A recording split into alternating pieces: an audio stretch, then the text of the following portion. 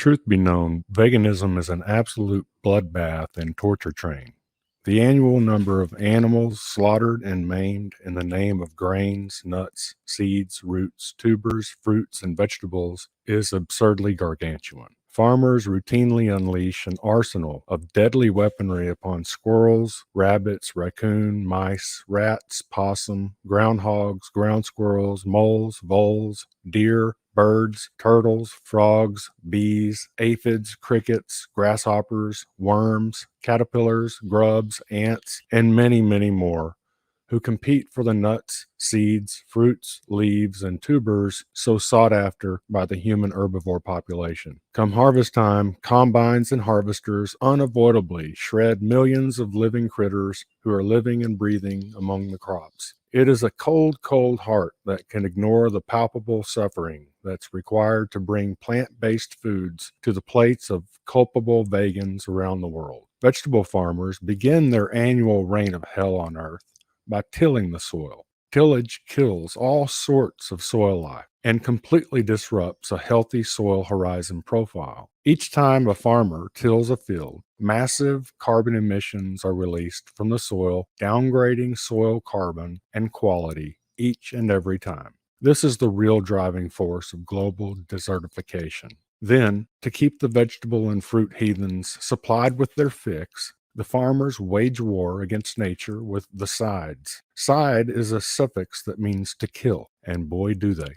These vegetable and fruit farmers spray and sprinkle indiscriminate bactericides, herbicides, insecticides, and rodenticides. In addition to conventional chemical warfare, they also attack with live traps, steel traps, drown traps, pistols, rifles, shotguns, dogs, and grain grinders. All this killing is not just a one time event either. This is an annual cycle of schizophrenic annual cruelty that repeats itself year in and year out, dealing out misery, bloodshed, and environmental havoc and chaos in the name of veganism. Meanwhile, one pasture raised grass fed cow can feed one human being for 3.5 years while not sabotaging human health with the inflammatory excess of omega 6s, toxins, and anti nutrients that plant foods bring to the table. It's pretty clear that vegans do not love animals. Vegans do not love people. They know that more animals are killed and maimed through veganism than any other way of eating, and yet they push harder because their ultimate schizophrenic goal is to plow, pesticide, and genocide this planet into a sterile and lifeless has-been. Thanks for watching. Whatever you do it for less at Harbor Freight. Quality tools, lowest prices. In the first episode of the Vegan Kill Cult, we skimmed the surface of the suffering, bloodshed, environmental destruction, and chaos that's being forced upon the world by the insufferable kill cult of veganism. I find this a surprisingly neglected subject in the carnivore/vegan battlefield of discussion and debate, and have decided to turn this into a series so that we can continue to shed more light on this dark side of veganism. Today's darling destroyer of health, employed in service to the vegan kill cult, is a wicked chemical called chlorothalonil. Chlorothalonil is a controversial broad-spectrum fungicide used by unthinking vegetable producers in their struggle to feed the vegan demand for an herbivorous diet. Technical grade chlorothalonil contains hexachlorobenzene, a persistent organic pollutant that is curiously already banned under the Stockholm Convention.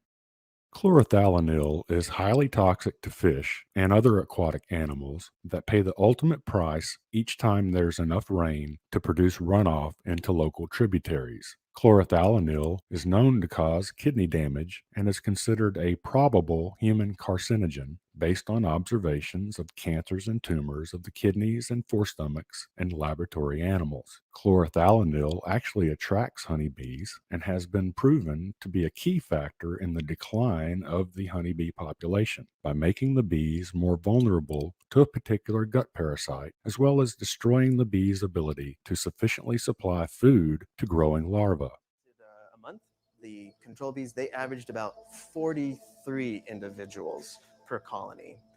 The colonies that were exposed to fungicide residues on flowers, they averaged about 12. We're talking about a profound effect.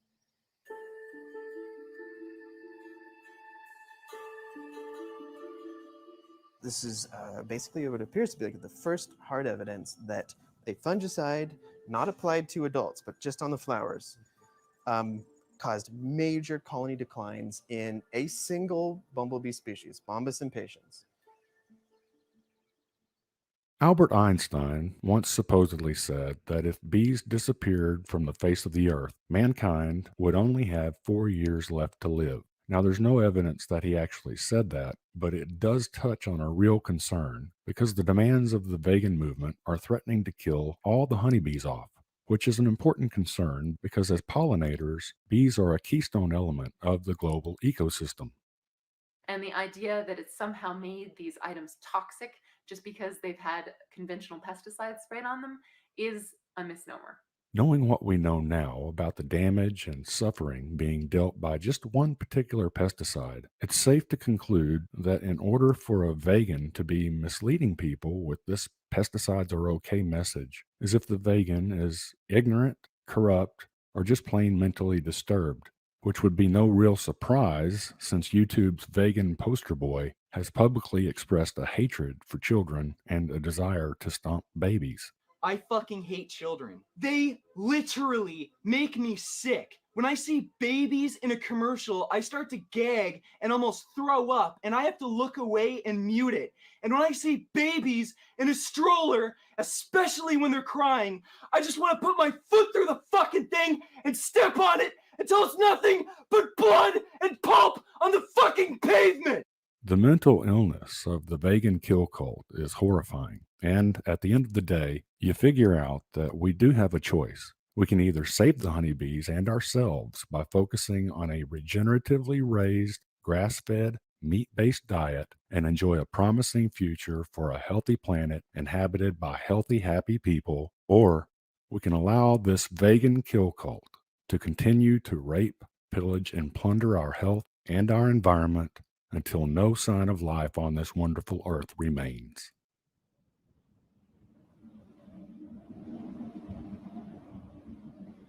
Please do choose wisely. Yeah. Thanks for watching. Saw it coming, saw a driver suddenly pull in front of me and slam on his brake. A couple friends recommended Daniel Stark. I think the smartest thing I did was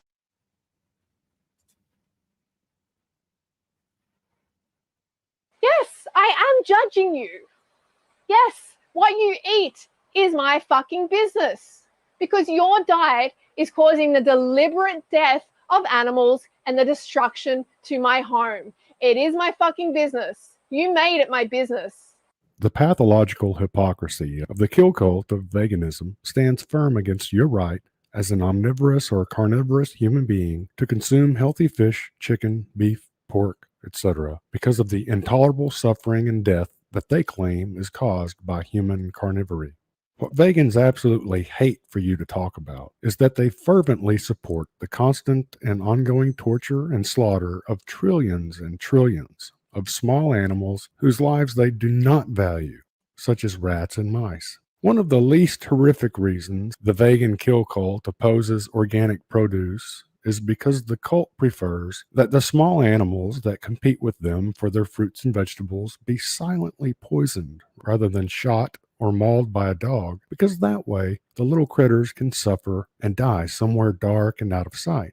Out of sight, out of mind, the vegans always say. And of course, the vegans don't mind that a little bit larger animal is likely to find that poisoned, dead, or dying little critter and eat it. And then that animal, in turn, has to experience the same veganism-induced suffering and death. The vegan poison can move right up the food chain this way, which is part and parcel of the vegan kill cult agenda. To help us get our minds around the colossal hypocrisy of the vegan kill cult, let's take a look at a common organic method of rat and mouse control that farmers employ in their repugnant efforts to quench the bloodlust of the vegan kill cult. And while we're watching the carnage being carried out in the name of veganism, let's listen to the cult's own queen of hypocrisy, Freely the Banana Girl, lecture us about how she's decided it's time for omnivorous and carnivorous human beings to fall under her despotic rule and lose their inalienable right to decide for themselves what to eat.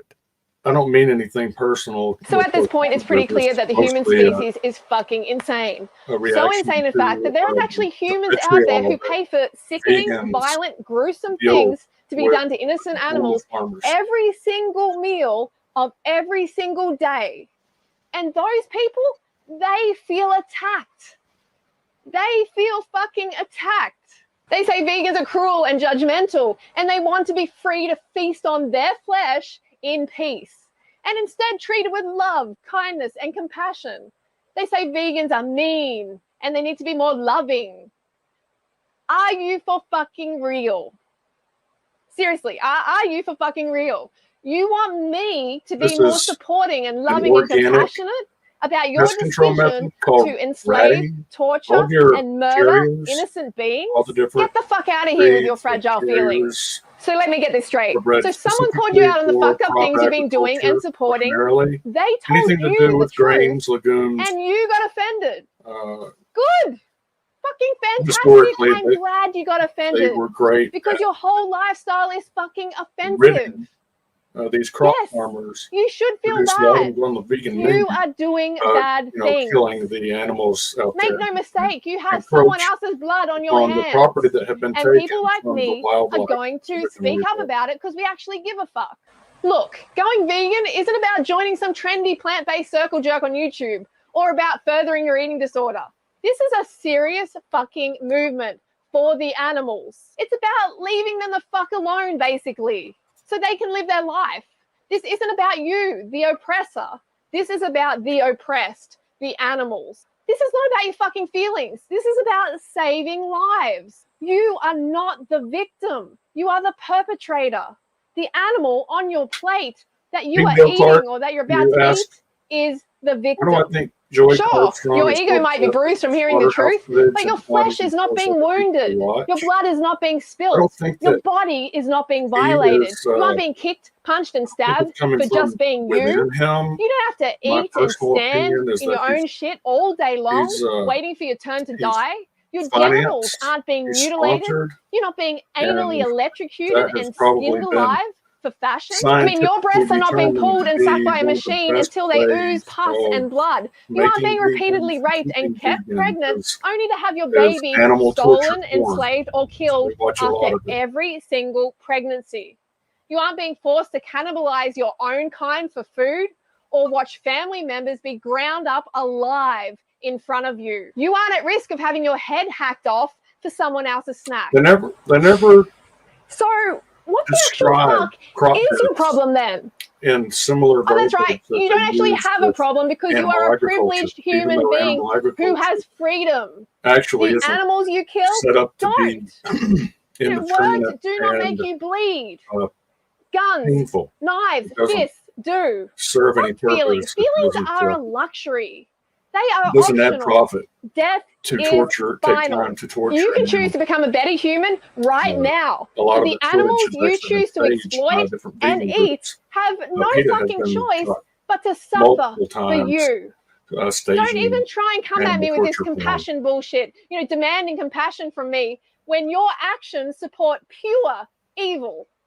No, I will not help you feel supported as male chicks are dropped, thrown, suffocated, mutilated, and ground up alive for your fucking omelet. I will not give you a free pass. Fuck that. This isn't some flaky popularity contest on YouTube for me. I will not hold back my judgment so you can turn a blind eye and forget about all the cruel shit that you are supporting. I actually had I thought that Carson and I had scheduled a 2:00 live stream today. Let's see. Yeah, it's Monday, 2:00 my time.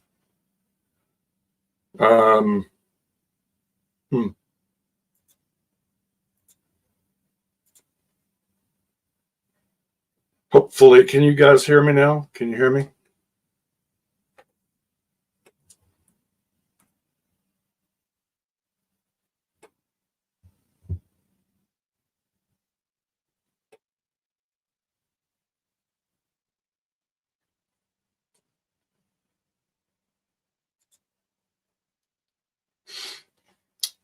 Okay.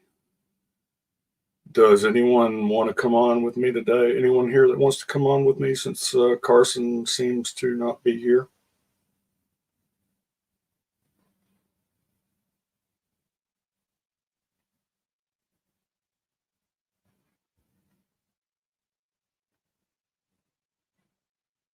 Okay, you can hear me fine. That's good.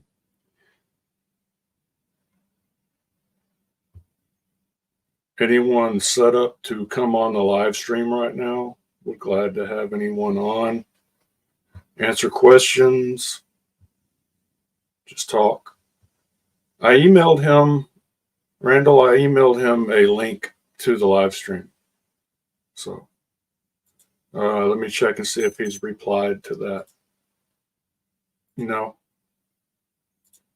he hasn't replied to the email. And I sent that at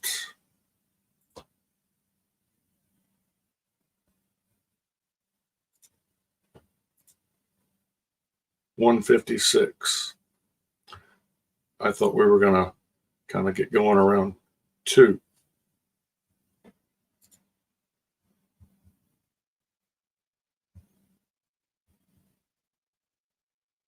WCrack A5. I'm doing fine. Thank you for asking. I hope you're doing well as well.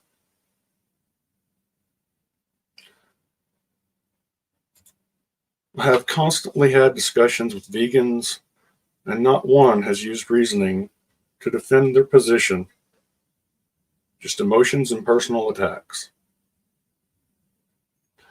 Yeah, I get those same things. I get a lot of gaslighting. I think all of these tactics, which translate, I think, into a attitude of we're going to win, we vegans are going to win this war with or without the facts, right? So if the facts don't match the agenda, then they'll either ignore those facts or they'll even try to bury them.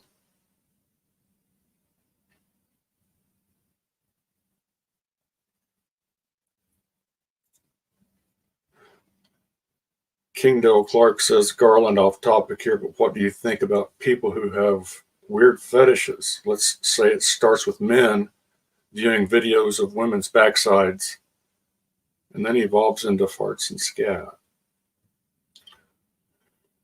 I don't know. That's definitely a subject for a different channel for sure. Let's see. Gaze still hasn't made the crop death slow video. No, she hasn't, has she? Is she still on break? Is she still on hiatus? I haven't heard anything. YouTube hasn't sent me her way. I don't know if she's been busy or not. Lader facile, laderi difficile. 11/10 of Mark's practice on the way they don't care about actually results.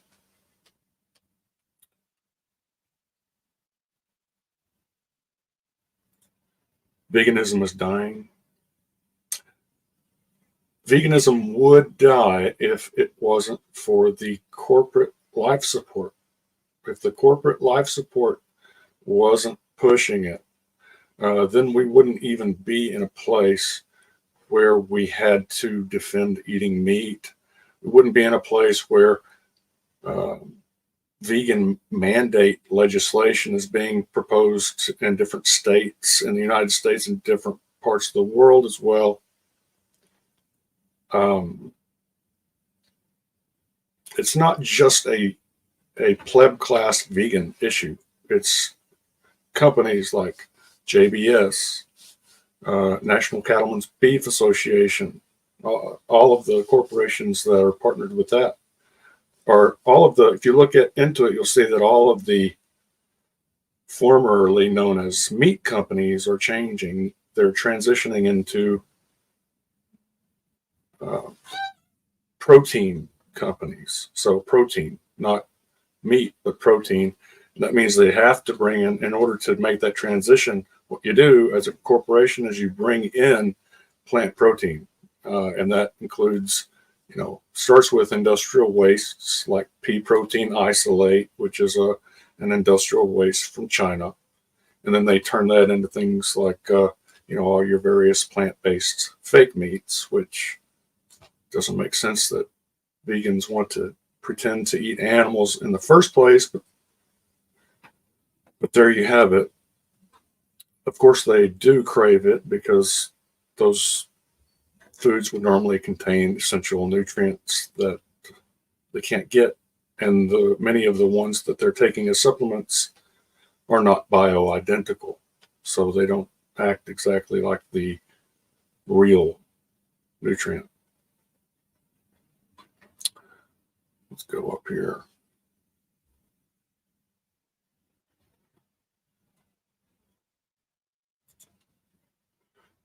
Kingsdale Clark, thanks, Garland. Sorry it was random, but it was a genuine question. Yeah, I don't mind you answering questions as long as you don't mind me not answering them if they're not relevant to my channel or what I want to talk about today. Let's see. Darth Dripwalker's in the house.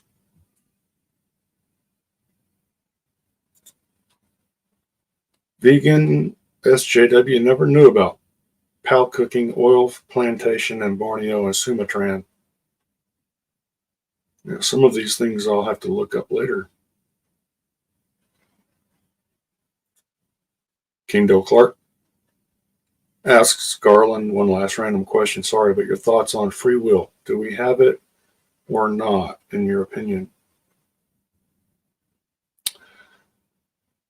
I think that ultimately, yes, we do have it. However,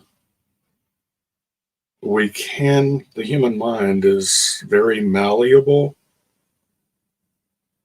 and opinions and decisions of the pleb class can be engineered. But at the end of the day, those people still hold the ultimate responsibility for their behavior. I know that there's some brain consciousness scientists that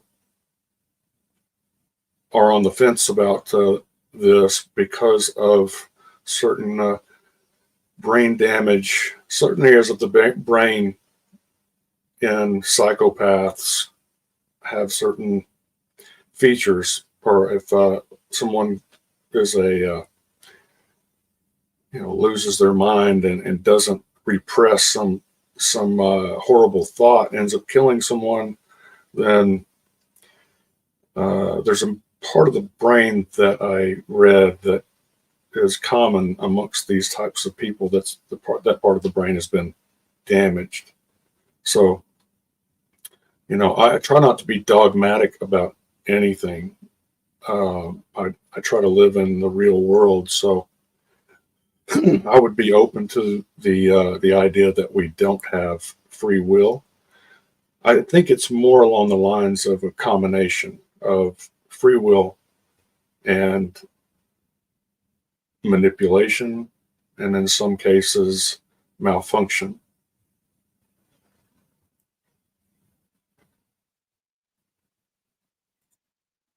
Charger Mopar says, no one has ever explained to me whether it's more ethical for an animal to be eaten by a human or by a predator. They never understand how overpopulation of herbivores leads to ecological collapse.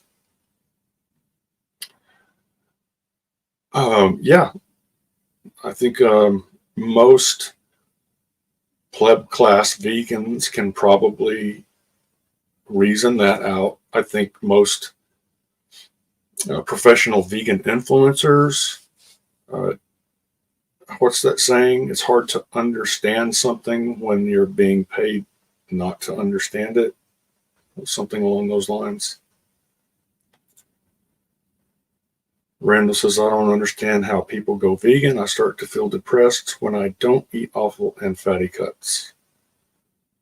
Yeah, I think that I think they almost immediately start to have an edge to their experience. I think they immediately go into something like an anxiety. Their body knows that they're starving of certain nutrients, and the longer that they go without it, then two things happen. One is the more delirious they can become because of things like a vitamin B12 deficiency, but they also, every day that they put behind them, they become more and more dogmatic about diet. So you have those two things that can hold people there longer than they would be otherwise.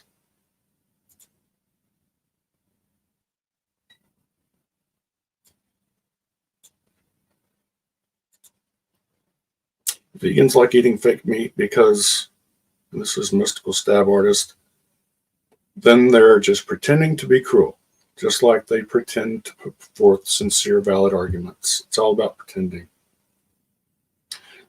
I think it's actually about craving for nutrients that would normally be in a food that looks like that, smells like that, even though they've got the smell and the look all wrong. And they certainly don't have the nutrition. So it's basically an art project that people are eating.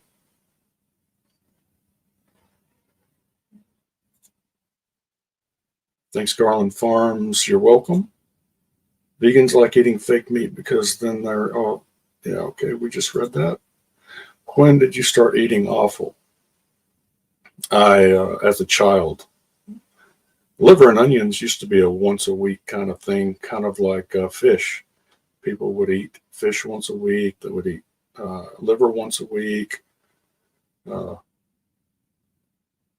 then, you know, the pop culture, and believe it or not, there are professional influencers in the carnivore community that are paid to discredit the consumption of offal and to make it seem like something that's disgusting.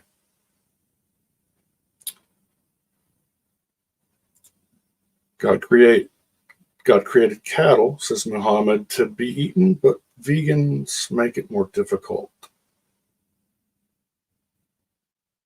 Well, what they would say is that cattle were not created by God.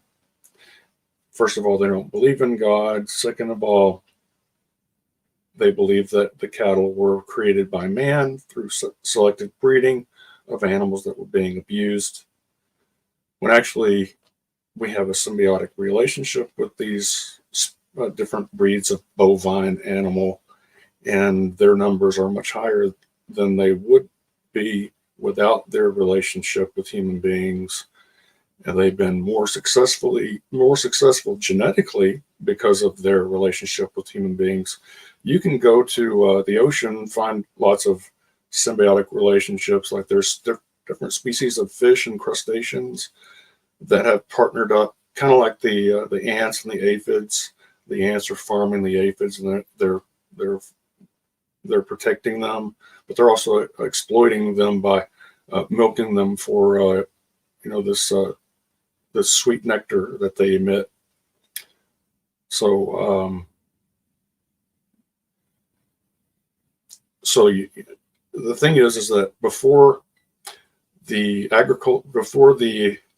Industrial Revolution, say 100 years before the Industrial Revolution, there were bison or buffalo, there were antelope, there were moose, elk, different species of deer, different species of goats, all over the North American continent.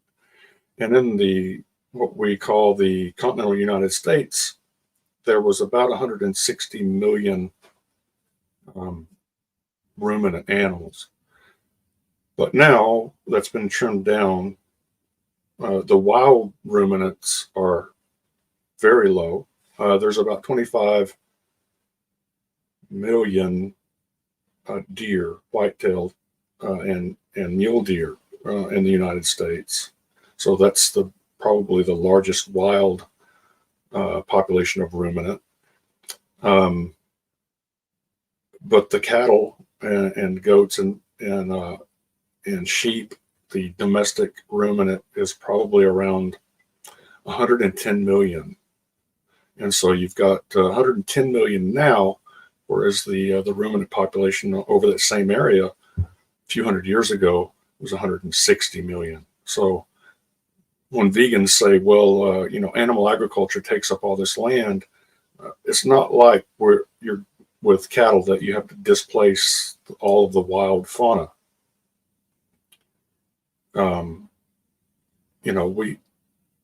Cattle thrive in a natural prairie environment. So we don't need all of that monocropping that veganism requires. There's no other way to produce at scale the amount of plant foods that are required to feed even half of today's population.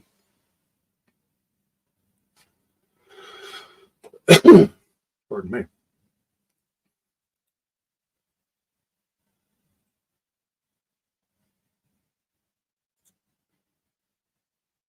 Mystical Stab Artist says, yeah, prey species need predation to maintain population fitness. If they didn't have that, they'd be like humans with retards and cretins taking over. It's very true. They're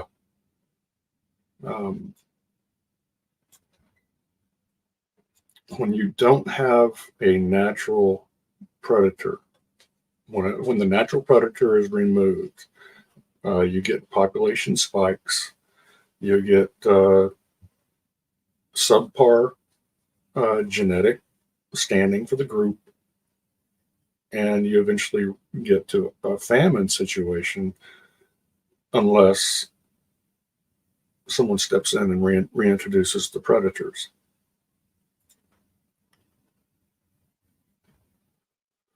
Yeah, the vegans do seem to be very violent. I was going to ask Carson from Reasonable Vegan today about his, seems like almost every time I watch his channel, he brings up this hypothetical about this man owns a dog and takes the dog down in the basement every day and tortures it. And he tortures it until the dog is on the brink of death. And then he brings it, then he nurses it back to health, and he starts the loop all over again. And that seems to be like this recurring hypothetical situation that I guess that must be, some type of mental exercise that he thinks will lead people towards veganism. I've heard him use it so many times, but I've got all these crop deaths that I want to teach him about. These are real animals that are dying and suffering in the real world, in the real crop agriculture that produces every item on the vegan menu. And I want him to look at these real animals with, real world suffering and death. And he keeps talking about this hypothetical where this guy owns a dog and keeps taking him down in the basement and torturing him almost to death.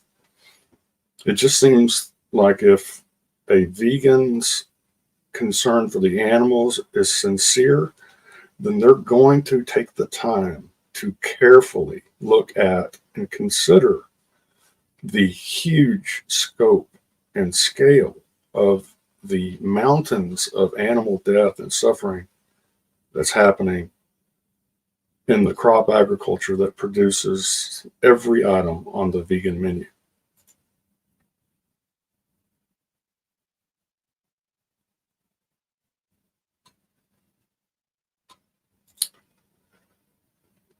Kingdale Clark asks Garland your thoughts on Hinch herbivore as a person. Besides his vegan lifestyle, the fact he claims to be a former fighter and uses to hurt people, and the fact he lives off people's donations. I don't think he just lives off people's donations. I think he also he has sponsors, I believe. I my personal opinion is that he's, I don't even want to really tell you what I think about him. I'll just tell you that I don't think highly of him, and we'll leave it there. I think most people could guess what I think about someone like him.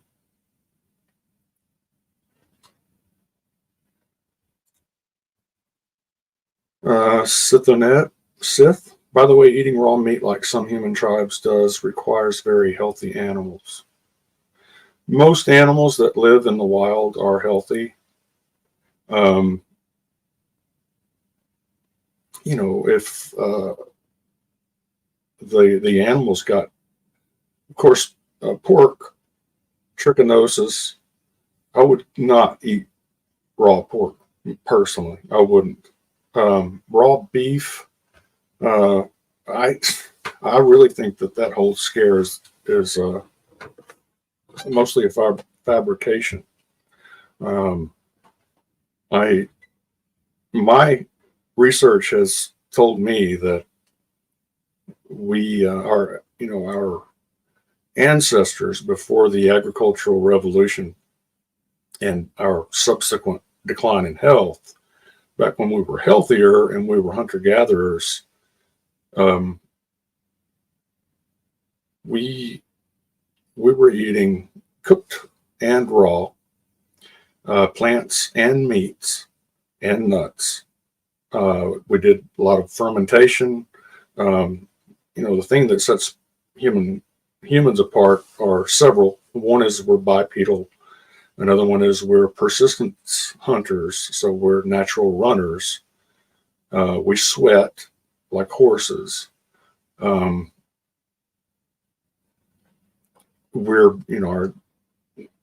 certainly predators, but even a wolf will eat wild berries when they're in season and in reach.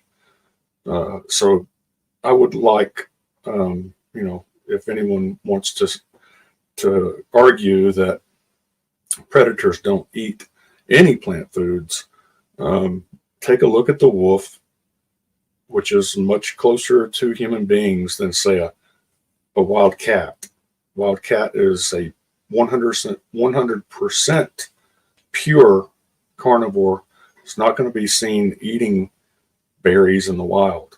But our digestive system is much more like that of the wolf, and they do eat berries when they're in season. But you have to remember that's maybe, could be 1 to 4 weeks out of the year for each fruit tree in the region that they're living.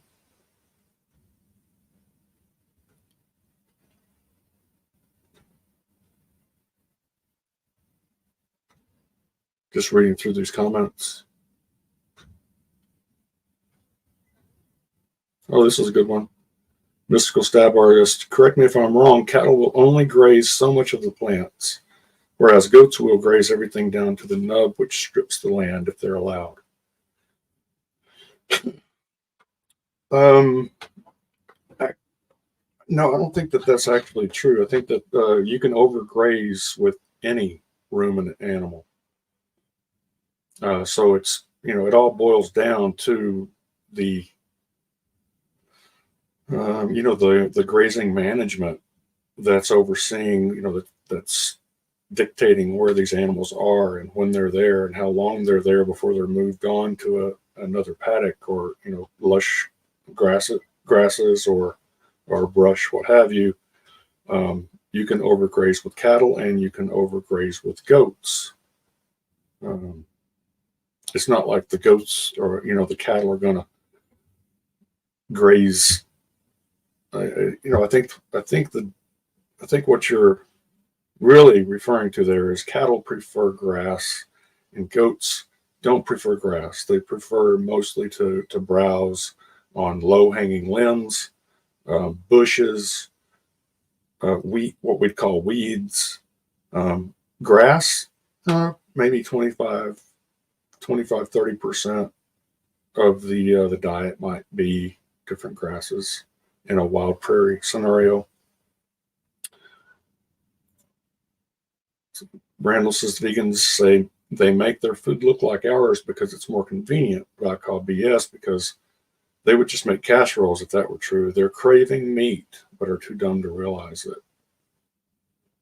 I think that they know that they're craving meat. They know that they're craving meat. They just feel bad about that. They feel guilty. And that guilt keeps them in veganism longer than what they really want because they know that they don't feel good. And so they try to blame that ill feeling on an addiction that they think that they need to kick. Unfortunately, you can't kick addictions like vitamin B12.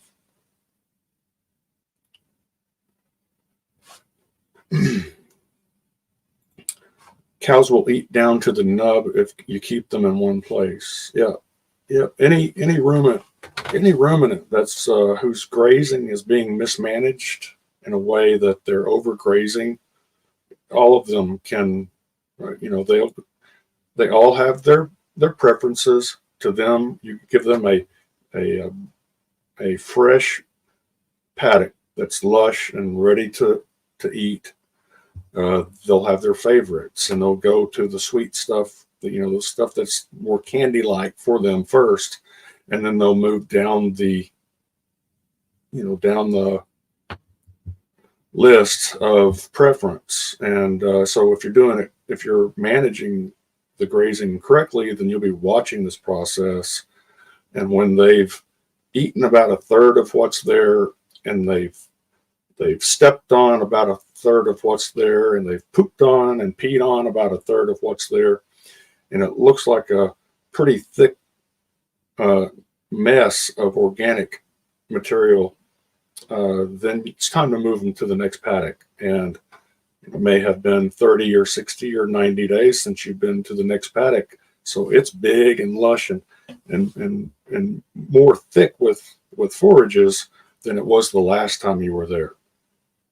If you're doing it right and you're not in an extended drought, which can interrupt that process.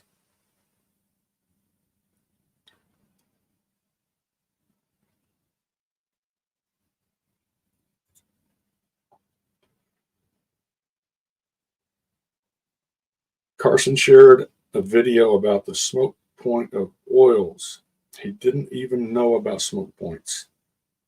I pointed out that he has a poor understanding of nutrition, and he just laughed. Yeah, there's a lot of things that he seems not to really be interested in that are really relevant, in my opinion, to the subject at hand. Hopefully I'll hear back from him, and we'll figure out why he didn't show up today and have him on. I was kind of hoping to, really teach a vegan all of the different types of crop deaths, the size and scope is these huge mountains of animal suffering and death. And I was hoping that I could convince him to come on, but he may have people inside his circle that are kind of recommending that he does not come on, is my suspicion.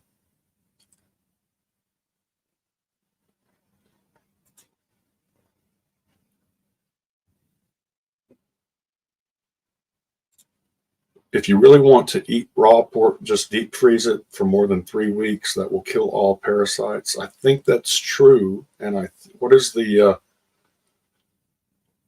deep freeze temperature? I'm guessing is about 14 degrees. 14 degrees Fahrenheit. Is that correct? True Inuits still eat raw and cooked meat in the summer. Yeah, listen. I read in Sean Baker's book, he kind of says that the Native Americans, they had all these buffalo. They wouldn't mess around trying to get every bit of nutrition. This is what I think I remember from that book. It may have been something else, but I think it was Sean Baker's book where he was talking about the bison, and he was talking about how lean the muscle meat was, and he was talking about how they would they consume basically the muscle meat, and they would then move on to the next animal. Things like the liver, the joints, the cartilage, the brain, and the lungs, and all of that would kind of go to waste because they had this abundance of muscle meat.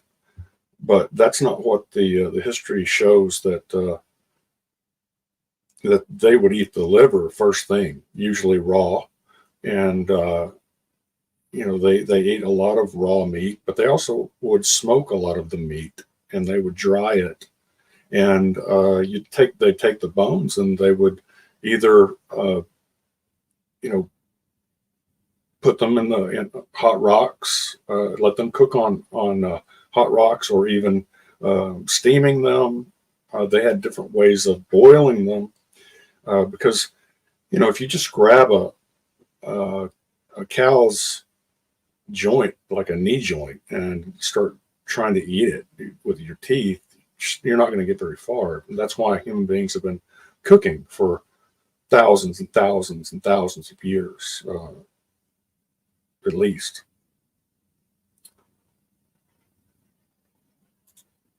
Muhammad worries because veganism is slowly becoming more brutal and crazy. Yeah, it is scary. We tried to get the police in Australia to investigate Joey Carbstrong's sheep video, where he went on.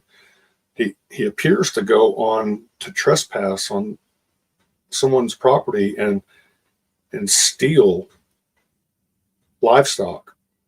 And we tried different angles. We could not get the police in Australia to take any action to find out if he had. I mean, you try that. Any one of you guys watching right now, film yourself committing a crime, put it on YouTube, and see if you don't get in trouble. You will, unless you're a protected asset of, say, the WEF agenda. I don't know.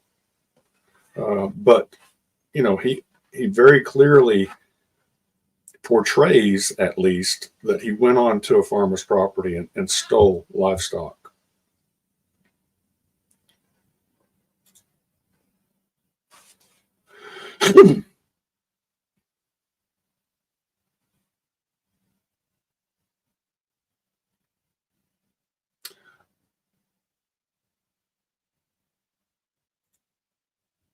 Charger Mopar. I ate a lot of raw beef over the years. Generally, I bought the liver frozen, defrosted it in the fridge, and ate it. Yeah. I defrost liver on the regular. And every week I'll eat at least a little bit of liver. And I never cook it where it's tough. It depends on whether I'm sharing it with someone else, because not everyone that I eat with loves raw liver, but they all love it, seared on the outside and still red on the inside. And that's really the best of both worlds right there. Randall, what are the top 5 most important offal parts? Liver, most likely one. I think liver. Liver is the organ where your body stores a long list. Majority of your essential nutrients are stored there. So I think number 1, by a long shot, is liver. And after that, I'm not really sure. I know that each one of those, the lungs used to be consumed regularly. The brain was consumed.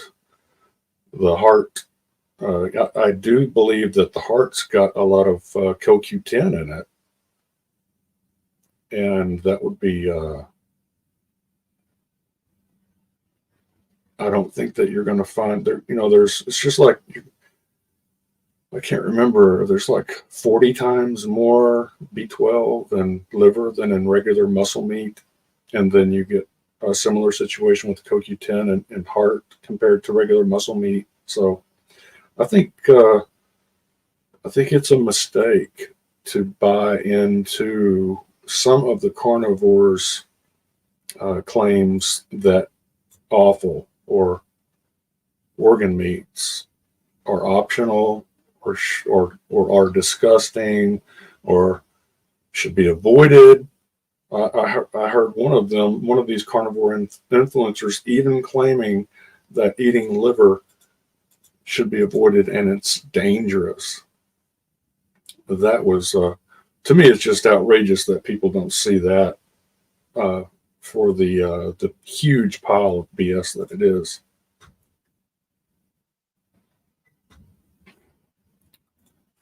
What is your opinion of Bonder planets? Well, I think I already answered this question in the comments section. I believe that he was a proponent of 100% raw, and I don't think that's the case. While I do not think that it's required, personally, I don't have to cook every steak that I eat.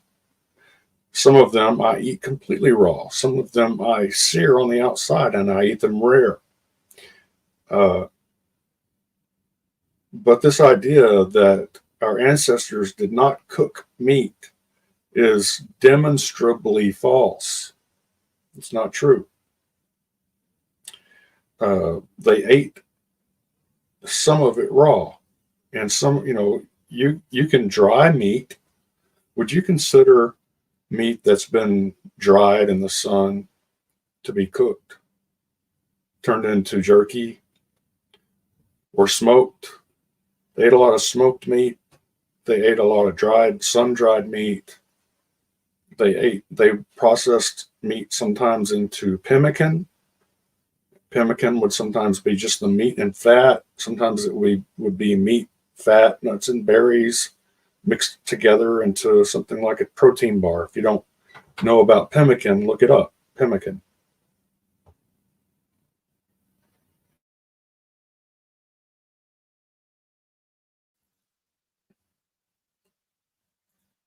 Are you talking about the carnivore guy that compared eating liver to dog treats? I didn't hear that particular statement. I'm not sure what they would be saying. Are they saying that dog treats are made of organ meats and so would contain liver, and so liver and dog treats are comparable?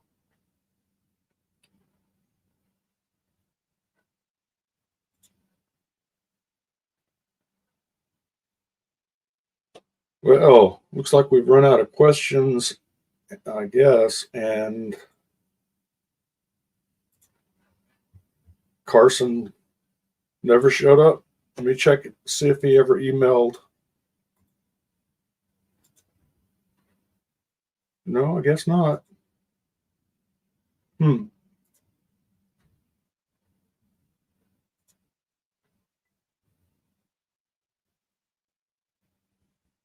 Sid says eating meat can allow humans to live past 100 years old. Yes, I agree.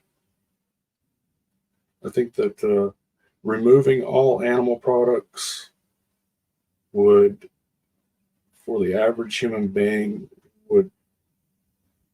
would considerably reduce the quality of life and considerably shorten lifespan.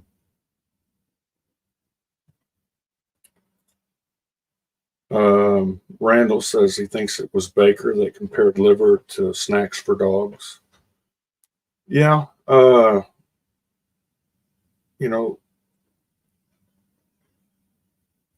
think that if you've watched any of my videos, on liver, and if you haven't seen them, go to my videos page and search for the word liver, where I catalog and compare the nutrients in liver compared to just muscle meat. One thing that you want to keep in mind about this is that all of the studies that show that too much vitamin A can become toxic all of those studies are based on synthetic vitamin A. Synthetic vitamins are not the same. And if you also look into any of the polar bear liver claims, none of those are credible either. And so a lot of people will say, well, beef liver's got too much vitamin A. No, it doesn't. There's never been a study that showed in any way that the vitamin A in beef liver is toxic at all.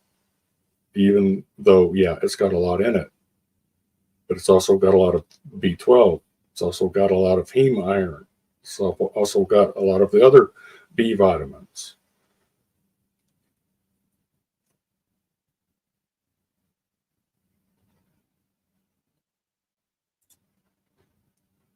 Muhammad says, I always laugh when I see vegans try to imitate meat, honey, or chicken with plants. I see if their body needs meat. Yes. They're constantly, the entire vegan food industry, most of them are trying to mimic meat, trying to mimic the texture, the appearance, the smell. And from what I understand, all of those fake meats, they smell like piss. Literally.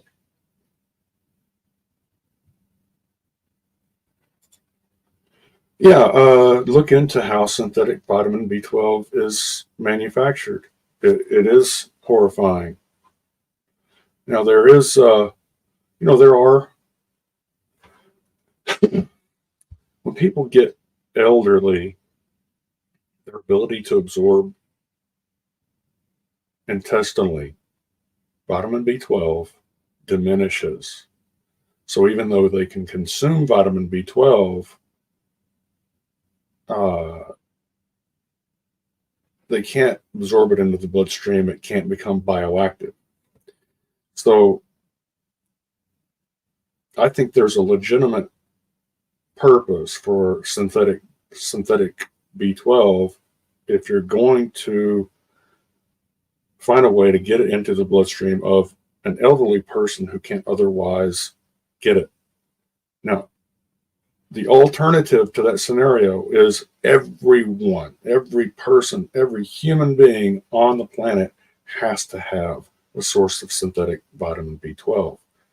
That would destroy the earth. There's lots of petroleum. There's lots of coal tar. There's coal. It's a huge, nasty. The carbon emissions are out of this world. The pollution out of this world.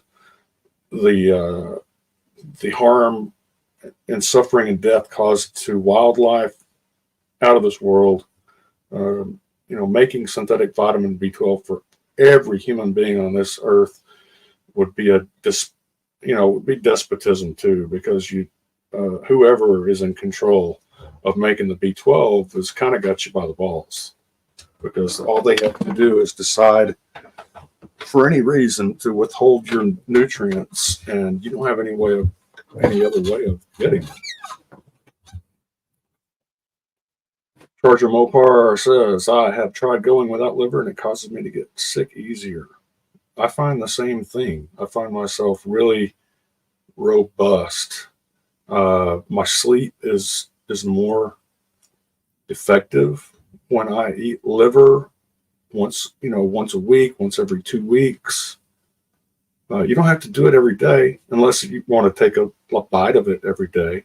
But if you're going to eat a little slab of liver once a week, once every 2 weeks, I don't think there's any study or any history that would show that that's ever been harmful for human beings.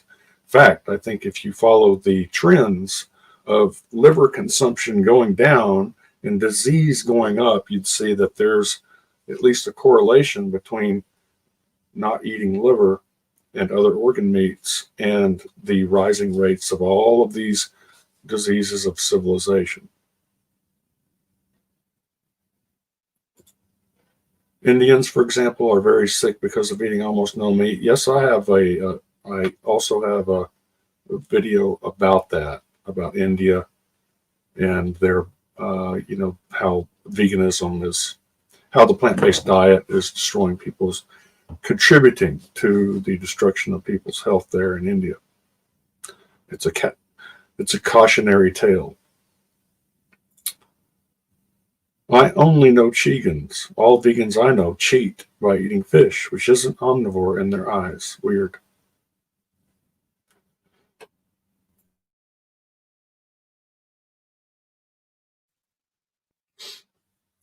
Yeah, I think that there's a lot of that cheating going on. I really do. I think that most long-term vegans are either Chegans, long-term Chegans, or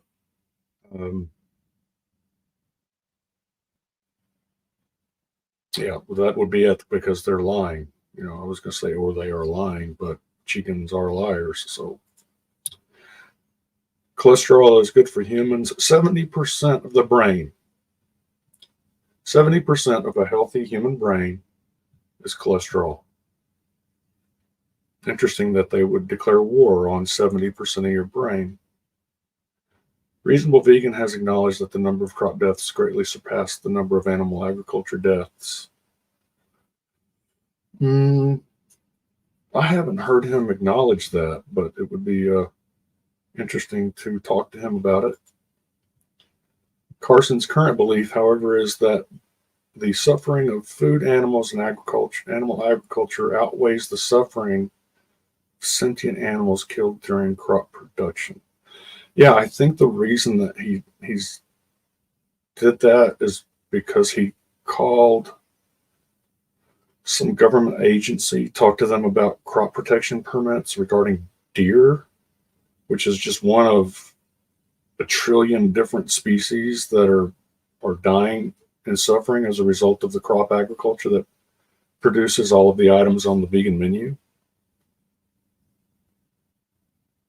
And he came to the conclusion, as I remember it, that there's not that many deer being killed in his state with these crop protection permits, and therefore crop deaths must be a bogus consideration. That's what I remember hearing.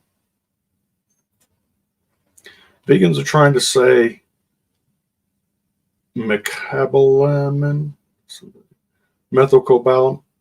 and I think you're thinking of cyanocobalamin and methylcobalamin are the same. They keep referring to mecobalamin as methylcobalamin. Look out for that. Okay. I will look for that. The oceans are completely polluted with pesticides due to agriculture. Yes. Primarily nitrogen from the corn and soybean industry. And most of the corn and most of the soybean is grown for human consumption first and foremost. Once they squeeze all the oil out of the soybeans and they've extracted oil from the soybeans using hexane, and they've distilled the corn for their ethanol, and they've made biodiesel from the soybean oil, and high fructose corn syrup, and cooking oil, corn cooking oil, soybean cooking oil, all of the oil, you've got close to 100% of all the soybeans are processed to extract the oil, and 100% of that oil is consumed by humans, either as cooking oil, processed food ingredients, or biodiesel.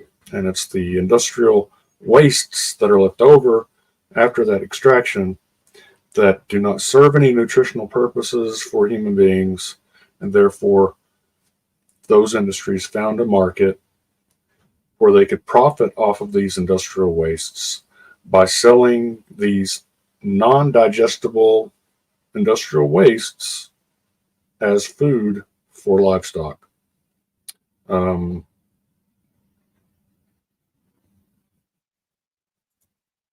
Vegans are, I have not found a vegan who will be honest about this subject that we're talking about right now.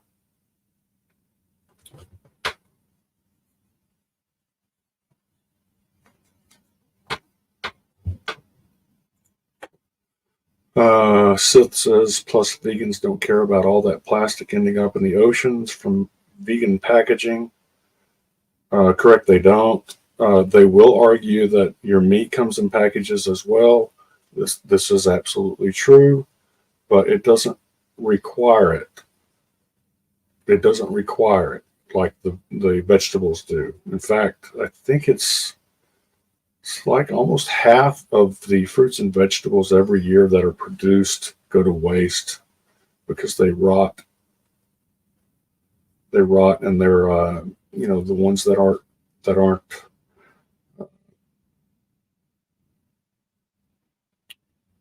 perfect. They want all these peaches to be perfect, and anything's got a blemish, anything that's not perfect is going to get tossed out. So there's a lot of those pesticides that are being sprayed that do not contribute to the annual human food supply because of rot and defects. Muhammad says vegan is always angry at Muslim something days for killing cows or goats they didn't see about. Many people only eat meat one day, 1 year per year because they're poor, but they're always silent about the dark side of farming. Randall says, we're treating livestock like they're garbage disposals. We are treating livestock like they're garbage disposals. Imagine a world where we didn't have all of this destructive corn and soybean industry. There's no reason why we should have so much corn and soybean production. And there's about 200 million acres of corn and soybean production in the United States. Imagine, and these are fields that are losing soil every year due to the erosion caused by tillage. These 200 million acres are being constantly sprayed with agrochemicals, poison pesticides, synthetic and mined nutrients, fertilizers. All of this gets, first time it rains, a large portion of these agrochemicals get washed into the streams and rivers, kills a bunch of fish and other aquatic life, and then that nitrogen and all those other agrochemicals make their way down the Mississippi River into the Gulf of Mexico, and then we have this giant dead zone. That is primarily the fault of the crop agriculture that is producing every item on the vegan menu. It doesn't have much to do with the livestock industry, and it's not inherent to the livestock industry, because if the livestock industry was reformed, where everyone was doing regenerative livestock production, then we would actually be producing more livestock, because we wouldn't have all of this land that's been set aside for corn and soybean production so that the humans can consume all of the extracts and feed the wastes to the livestock. You could take most of that land and turn it into rotational ruminant grazing systems and start sequestering carbon back into the soil, reversing climate change. Yes, climate change exists, and it's not necessarily global warming. It could be global warming, but it's not based on the carbon in the air. It's based on the fact that the carbon is no longer in the soil. A 200 million acre tract of corn and soybeans has bare soil for most of the year. That soil gets really hot because there's no trees, there's no grass, there's no organic litter on top of the ground to shield the soil from the sun. And so the soil itself gets very hot. If you know anything about radiant heaters, you know that when a surface gets really hot, it can radiate that heat into the atmosphere. And so these corn and soybean fields are actually a source of turbulence for people who fly aircraft. You talk to anyone that's flown an airplane over the corn and soybean fields of the Midwest, and they'll tell you how turbulent it is over those fields because there's these giant, hot convection currents that are blowing straight up from the heat coming off of these bare fields where the corn and soybean fields have been tilled and the soil is hot. And those same winds that interfere with the aircraft will also blow away would-be precipitation events. Doesn't mean that it won't ever rain there again. It just means that it's got to be a pretty overwhelming precipitation event to occur. A light rain will not happen because those hot convection currents blow away that moisture. All right.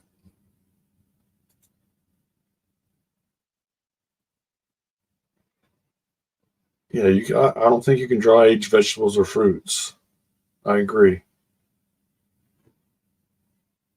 The rice production is a problem. Yeah, you know, the here in the United States, it's over the standard American diet, which everyone knows is one of the worst diets for health. It's over 70% plants, so it's plant-based already. And what do we have? We have disease and a long list of societal ills that probably have links to a plant-based diet.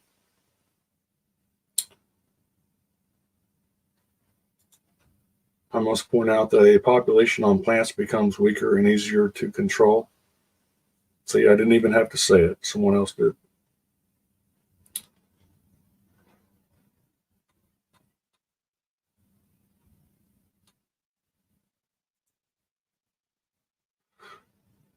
Truth seeking, I am 12 minutes behind. Vegans faking meat. They're trying to suppress their biological imperative, which is a survival mechanism that overrides cognitive thought to achieve survival.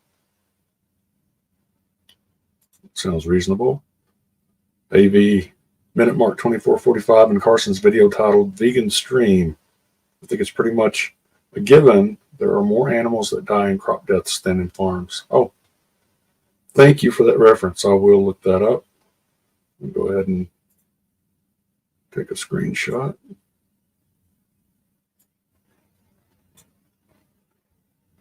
Thank you.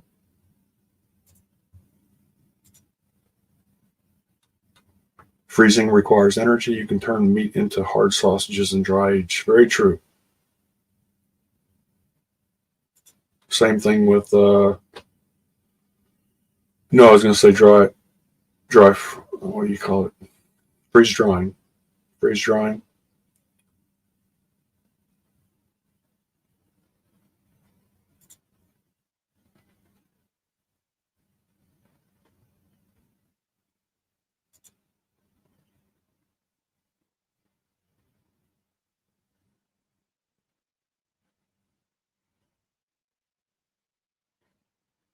All right, I think I'm going to go back over here and we'll put the sound back in. Of the life cycle, including pregnancy, lactation, infancy, childhood, and adolescence, and for athletes.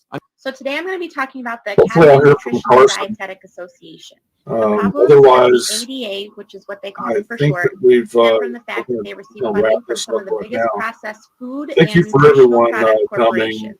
And a further point about the balanced diet Just idea, which while I always was gone, confuses me, is it not just so hopefully coincidental and Carson and I fortuitous that the animal products get our required wires for a balanced diet uncrossed just so happen to be the animal on the products channel that here we and found where we live? talking about crop Here are death. some of those companies. If Hershey's we Corporation, refuse to talk Coca-Cola, about crop deaths, Pepsi-Cola, ConAgra Foods, then I guess we'll do a Abbott live stream Nutritionals, General trying Mills, to Kellogg's, Marzi, brainstorm as to what it Soyjoy, could be. Wise, Unilever, Monsanto So anyway, Corporation, McDonald's, thank you all NutraSweet, for coming. makers of aspartame, Have a great National afternoon. Association of Margarine Manufacturers, and Nabisco. Isn't that just a stroke of good fortune that we don't need shark fin soup for a balanced diet, or a steak from a blue whale, or dog meat? We just need the animals that we conventionally farm. Does that not seem awfully coincidental to you? They instead serve as a vehicle for the benefit of their corporate sponsors, each one thriving off of the suffering of an entire nation. Instead of competing against each other like in the traditional free market, food and drug companies collude to maximize their profits at the expense of their consumers. The Academy was going about their corrupt practices largely unscathed until 2009, when Senator Chuck Grassley wanted to dig deeper into how the organization operated. Number 6 is individualism. We think we're standing up for ourselves and the planet, but we're being taken for a ride. Supermarkets, advertisers, fitness gurus, trendy restaurants, and cookery book writers love what we are doing. We're the new market, and they will take every penny we have. As for helping the environment, ... So yeah, that's right. Ignore all of the research that's coming from the University of Oxford, from Cambridge, from Harvard, from Yale, from Cornell, from the United Nations, from the WHO. Ignore all of that. Atera is the IT painkiller. Remote monitoring and management, remote access, help desk and ticketing. And therefore the WHO is an agency I'm interested in. Now I join you to achieve an even more important vision, which is good health for every human being. How does the WHO decide on its recommendations? And how reliable are they?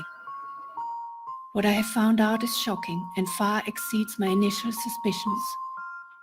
What is worrying is that a small group of companies have attempted to subvert the process by which WHO is run. Point 7 is conservation. The countryside we love is not maintained by people with mowers and shears. It is grazed by animals. It goes on to say, we couldn't grow anything but grass on 2/3 of it. Why not take a free resource and use it to feed people and store carbon? Is this not the whole reason why we find ourselves in the situation that we have found ourselves as a society, that we view the world as a free resource? Fertilizer pollution causes problems even before it gets to the ocean. It can contaminate drinking water or turn into suffocating smog. And it's a big contributor to global warming. We should look at an area of land and go, wow, look at the area of land. It's got its own natural ecosystem, it's biodiversity, and humans haven't touched it or done anything negative to it. But instead, your industry goes, oh, look, there's a free resource over there. I can make money from that land. That's why we're in this situation. Last Friday when USDA revealed the June acreage report, we saw corn acres reported at 91.7 million acres. That was well above the average pre-report estimate. Because we won't let the world just be the world and exist naturally. We see an area of land that's not been harmed by humans, and we view it as a free resource. But it's also left our food vulnerable to extensive attack by pests. In turn, we've become more dependent on pesticides. Today, we annually shower over 5 billion pounds of pesticides across the earth. How do you not see the irony again in the section about conservation, calling areas of land a free resource? Look at the potential health risks from pesticides in our food. Nearly 70% of conventionally grown produce sold in the U.S. was found to have pesticide residue, according to a new report from the Environmental Working Group. As we told you yesterday, strawberries, spinach, and kale top their so-called dirty dozen list of produce with the most pesticide contamination. And we'll move on to the storing carbon point when we get on to point 8. But let's just finish point 7 quickly. Why not take a free resource and use it to feed people and store carbon while looking after the landscapes, habitats, and species we value so much? Well, isn't this really ironic? Because there was a State of Nature report that said that out of 215 countries around the world, the UK ranks 189th for the intactness of our biodiversity. When a rat eats a rodenticide, it takes up to 3 weeks to kill the rat. This gives opportunities to predators to eat the rat and be subjected to secondary poisoning. Secondary poisoning greatly weakens the mountain lion's immune system and can lead to increased risk of automobile collisions and diseases such as mange. Since the 1970s, we've seen a huge decline in wildlife species in this country. In fact, 60% is the average across all the species. And as it currently stands, 50% of all birds and 25% of all mammals are endangered. Does that sound like protecting the species that we value so much? We're at a farm in North Staffordshire that's been complaining of nuisance rabbits for some time now. And who better to clear a few bunnies than Nathan Whitehead and Pete Malkin? Now let's move on to the final point, which is soil. Now that we've seen the results of years of large-scale arable cropping, majority of which is for animal farming, of course, the American food system has now become built on two grains, corn and soybean. The American supermarket typically has something like 40,000 different products in it. And you think, you walk into a supermarket, you're like, wow, what a great diversity of stuff. Really, it's all different formulations of these two grains. We want to get animals back on the land. It's not just about grass, the soil under animals' hooves benefits hugely from all those microprocesses involved in grazing, treading, and recycling of nutrients that billions of flora and fauna depend on. Livestock are life. Now, it's really important to address this point because this is something that the livestock industry are constantly talking about, the regenerative agriculture myth. The idea that it's good to graze animals on these lands because we can store carbon in the soil from doing so, and it's good for the natural flora and fauna. Now, Dow Chemical wants to ramp up the use of 2,4-D, a component of Agent Orange, on the food we eat. Do we really want Dow Chemical producing the food we eat? Now, there's a big problem with this, which is that there's a study that was released called Grazed and Confused. It was a 2-year study of an international team of researchers from all around the world.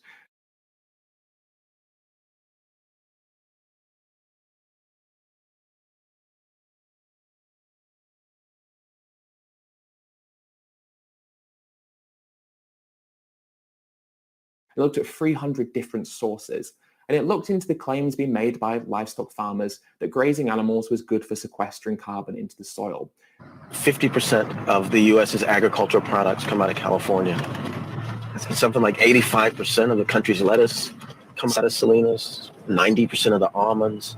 It's called the salad bowl of America. California uses more pesticides than any other state. The second biggest is Florida. Things like chlorpicrin is used out here on the strawberries. Chlorpicrin is a nerve gas. And what they found out through 2 years of international research, 300 different sources, is that actually when you look at the amount of carbon that can be sequestered, at best, it offsets about 20 to 60% of the total emissions from these grazed animals. As long as this page doesn't say expired, which eventually will happen, you can get 2 solar generators for the price of 1. The first, a truly portable, extremely powerful, and completely reliable solar generator that comes with its own 100-watt solar panel for free. And the second, a mini solar generator for smaller devices completely free. If that weren't enough, you'll get its 40-watt solar panel. Last month, we did soil tests on our operation, and what we found is that we've over tripled the amount of organic matter, in other words, the amount of carbon stored in our soils. Which means that actually we're still creating a huge surplus by grazing these animals in the first place. In 1993, we could only infiltrate 1/2 inch of rainfall per hour. Now we can infiltrate over 8 inches of rainfall per hour. Think of the ramifications of that. I tell people, it's not how much moisture and rainfall you get, it's how much can your soils hold. Because carbon-rich soils hold on to water, they help the ranchers weather droughts. And actually, ultimately, what happens in the soil is it reaches something called soil carbon equilibrium, which is where the amount of carbon being sequestered is equally matched by the amount of carbon being released. And at that point, we're not offsetting any of the emissions from grazing animals. And so if we want to reduce the emissions in the world, the best thing that we can do is take the animals off the land and restore it with natural biodiversity, which will sequester carbon even better than if we're grazing animals on there in the first place. At the time of European settlement, about 2/3 of the state, some 25 million acres of the state, was tall grass prairie. We have less than 1/100th of 1% of the native prairie that's still intact. It's a moot point. It doesn't make any sense, and it's something we have to get through and dismantle because it's a fallacy that's so dangerous, because it's claiming that grazing animals can be beneficial for the environment, but it simply can't be. And there's no scientific evidence, no credible scientific literature that says anything different. Results produced by grazing that regenerates the soil. Equal parts art and science, with a splash of history. Our prairie soils were formed by large herds of bison, elk. They would move, they'd graze an area and keep moving. And they might not return to that area for a year, maybe 2 years. To mimic this herd migration, they break up their ranches into small areas called paddocks. Now let's just also address the idea of land, because the writer's saying that we want to get more animals on the land. Okay, so in the UK, for example, we kill 1 billion land animals every single year. Now about 980 million of those land animals, they're raised entirely inside.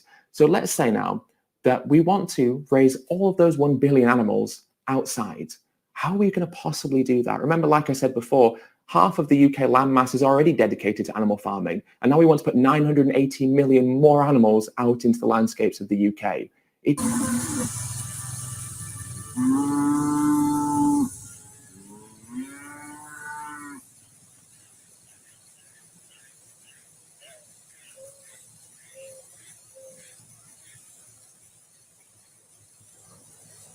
just doesn't make sense. And that's beside the point as well, because chickens and pigs can't survive solely on grass anyway. So they'll always be fed arable crops. We have two groups of pigs that are both in the same pen right now, and they have never tasted grain. There is simply no way for us to consume the animal products that we do, but also do so in a way that subscribes to what this journalist is saying. It's just not possible. And if we really cared about the soil, if we cared about conservation, if we cared about society in general, then we would realize that we have to dismantle animal farming. The pesticide accident, our top story tonight. State agricultural investigators say it was the worst case of pesticide poisoning of farm workers ever in our state. 77 people have been treated so far for exposure. One after another, these farm workers fell ill. They all came here to the Ruskin Medical Center. Because simply, that's the best thing that we can do to meet all of the criteria mentioned in this list. But actually, he goes on, because there's a final paragraph here. If we feel better for being vegan, fine. But we're not saving the world. We have no right to preach and no justification for doing atrocious things to people who have just proved their worth to us in this crisis. Firstly, I don't know what atrocious things would be. What's atrocious is sending someone to a slaughterhouse to have their throat cut for money. That's atrocious. Talk is cheap. That's why so many real estate investors waste so much time and work way harder than they need to. 5 million pounds are applied every year. It's used on dozens and dozens of crops. On some, it's used on more than half of the crop in this country. That's true of apples, for example. It makes the nerve system go haywire. And it causes things like, terrible, terrible headaches and nausea and vomiting, all the way sometimes to paralysis and sometimes even death. But more to the point, I don't think they've proved their worth to us in this crisis. I actually think they've done the opposite.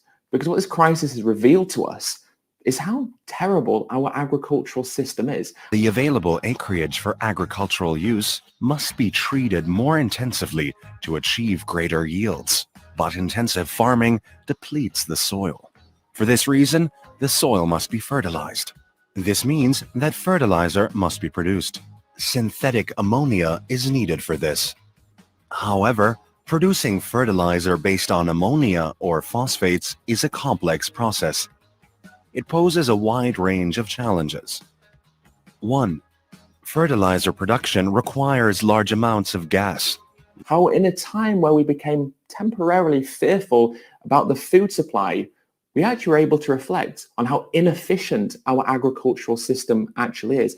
Is a modern plant producing different types of nitrogen fertilizers. The plant, with its own port, covers 135 hectares. How many resources we squander on creating products that aren't even beneficial for us to begin with. And actually, if we want to create more food and increase the sufficiency and sustainability of that food, then we should shift to a plant-based agricultural system. I mean, today, I think it's about 75% of agrochemicals are sold by 4 global companies. And increasingly, actually, they have also bought up all the seed industry. So, they control the supply of seeds and they control the use of chemicals, and they have been completely dictating the direction that agriculture has gone in, which is really more about their profits than it is about producing healthy food or maintaining farmers' incomes. That's also not mentioning the fact that it was consuming animal products that created this pandemic. And when we are successful, and we will be, the plant-based food system isn't going to create a viral pandemic either. So that's an important thing to mention. You told your superiors, the men in charge of the swine flu immunization program, about the possibility of neurological disorders? Absolutely. What would you say if I told you that your superiors say that you never told them about the possibility of neurological complications? That's nonsense. I can't believe that they would say that they did not know that there were neurological illnesses associated with influenza vaccination. That simply is not true. We did know that. But ultimately, what this pandemic has shown to us is how quickly and urgently we need to change the agricultural system. And that change has to be taking out the animal products, incorporating more plant-based products, and ultimately restoring the landscapes that we've completely destroyed for needless reason. This forces us to dig deeper into the situation where the nefarious schemes of the organization become more apparent. Thanks to the internet, we were able to find the inquiry, and we'll post a link to it in the description below. The Academy shows the companies that funded them in the years prior, including pharmaceutical companies like Takeda and food companies such as SoyJoy, a subsidiary of Pharmavite, the supplement company. This is interesting because of their statement on vegan and vegetarian diets, which we covered in our last video, claim that these diets are healthy and safe for all ages with proper supplementation. Is it any wonder why they would take hundreds of thousands of dollars from a company that produces vegetarian protein bars, baby formula, and vitamin supplements, and then turn around and recommend that people become vegetarian and supplement? You'd have to be a sheep to believe that that is a coincidence. What's your favorite animal? My favorite animal is a penguin. Spider monkeys, because they're adorable. Favorite animal? Oh, wow. That's a great question. I love squirrels. Red, gray, black. I don't mind, but they're cute. So now that we know the three types of squirrels that we're talking about, what do they eat? Well, a squirrel is an herbivore. 9 times out of 10, he's eating fruits, veg, nuts. They'll be stealing our pecans, our walnuts, some of our soft fruit, and even some of our vegetables out of our vegetable garden. Here's the deal. Whenever you plant food, things come to eat it. And oftentimes we want to be the ones who eat it, but sometimes there are other things that come to eat whenever we plant that food, right? We've just been looking at grey squirrel damage, but what about their control? Well, the first point is it's not a new problem. Indeed, as we've mentioned, it was being declared a pest since the 1930s. In the 1950s, some may remember that one could get a shilling for every squirrel tail that was given into a Ministry of Agriculture office. But what about today? How can they be controlled? There are 3 ways. Certainly in wintertime, you can poke the drays. Those are the nests that the squirrels build high up in a tree, and the squirrels will come out, and if you've got a shotgun, they can be shot. Well, you can trap them on the ground with a cage trap. You set a bait, then you have to kill the animal once it's trapped. By law, you must visit the trap every day, and once the squirrel is there, you're not allowed to re-release it elsewhere in the countryside, and so one has to dispose of it there and then in a humane fashion. This is a standard CO2 tank that you can buy at a air gas supply, welding supply store with a regulator to regulate the flow of gas through this hose into your euthanasia chamber. You just need something that will accommodate the trap that the animal's in, because that's what we want you to do, is put the whole trap with the animal in the container, close the lid, and then slowly flow in the carbon dioxide. And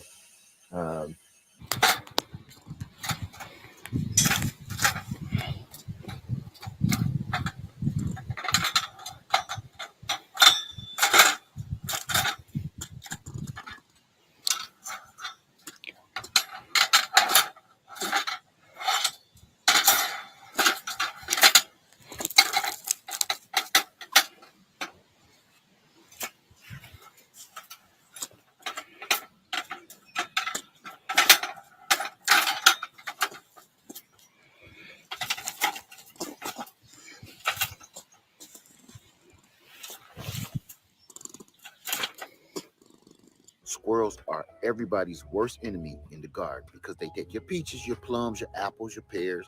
We've had a long storied battle with our squirrels in this area. We live in the woods. Squirrels surround us. There are nut trees everywhere. And when tomato season comes about, the squirrels just go crazy. It's like they're just waiting for that all-you-can-eat tomato buffet to happen. And a couple years in a row, we've had just pretty serious decimation of our tomato crop. I'm going to teach you everything you need to know to keep the squirrels out of your garden. And I think somebody has been here trying to get into my plants, and I think it's a squirrel. We have a lot of squirrels here in the Tidewater garden. You can see, I'll pan up a little bit. We've really got a lot of woods around. And so the squirrels just love to come into the garden. Bulbs is obviously fun, but you know what isn't fun? When you've got pests in your garden and you just don't know how to get rid of them. So you've done all this work and you planted all these gorgeous flowers, and you know the little squirrels come around and they eat it all or dig it all up. Yes, the squirrels, garden centers employ them. We send them out to eat all your plants so that you actually buy a lot more bulbs. Right, it's working. So, but just let's look how cute a squirrel is. Let's take a picture. You know, look at this picture. You know, we're having a squirrel infestation in our yard. It's early June. They're everywhere. Eli and I came out here this morning and counted 28 of them in my vegetable garden. They're eating my tomatoes, cucumbers, plums, blueberries. They're destroying my vegetable garden. So if your local squirrels are sampling all of your tomatoes and you're really tired of that, here's an idea for keeping them out of your tomato patch. These are what the squirrels do to your community garden.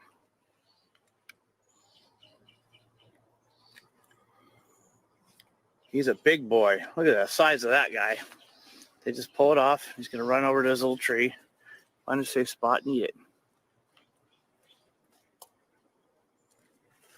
Go pursue him. They just pillage our gardens.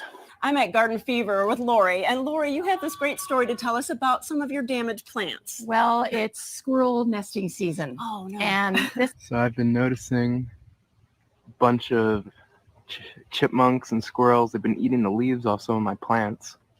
And I know this because I've watched them. And they've been digging through dirt. I want to show y'all what happened with those dang on squirrels. Take a look at my corn. Full cobs. They have completely ate every single cob of corn. The aim is to disturb the squirrel's dray by using a long pole. Any squirrels that emerge are swiftly dispatched by the waiting guns. So she would like to know what to do to keep squirrels from eating her tomatoes. Don't we all want to know how to keep the squirrels away from eating our tomatoes, Miss Davy? Don't we all want to know that? All right, Mr. V. He's shaking his head. Uh-oh. 12-year-old with a 20-gauge shotgun. That's all I can say. University of Tennessee has a very, very nice publication, top of page 12. Without question, shooting is the most effective method of eliminating troublesome squirrels when local regulations or game laws permit. Oh, boy. Now, you know, with that being said, you might try naphthalene, mothballs, moth crystals, scatter them around. That might give you some temporary relief. Temporary relief. Man. Shooting is more permanent. Shooting is more permanent. Why do people call you the goat? Do they? Do they call me the goat? I'm going to put some words on the screen right now to let you guys know as the viewers.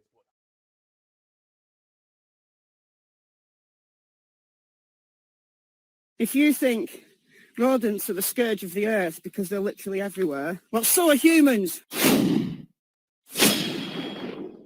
One of the issues that gets thrown at the vegan community is crop deaths, though.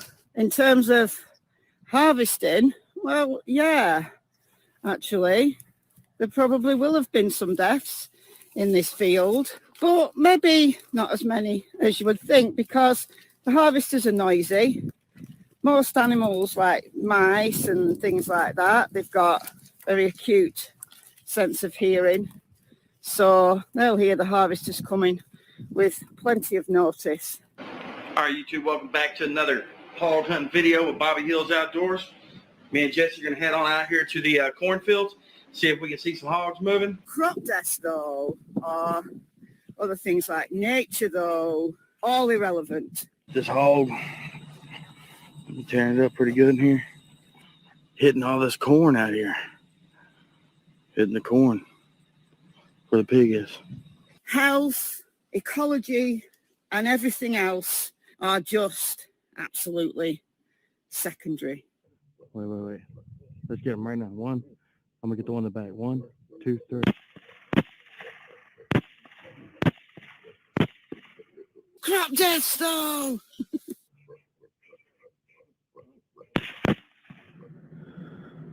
He's right here.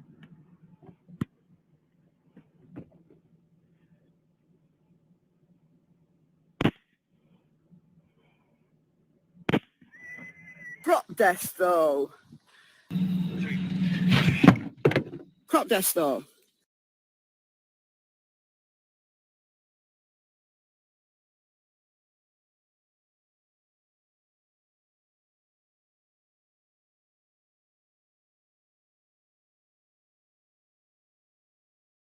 Crop deaths, though.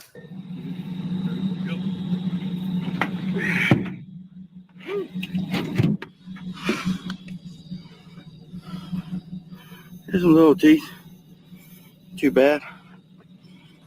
The people who get most concerned about crop deaths are the ones who enjoy eating animal flesh the most.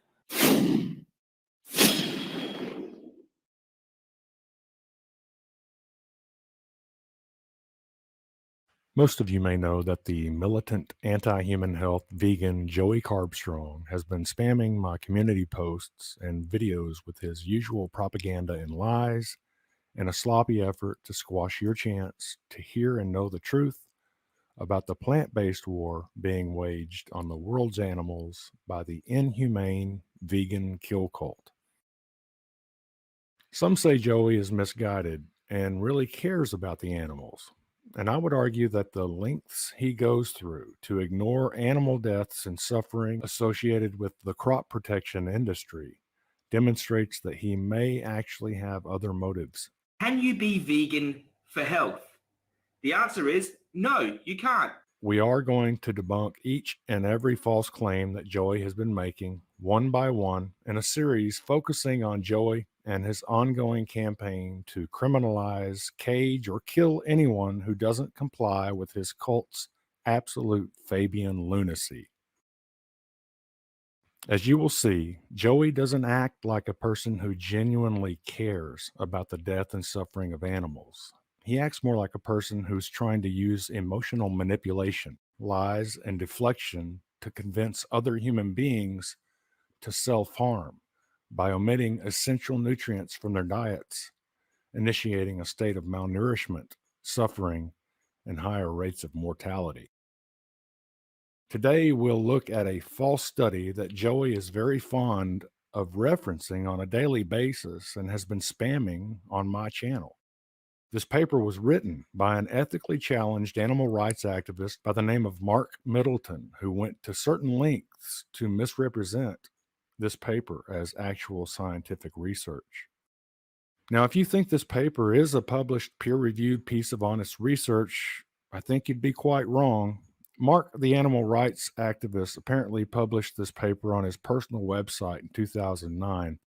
But beyond that, there doesn't appear to be any actual record of legitimacy to the paper. If we go to Google Scholar and search for the paper's title, we find a single link to a PDF file that's published on semanticscholar.org. If you're not familiar with semanticscholar.org, it's a website that proclaims to be an academic search engine for scientific articles, but actually it appears that anyone can sign up for an account, label themselves as a researcher, and proceed to upload anything, no matter how unscientific or biased. Now, anyone who's been around both animal and plant agriculture their entire lives will tell you that by far the biggest number of animal deaths come from the crop protection industry. Vegetable, fruit, and grain farmers are at constant war with the wildlife that are inevitably drawn, like moths to a flame, to the various petroleum-heavy monocrop fields that the vegan kill cult so heavily relies upon. One of the worst things that can happen to an animal in this world is to be labeled a pest by the vegan movement. Slapping the pest label on any given group of sentient beings within the intellectual dishonest lifestyle that is veganism means that animal doesn't matter. It doesn't count, and literally should not be counted. Which brings us back to this propaganda paper that Joey Carbstrong keeps trolling people with. You need to know that this paper does not account for animal deaths and suffering caused by the crop protection industry at all. Without farmers shooting, trapping, poisoning, gassing, drowning, ratting, hogging, and exploding animals, the vegan lifestyle would be almost void of food altogether, as evidenced by the fact that in Australia alone, crop protection products account for more than $20 billion of the total crop production. So this propaganda paper that Joey keeps dropping like a deuce on our dining room table focuses only on what the vegan kill cult calls harvest deaths. In addition to this propaganda paper relies on such poor sources that even the author himself makes the disclaimer that within the ultra-thin category of deaths caused by plant food harvesting, the data may not be accurate. Although he does plead that we ignore these inaccuracies and just go ahead and believe the vegan lies. So do everyone a favor, and next time you see Joey trolling people with this toilet paper, just reply by linking to this video so that this vegan activist tool of disinformation can be exposed as the death wheel that it really is. Thanks for watching. So here's what we're seeing. Rats get in here and they strip all the kernels out at night. So I'm losing all of my corn to the rats. And I had a decision. I was told you got to poison the rats. If you don't poison the rats, they're going to get your corn. Hello, everyone. Welcome back to the Garland Farms channel. Today, we're going to compare the animal suffering caused by a meat-based diet compared to the animal suffering caused by a vegan diet. You see, the vast majority of animal slaughter professionals take great care that animals killed for food suffer as little as possible. The process is very carefully designed to be over in a literal fraction of a second. And while vegans will reluctantly acknowledge unintentional crop deaths caused by harvesting, by far the greatest numbers of animals killed in plant agriculture comes from the intentional deaths caused by the crop protection industry. For example, the harmful anticoagulant rodenticides required to keep the vegan kill cult afloat take up to 3 weeks to slowly bleed each and every animal to death internally. If you do the math, that's a minimum of 1,814,400 more time units of intense suffering per animal that is required for plant agriculture and the vegan lifestyle. And that's not even including all of the animals that are killed due to secondary poisonings caused when wild predator species catch and eat the poor target animals who stagger around for weeks full of poisons, making them easy prey. Extrapolate that math out to include every animal that's killed every year by the multi-billion-dollar agricultural rodenticide industry, and the amount of animal suffering required for a vegan diet absolutely overshadows a meat diet so gargantuanly that it's downright embarrassing for the vegan kill cult. So much so that they will do endless mental gymnastics just to deny that the crop protection industry even exists. Please like and subscribe, and thanks for watching.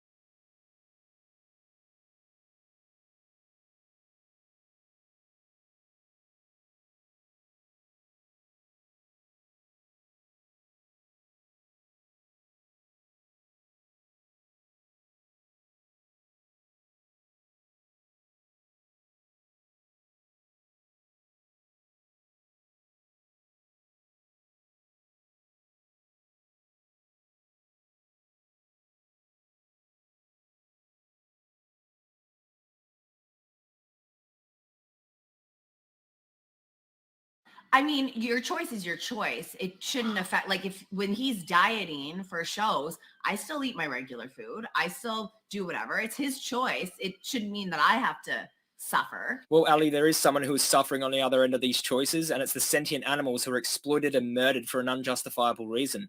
And yeah, Greg, you could keep these cruel choices secret from others, but once you become aware of what happens to animals, it's on you to act in alignment with your morals at that point. Once you become aware of what happens to animals, it's on you to act in alignment with your morals at that point. Once you become aware of what happens to animals, it's on you to act in alignment with your morals at that point. Once you become aware of what happens to animals, it's on you to act in alignment with your morals at that point. Once you become aware of what happens to animals, it's on you to act in alignment with your morals at that point. Once you become aware of what happens to animals, it's on you to act in alignment with your morals at that point. Once you become aware of what happens to animals, it's on you to act in alignment with your morals at that point. Once you become aware of what happens to animals, it's on you to act in alignment with your morals at that point. Once you become aware of what happens to animals, it's on you to act in alignment with your morals at that point. Once you become aware of what happens to animals, it's on you to act in alignment with your morals at that point. Once you become aware of what happens to animals, it's on you to act in alignment with your morals at that point. Once you become aware of what happens to animals, it's on you to act in alignment with your morals at that point. Once you become aware of what happens to animals, it's on you to act in alignment with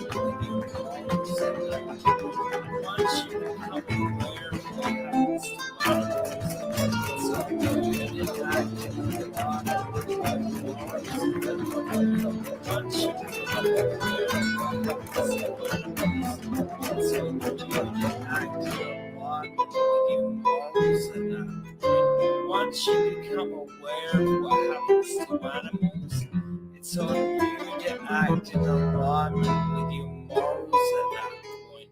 Once you become aware of what happens to animals, it's on you to act in alignment with your morals at that point. Once you become aware of what happens to animals, it's on you to act in alignment with your morals at that point. Once you become aware of what happens to animals, it's on you to act in alignment with your morals at that point. Back to the fact that veganism is not a discussion about health. Veganism isn't even a discussion about ecology. So crop deaths, though, or other things like nature, though, all irrelevant. Other things like nature, though, all irrelevant.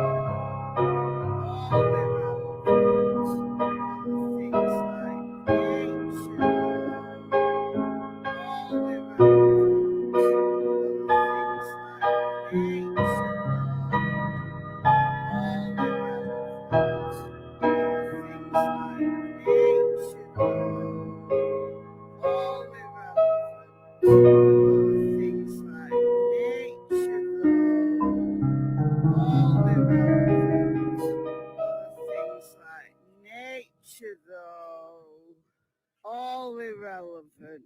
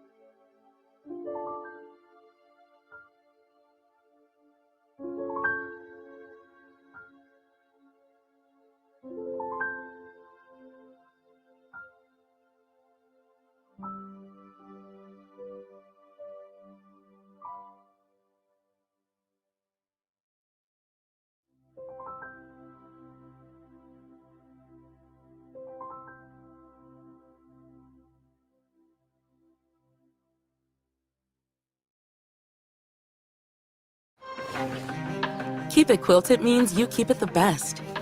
3 layers of plush comfort you can see and feel. Keep It Quilted keeps a mood and puts your comfort above all else. Keep It Quilted because the best parts of your life deserve the best. They're here. So don't settle for anything less. Keep It Quilted with Quilted Northern. I think about before we were vegan, I think like most of us probably were encouraged by documentaries, maybe videos online, maybe studies, but I think it wasn't like an overload of information that got us there. I think often it's the subtleties in what we hear or what we see that encourage us to change. Just the most obvious stuff, not the complexities of science that encourages us. It's sometimes the most basic stuff. And so people will often justify things by saying, well, you know, humane slaughter is a great example, right? Well, you know, I think it's okay to kill an animal if it's done in a humane way. And so we could say, well, you know, that's not true because no, an animal doesn't have to die. And I think it's cruel then to do that. But maybe a more effective thing to say would be like, well, what does humane mean to you? Because again, we use these terms and these words and we use them so broadly and we have to get people to define what they mean by these words. So ask, well, what does the word humane mean to you? And then they'll probably say something like, oh, you know, killing the animal without pain or something. And you say, well, what about like an objective form, like an objective definition? You know, what would the synonyms be? What would, you know, if we opened a thesaurus and we looked for the word humane, what other words would be there alongside it? Okay, well, compassion, benevolence are of course in there.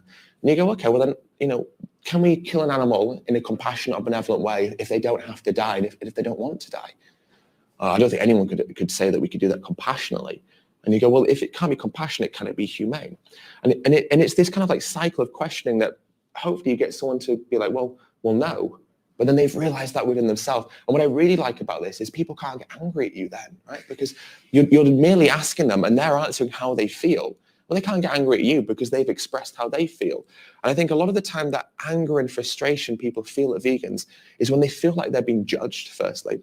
And also when they feel like they're being told what to do. And they're being told that they're bad people or told that they're living in an immoral way. But the beauty of asking someone questions is we never actually tell them how we feel. Now, of course, in some conversations, we're going to express ourselves a little bit. And it's okay to say something that's a little bit more factual based or fact-based. But as asking as many questions as possible, it leads people to get into their conclusion in a way that they don't feel judged to doing so, because it's just something they've learned within themselves. And another example you could say is, are you against animal cruelty? Everyone's going to say, of course I'm against animal cruelty. Okay, well, we'll define what cruelty means.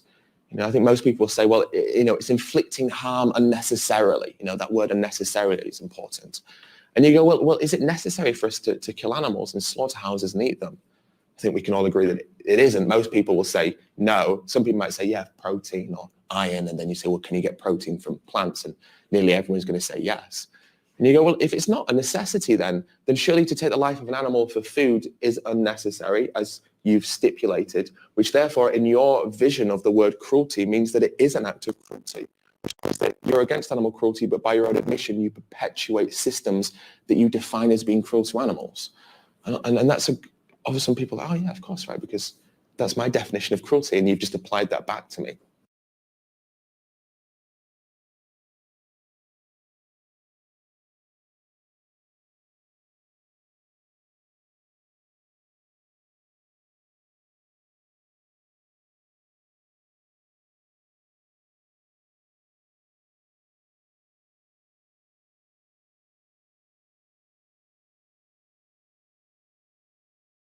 Hello, again. Out pigeon shooting, again. On a rape field, again. Protecting wheat behind me, again. Protecting wheat behind me, again. Here we go. Core ingredient you're going to use for this is wheat gluten, and that's vital wheat gluten. You will be able to get it in most health food stores. Just to show you, this is the one we used. We got it in the Asian supermarket. So, and interesting enough, it's 70 to 80% protein. So this is high protein vegan steak.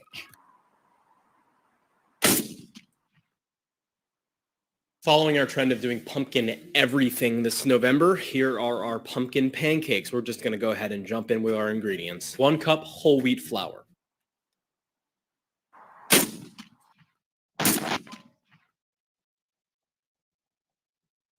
Hey guys, welcome to Simple Health. Today we're going to be doing a whole wheat cinnamon roll.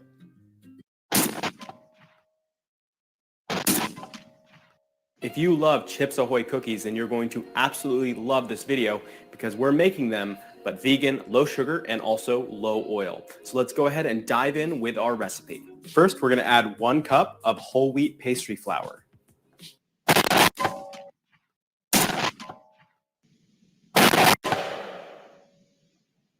Hi everyone, welcome to my sourdough pizza video. I'm really happy to be showing this to you. I've had a lot of requests for sourdough pizza video, so here it is.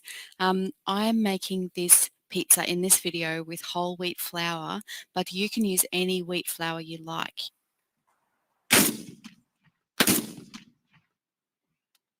Hi, welcome to VeggieFitKids.com.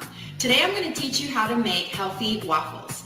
We love waffles in our family. I make them almost every single Sunday. My kids really look forward to them. And I would like to keep them healthy every time I make them. So I make them plant-based and oil-free, and they come out delicious. So first we're going to start with 2 cups of whole wheat flour. You can use whole wheat flour or whole wheat pastry flour.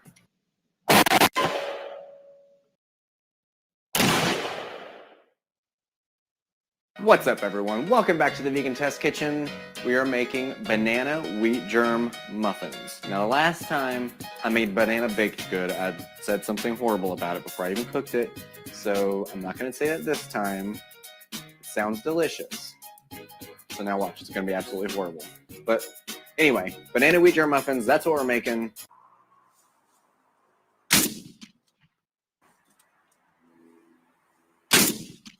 Hey guys, these whole wheat vegan pancakes are great for weekday mornings because they are so quick and easy to make and don't leave you feeling heavy since they're oil free. And for the day you run out of soy or almond milk, these are fantastic because we don't even need those. All you need is some water, baking powder, whole wheat flour, sugar, and if you like, a pinch of salt, vanilla extract, and cinnamon.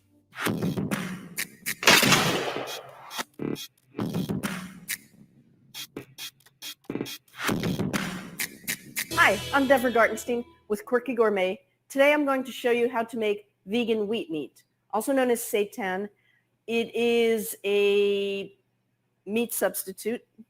It is very high in protein. It uses gluten, which is the sticky part of the wheat.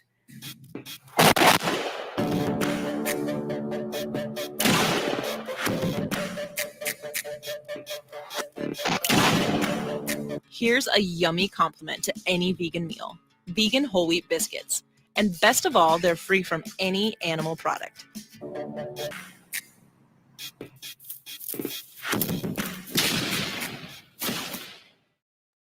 You want an investment opportunity as diverse as the economy of Texas. Why not invest in the economy of Texas? Introducing the Texas Capital Texas Equity Index ETF managed by Texas Capital. Click here to learn more. Welcome back to the Garland Farms channel. Please do subscribe, upvote, and share this video. Today we're going to debunk Lifting Vegan Logic and his failed attempt at debunking the crop deaths though argument. Now let's get started. Hey, what is up, guys? So today I'm going to be explaining how to respond and destroy the most common response to veganism from anti-vegans and meat eaters that are very pro-meat, which is the crop deaths argument, or like, oh, vegans, your diet also kills animals too, so you're a hypocrite for being vegan and advocating for animals. First things first, vegans do not advocate for animals. Vegans only advocate for farm animals while advocating for the killing of wild animals, which we'll cover more in detail later in this video. Basically, the most common response to vegans. Now, when I say most common response, I really mean the most common response from anti-vegans. I think anti-vegans are always the ones that just love to jump to this and see it as a reason to not be vegan. I think just casual meat eaters more so bring up things like protein more often, but the anti-vegans, the ones that really want to debunk vegans, always bring up the crop deaths though argument and say, vegans, you kill animals too. So I wanted to make this video because I'm DM'd all the time about this argument from non-vegans that are against veganism and also vegans that aren't really sure what to say to this argument. The reason why vegans aren't really sure what to say to this argument is because unless they've been on a cholesterol-free diet long enough to damage their myelin, when they learn about all the different species of wild animals that must be intentionally killed simply because they were drawn to your plants like moths to a flame, they realize that they're living a lie. Thank you, Madam Speaker. My question is to the Minister for Primary Industries. Minister, how do you justify your department's authorised killing of more than 21,000 black swans, 10,000 native hens, 5,000 wombats, 44,000 sulphur-crested cockatoos, and 50,000 forester kangaroos since 2014? These are among yellow-tailed black cockatoos, galahs, masked lapwings, gulls, and hundreds of thousands of other protected native animals on your government's licence to kill list. What do you say, Minister, to those Tasmanians appalled to hear that 7 platypuses were also included in culling permits? Don't you agree your government's all care and no responsibility crop protection system is pushing an unknown number of native animals towards extinction in Tasmania? So let's get into this video and destroy this argument once and for all. Yes, let's do that. So to start, I just want to say that this argument towards veganism is just a tu quo quo fallacy. Okay, let's start here. This fallacy not only doesn't apply, as I'll explain a bit later, but it's not pronounced tu quo quo. It's pronounced tu quo que. Your mispronunciation of tu quo que is indicative of the fact that you don't do enough research to know how your fallacies are pronounced. Much less have you done enough research to be able to come anywhere close to acknowledging the mountain of wild animals that you kill with your destructive plant diet. Which essentially is just a fallacy where you are trying to appeal to hypocrisy as opposed to respond to the actual argument that someone is making towards you. Actually, our argument is much more than simply pointing to your hypocrisy. It's actually pointing to the fact that your diet not only kills more animals, but also exacts more suffering, as well as destroys the planet. So, vegans are over here trying to argue towards people that the consumption and exploitation and killing of animals for food, clothing, experimentation, and all that is unethical. And then people will respond, or these anti-vegans will respond with something like, oh, but animals die in plant agriculture too. Now, as will be illustrated clearly in this video, you're not arguing that killing animals is unethical. You're arguing that killing farm animals is unethical. As we will see, killing wild animals, according to you, is very ethical. So this isn't an actual response to when a vegan says, hey, can you justify your actions? It's more so just trying to point at hypocrisy. Again, it's more than simple hypocrisy because veganism, also known as the petroleum lifestyle, kills more animals, exacts more suffering, and is literally destroying the planet. A good example of this is like, let's say my friend was stealing from a homeless man or something. And I said, why did you steal from a homeless man? And he says, dude, when we were 13, you stole Skittles from Walmart. So this is a way of my friend appealing to my hypocrisy as opposed to actually responding to the argument that I'm putting forward. No.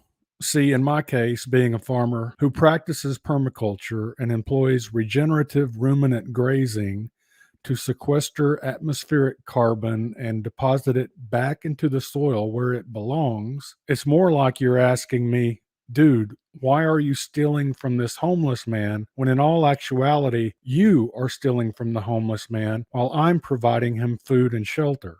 So this is what an anti-vegan is doing when they try to bring up the crop death cell argument. They're just trying to appeal to hypocrisy as opposed to actually respond to the arguments that vegans are making about animal cruelty and animal abuse in the animal agriculture industry. No, it's a case of we're trying to get you to acknowledge in an honest way the intentional animal torture and death that occurs in the plant agriculture industry. So now we're going to go through the other flaws in this argument outside of the fact that it is an appeal to hypocrisy or tu quo quo fallacy.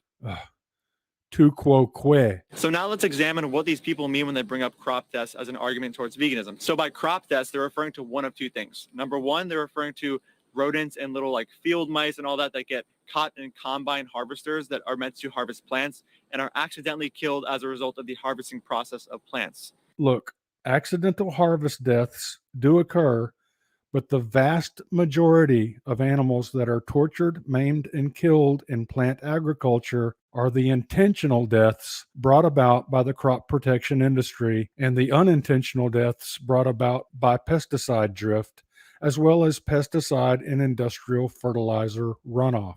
Well, dead zones are just like the name implies. They're dead, because the oxygen has been taken out of those zones, deprived. Nothing can live without oxygen. So you have dead zones the size of like the state of Connecticut.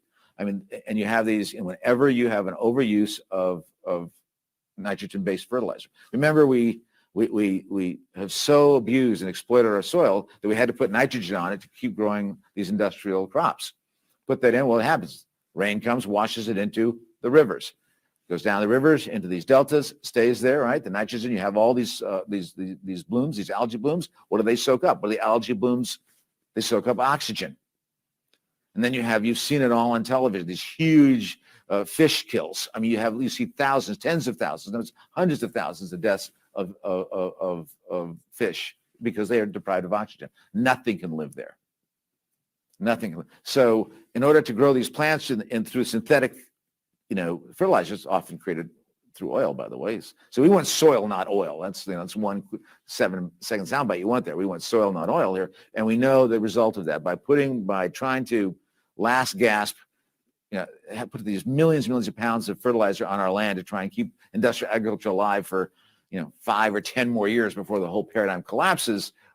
We have this terrible result, which is the deprivation of oxygen in these huge areas called dead zones, and where nothing can live at all. It's really a chilling kind of metaphor, too, for what I call the culture of death. Not only are we killing everything with our biocides, pesticides, so-called, but we're also killing so much through this use of synthetic fertilizers. Okay, and then the second thing is the pesticides and insecticides that are there to intentionally kill and protect plants from animals and insects that would otherwise destroy our plants. So here is where your advocacy for animals ends.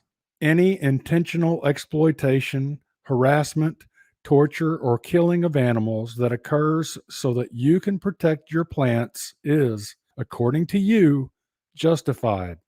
And let's be clear, it's not just some lonely guy out in a field spraying some relatively harmless mist on some plants. We're talking about profoundly damaging insecticides, fungicides, herbicides, and rodenticides, as well as trapping, choking, drowning, and shooting and shooting and shooting.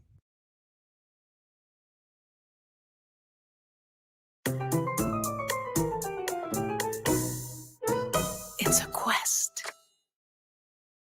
So now let's talk about what veganism stands for. Veganism is against the use and viewing of animals as commodities and resources and viewing them as property in general for any sort of use like food, clothing, experimentation, entertainment, etc. These examples of animals being killed are in no way comparable to the mass breeding, subjugation, confinement, exploitation, and killing of animals for food, clothing, and all those other purposes I listed before, okay? These deaths are just not comparable to what it is that we're against, and we're also not viewing animals as property and resources in this process. False.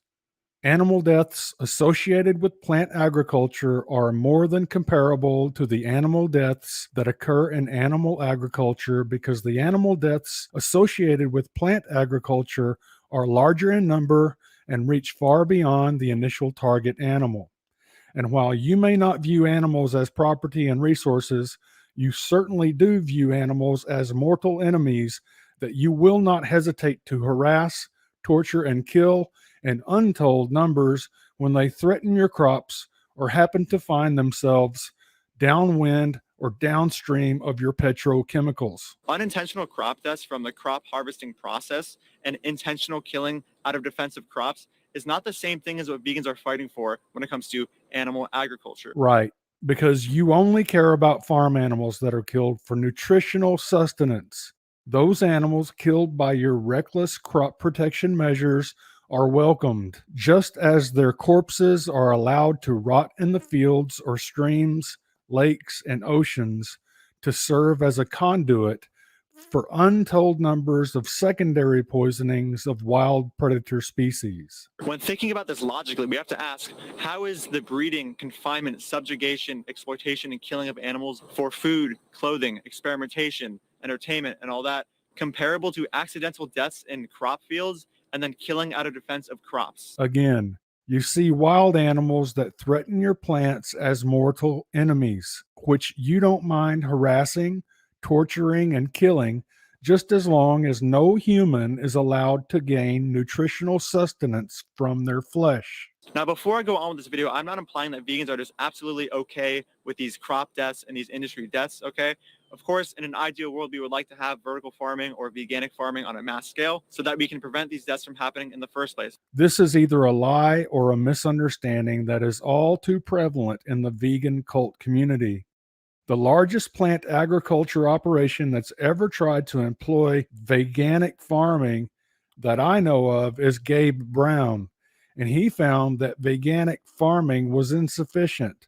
So to this day, he uses no-till cover cropping in combination with high-density rotational ruminant grazing in order to achieve amazing results. Vertical farming is entirely dead on arrival because it relies 100% on the Haber process, which not only is entirely reliant upon the petroleum industry, but also emits gargantuan amounts of methane into the atmosphere.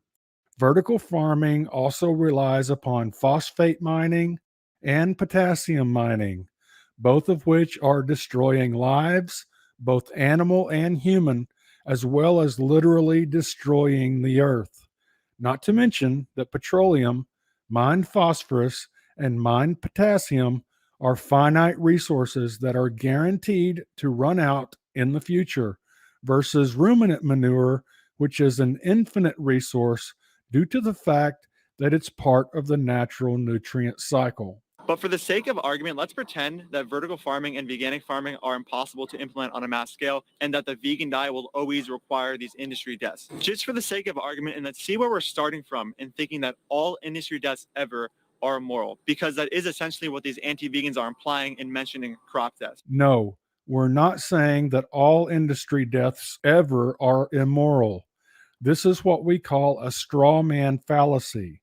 What we're saying is that you, for no other reason than palate pleasure, are destroying the earth and killing untold numbers of animals, including driving some to extinction for no other reason than to protect some plants. So if we all held the position that all industry deaths are immoral, civilization and society as a whole could not function properly. When it comes to various industries, industry deaths are essentially inevitable, okay? If I order a product from somewhere that requires a plane, the plane might end up accidentally hitting a bird, okay? If there's cargo being transferred through a boat or a truck or whatever, there's also going to be accidental deaths. In construction sites, there's also accidental deaths. When it comes to the automobile industry, thousands of people die in automobile accidents every year. There are industry deaths essentially everywhere, okay? So industry deaths, okay, we have to understand that the position that all industry deaths are immoral really puts us in a place where overall society could no longer function. Now you're using the appeal to futility fallacy.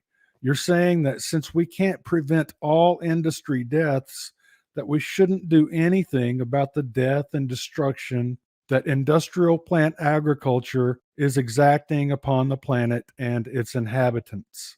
Typical disgraceful vegan mental gymnastics that serve no purpose but to mislead and harm. And from a utilitarian perspective, we can agree that civilization and technological innovation and all these things have created overall more well-being in the universe than there was prior to civilization, prior to technology and industry, where we were living in scarce environments and surviving and dying off to predators and starvation and all these kinds of things. While civilization has its perks for the few, the fact is, for most of humanity, civilization has brought with it diseases of civilization, which have been brought to us primarily by industrialized plant agriculture and the cancer stew of agrochemicals that are constantly being sprayed into our soil, air, and water, along with tillage, which is robbing the soil of carbon and nutrients, turning it from healthy soil to hydrophobic dirt that causes flooding and an addiction to the Haber process,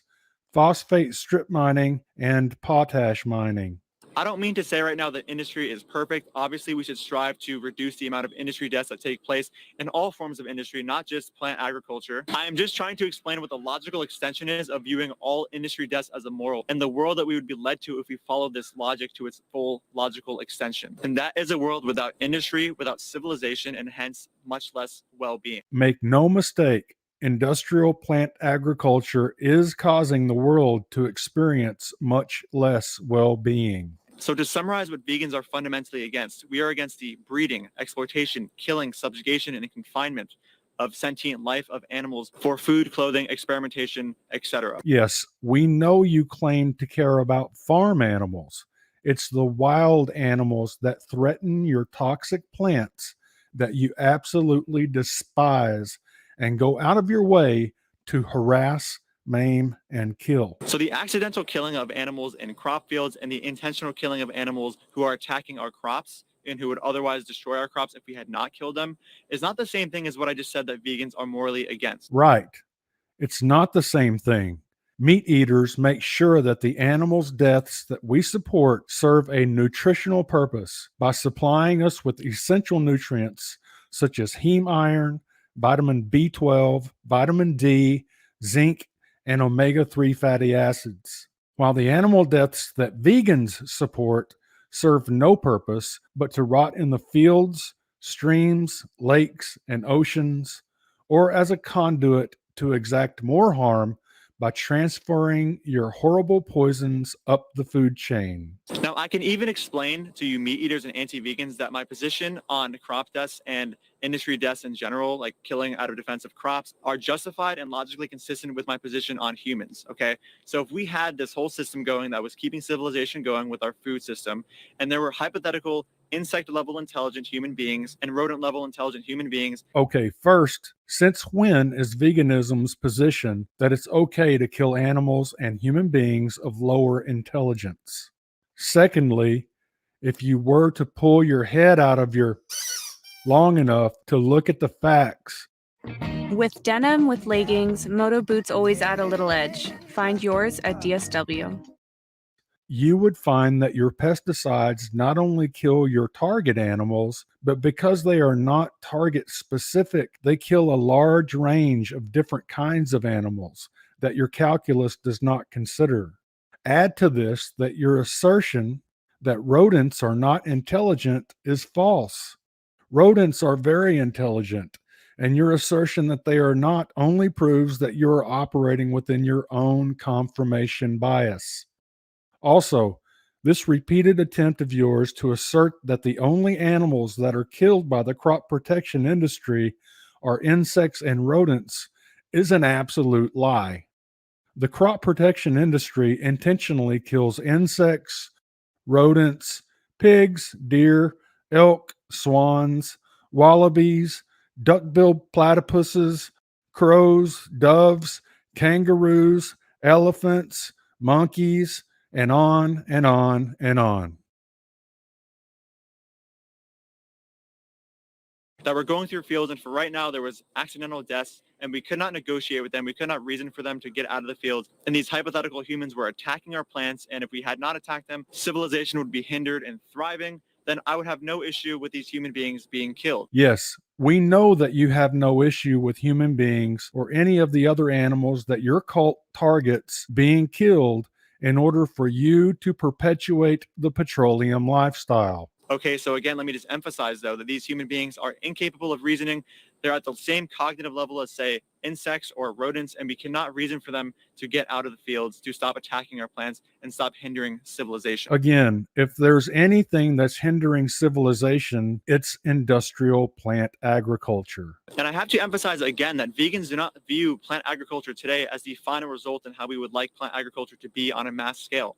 Obviously, we take some issue with the fact that animals are dying in crop fields and animals have to be killed out of defensive crops. Actually, no. There's no evidence that vegans take issue that animals are being killed in defense of plants. If that was the case, Joey Carbstrong and other militant activists would be out there standing in the way of those who are shooting and poisoning wild animals in defense of plants that do nothing but induce nutritional deficiencies and environmental destruction. But that doesn't mean that these actions are necessarily unjustified when you think about the conditions of the world today and the well-being that civilization as a whole brings. Again, you're ignoring the downside that civilization as a whole brings, such as diseases of civilization, plant agriculture-induced oceanic dead zones, petroleum wars, politically motivated famine, and veganism-induced murder. Also, for the sake of argument, let's just pretend that crop deaths and industry deaths are just as morally bad as the deaths that, say, vegans are fighting against when it comes to animal agriculture and slaughterhouses and all that. Let's just pretend that that's the case. So if we pretend that crop deaths are equally as morally bad as the deaths that result from animal agriculture and slaughterhouses, then it still is a moral obligation for this meat eater to be a vegan. And the reason for that is because there's actually more crop deaths in a non-vegan diet than a vegan diet. And the reason for this is because when it comes to animal products and animals that we raise for food, we have to actually raise these animals to get to a slaughter weight. So there's actually more crops that end up going into animal products than just vegan food that goes to humans. False. You see, unlike vegans, I actually care about animals. So instead of walking around like a zombie, parroting empty vegan propaganda that's got no data backing it up, I went through the trouble of doing the math. And what we learned is it takes 96 million acres of crops to feed the livestock and 147 million acres of crops to feed the people. However, I do agree with you that we shouldn't be feeding industrial crops to livestock, and this is why I, like Joel Salatin, raise my cattle regeneratively on pasture with native prairie grasses, just like the native bison that built the healthy, high-carbon soils we originally found on this continent a few hundred years ago. So you can see, this is what it looks like when someone cares about the animals rather than buying into the vegan religion, which you have to admit is only about killing wild animals, causing environmental destruction, and forcing malnutrition on innocent human beings. So when we take care of an animal, we have to factor in all of these things, okay? Cows and pigs, they eat a lot of food. We have to raise those animals with plants and crops. Again, you're absolutely wrong. We don't have to and don't need to raise our animals with plants and crops. We can work with nature rather than using the vegan method of fighting against nature. So there's actually more crops that go into the feeding of 70 billion animals per year, plus 7 billion humans per year, than there is going into just feeding 7 billion humans per year, and that's it. So if we're going to assume that crop deaths are just as morally bad as the deaths that vegans are fighting against in slaughterhouses and in animal agriculture, it still is a moral obligation to go vegan if you are an anti-vegan with this position, because there is overall less crop deaths in a vegan diet than there is in an animal-based diet. Okay, this graph that you're using, I've already debunked it in spades, and shame on you for perpetuating these lies. This paper was written by an ethically challenged animal rights activist by the name of Mark Middleton, who went to certain lengths to misrepresent this paper as actual scientific research.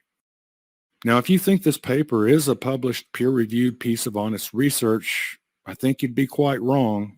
Mark, the animal rights activist, apparently published this paper on his personal website in 2009. But beyond that, there doesn't appear to be any actual record of legitimacy to the paper.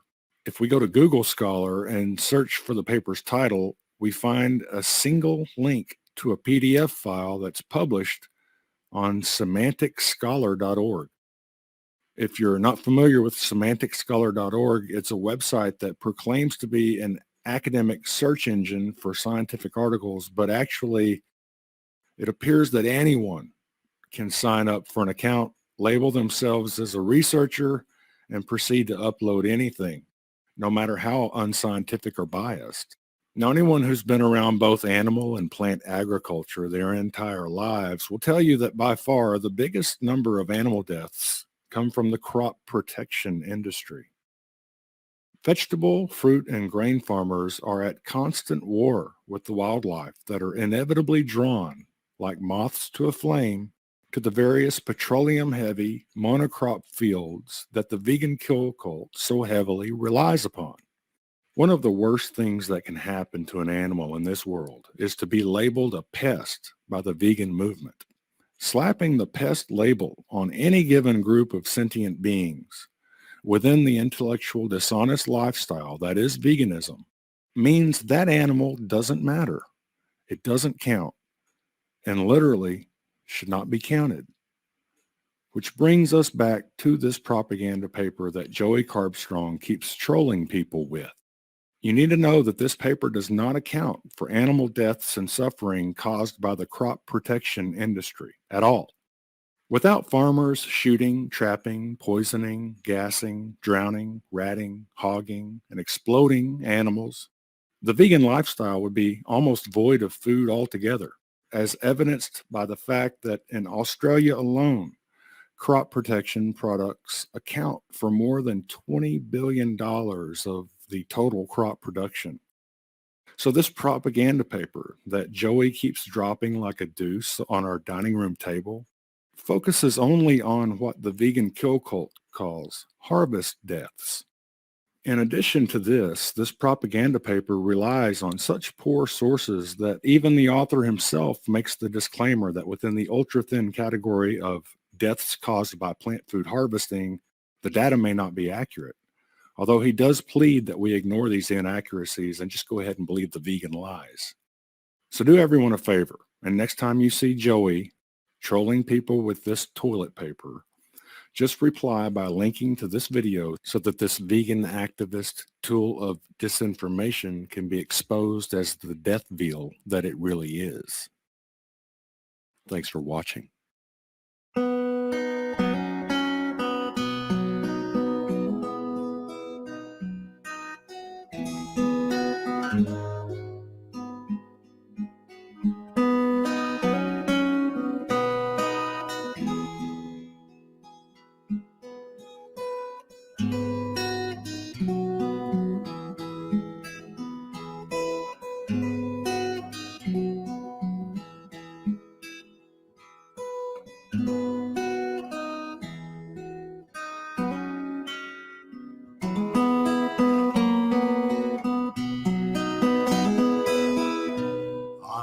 Turning away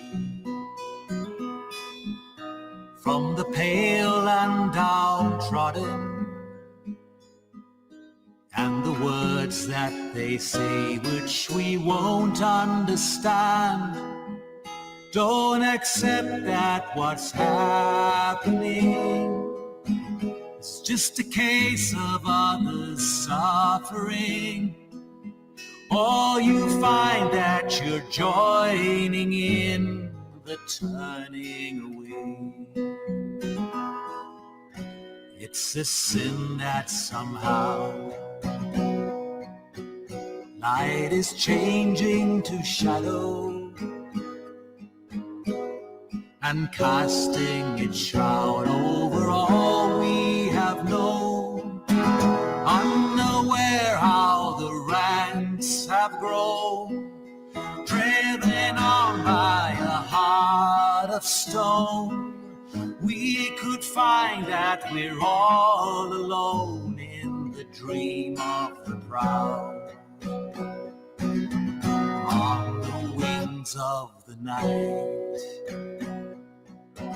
As the daytime is stirring, where the speechless unite in a silent accord, using words you will find are strange, mesmerized as they light the flame. Feel the new wind of change on the wings of the night. No more turning away from the weak and the weary. No more turning away from this coldness inside. It's just a world that we all must share. It's not enough just to stand and stare. Is it only a dream that there'll be no more turning away?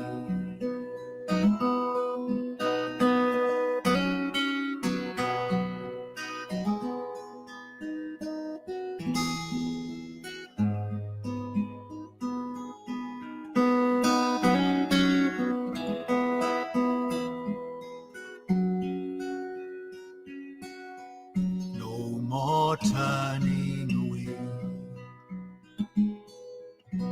from the weak and the weary. No more turning away from this coldness inside. Just a world that we all must share.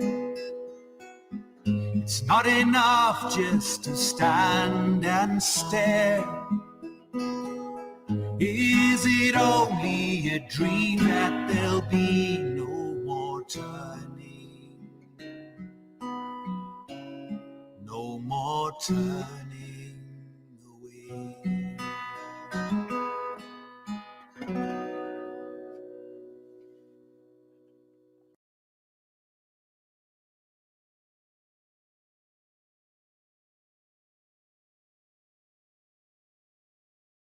Crop deaths though! Crop deaths though! Crop deaths though! Crop deaths though! The people who get most concerned about crop deaths are the ones who enjoy eating animal flesh the most. As of today, the Garland Farms video, The Vegan Kill Cult, has garnered over 22,000 views. Not too bad for a video published by a very small channel with less than 3,000 subscribers. As a result, not a day goes by where I don't receive a notification from YouTube telling me that another misanthropic vegan has left the same old, tired, false comment regarding crop deaths though! Crop deaths though.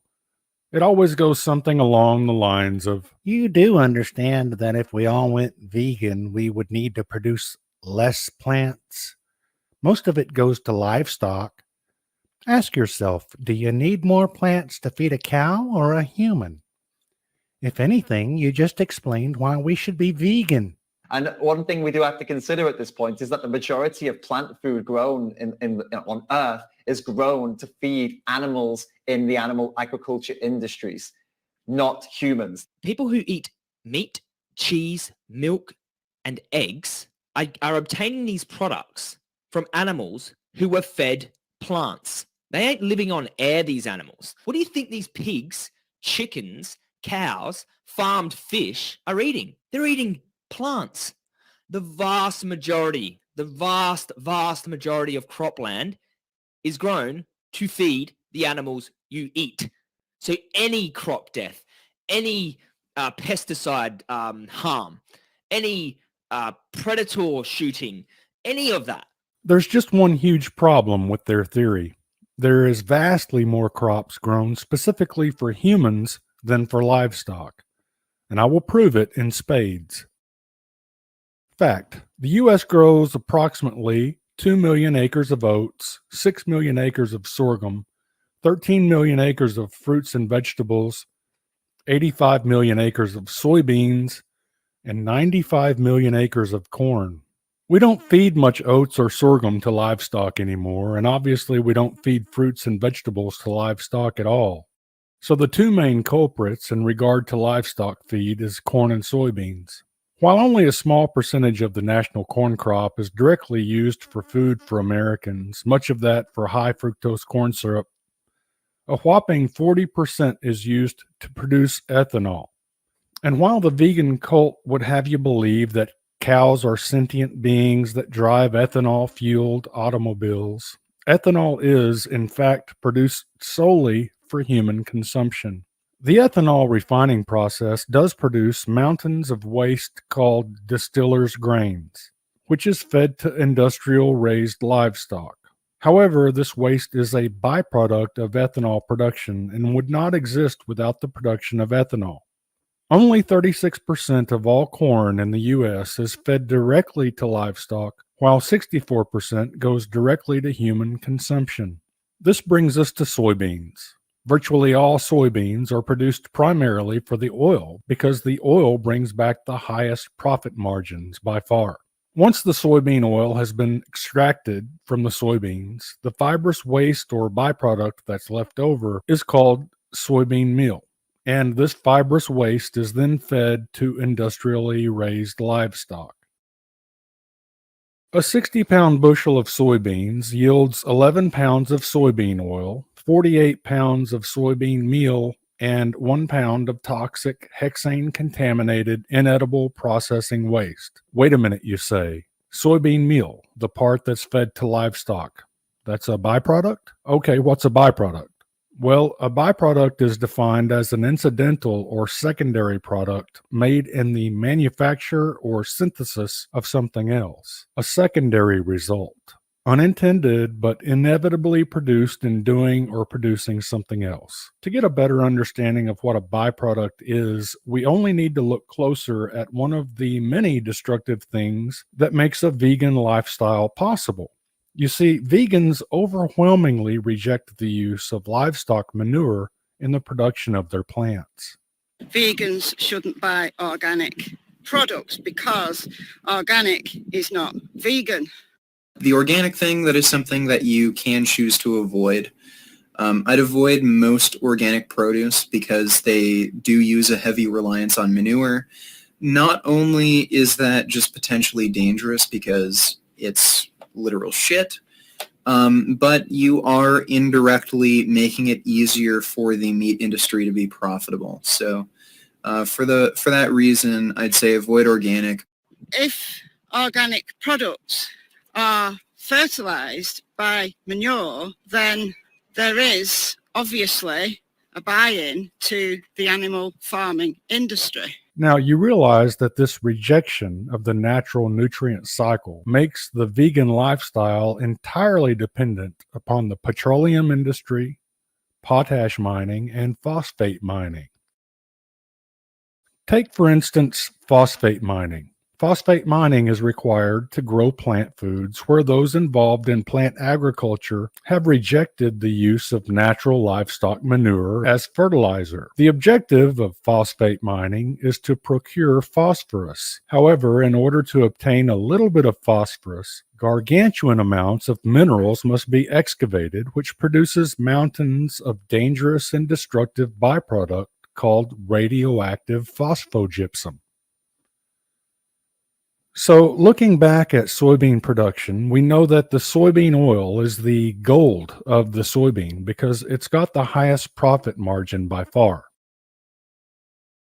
And what's left over after the highly prized oil is extracted is called soybean meal and is considered a waste or byproduct of soybean oil extraction. The approximate revenue generated by processed soybeans is as follows: 40 cents per pound of hexane extracted soybean oil and 14 cents per pound of soybean meal. So it's obvious why the primary objective when processing soybeans is undeniably to extract the oil, because it generates approximately 3 times the profit per unit of weight than the byproduct, the soybean meal. Again, it's important to note almost 100% of the soybean oil in every soybean goes directly to human consumption. However, although the oil that is extracted from the soybean is the primary driving factor in soybean production, every soybean is only 18% oil and 80% byproduct by weight. In other words, much like the mined phosphorus that makes the destructive vegan lifestyle possible, soybean oil production produces mountains of waste or byproduct. Now, believe it or not, after that clear explanation, I still get confronted by misanthropic vegans who ask, surely by those calculations, about 60% of the value of the soybean is actually in the byproduct. This is an attempt to shuck responsibility. So let me make this clear beyond reproach. Another unnecessary evil of the vegan lifestyle, due to their disdain for the use of natural livestock manure and the natural nutrient cycles, is phosphate mining, which comes with gargantuan radioactive mountains of waste or byproduct called radioactive phosphogypsum stacks. Now, because of immoral and unethical business practices, much like we see in the soybean industry, the phosphate mining industry has manipulated the EPA to start allowing them to incorporate this radioactive waste into the material used for road and highway production. So now, what was a mountain of useless, toxic waste or byproduct becomes a source of great profit for the corrupt phosphate mining industry. This does not change the fact that the primary purpose of phosphate mining is and will always be to extract phosphorus to support a plant-based diet, much like the fact that the effort to obtain toxic hexane-leached soybean oil will always be the primary purpose for growing and processing soybeans.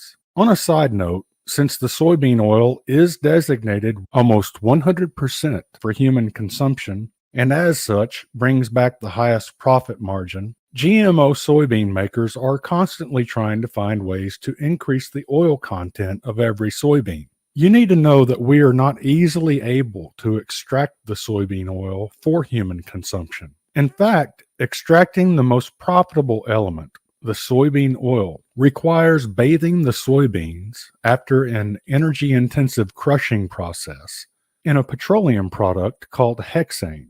Not only is hexane a byproduct of a finite and earth-destroying petroleum industry, hexane is a neurotoxin that can do severe damage to any animal's nervous system that comes in contact with it. Extracting soybean oil not only is a dead-end road due to petroleum reliance, but the extracted soybean oil itself is playing hell with human health. Not only is it a primary driver for obesity and diabetes, it's also doing real damage to the brains of people who consume it. Now, as for the byproduct that's left over after hexane extraction of the harmful oils, The so-called soybean meal is composed of fiber and particular proteins. Now, we know that the fiber comprises the lion's share of that bulk and is indigestible to humans, but the proteins themselves, as the science of botany has proven, are harmful to human health because, like all plant proteins, they are part of the soy plant's defense against predation, which is one reason, among others, why feedlot beef has to be pumped full of antibiotics. It's important to note that these soy proteins are not a significant portion of the natural diet of cattle, or the diet of any other ruminant for that matter. The primary protein source for cattle naturally comes from the bacteria farm that bovine animals have in their rumen. You see, the first 3 chambers of a cow's stomach is a bacteria farm, where microorganisms are cultivated for digestion, and the 4th and final chamber of the cow's stomach, the abomasum. Now, the bugs play a very important role in all this fermentation, but they play equally or perhaps even greater importance in the fact that they themselves become food for the cow. The food now becomes concentrated and is sent into the 4th chamber, the abomasum. This chamber is considered as the true stomach, as the glands in abomasum secrete acid. This acid kills bacteria. The condensed digester passes to the abomasum, the final chamber of the stomach. The abomasum, which is the proper stomach, secretes enzymes to initiate the digestion of proteins released from plant cells, and also proteins of bacteria and ciliates found in the rumen. When you feed a dairy cow, you're truly feeding a fermentation vat full of microbes. The abomasum is like the human stomach. It's a hydrochloric acid chamber.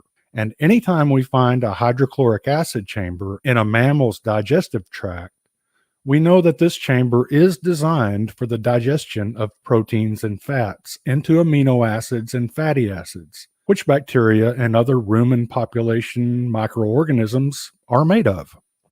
Unfortunately, today, regenerative livestock farmers are the minority, but that is because the industrial model is being propped up and supported by gargantuan subsidies that are enabling and encouraging the unhealthy and destructive industrial cattle market by providing a subsidized or cheap soybean byproduct or waste made possible by damaging subsidies and the petroleum-driven extraction process. Largest soybean growing region, but it's not getting a warm welcome from everybody. Lancaster, York, and Berks counties rank as the top 3 soybean growing counties, in the state. However, a group of concerned residents nearby here in Lancaster County are worried about this new plant because of hexane emissions. The chemical is used to extract oil from soybeans. They say it's going to add pollution to an area that already has air pollution issues. Despite unsubstantiated vegan, petroleum, and pharmaceutical claims to the contrary, we know that the climate change that we're experiencing is desertification. And that desertification is being driven by the tillage associated primarily with corn and soybean agriculture. 300 years ago, the North American continent, for instance, was topped with some of the most carbon-rich, healthy, and fertile soil mankind has ever witnessed. The soil, Marcus, black like my wife's hair. We know for a fact that this soil was created by massive herds of bison, antelope, deer, and other roaming ungulates that moved around the continent like giant amoebas, pulling carbon from the air and depositing it in the soil. So it's not the cow, but the how. We need to abolish the harmful and unfair subsidies that are driving the industrial corn and soybean industries, and that will disincentivize processed food manufacturers from putting the harmful soybean oil in everything, while automatically creating an incentive for all animal agriculture to move back to the natural regenerative model that we're going to have to return to if we're going to survive as a species. Please bookmark and share this video everywhere you see the vegan lie that more crops are grown for livestock than for humans. And don't forget to like and subscribe. And thanks for watching.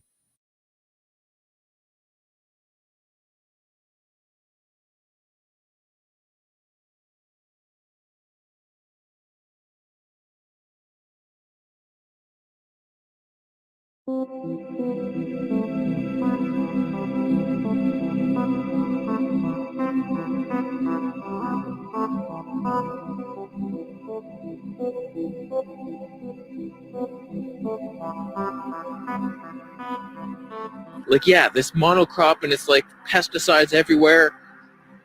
That doesn't equate to what I'm doing. Organic rice kills nothing. It's water-based. There's Thai workers just sifting shit. Gently. They're so gentle in Thailand. You trying to tell me there's blood on my organic blueberries? Where's the blood? I don't see no blood.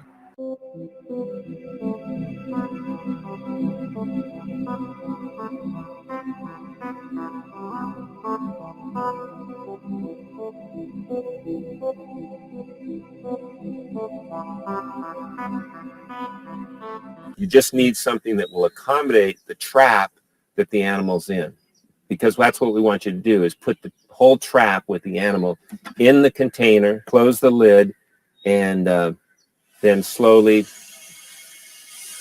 flow in the carbon dioxide. And usually 30, 45 seconds of flowing in to fill the container. Carbon dioxide is heavier than air, so it'll stay in the container. And then turn it off and let the trap and animal stay in there for 4 or 5 minutes. CO2 gas will cause the animal to go unconscious and die.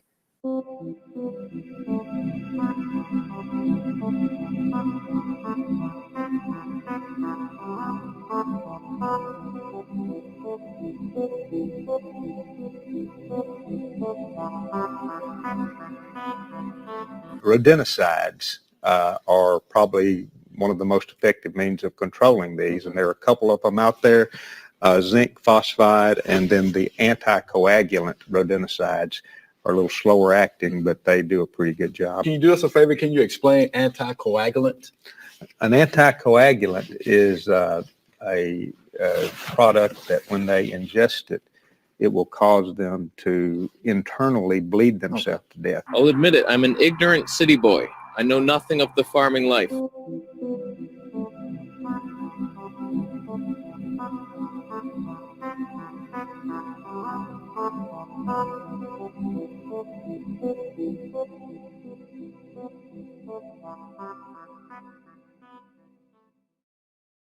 But the animals have never consented to what it is that we inflict upon them.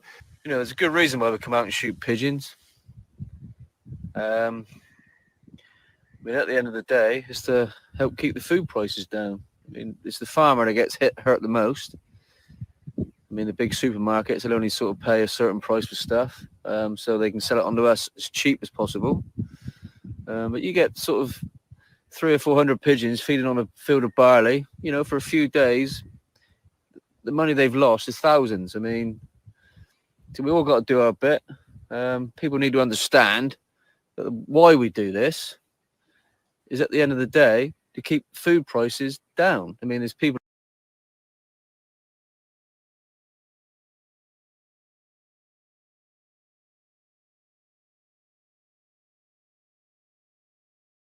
out there on the poverty line. They can only just about afford a loaf of bread.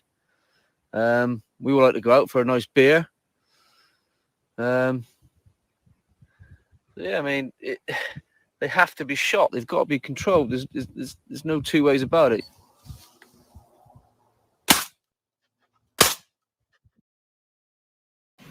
Why do you choose to pay for murder when you can just be vegan?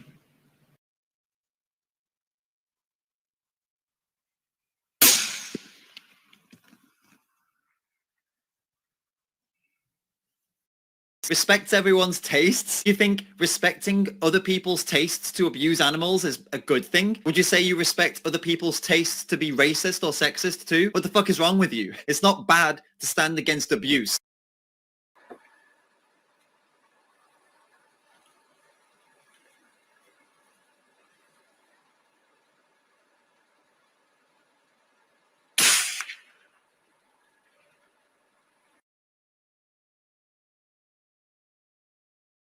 Well, instead of relying on an anti-vegan's opinion, let's look at someone who's actually tried his best to calculate how many animals are killed in the production of foods. Here's a paper entitled "The Number of Animals Killed to Produce 1 Million Calories in 8 Food Categories."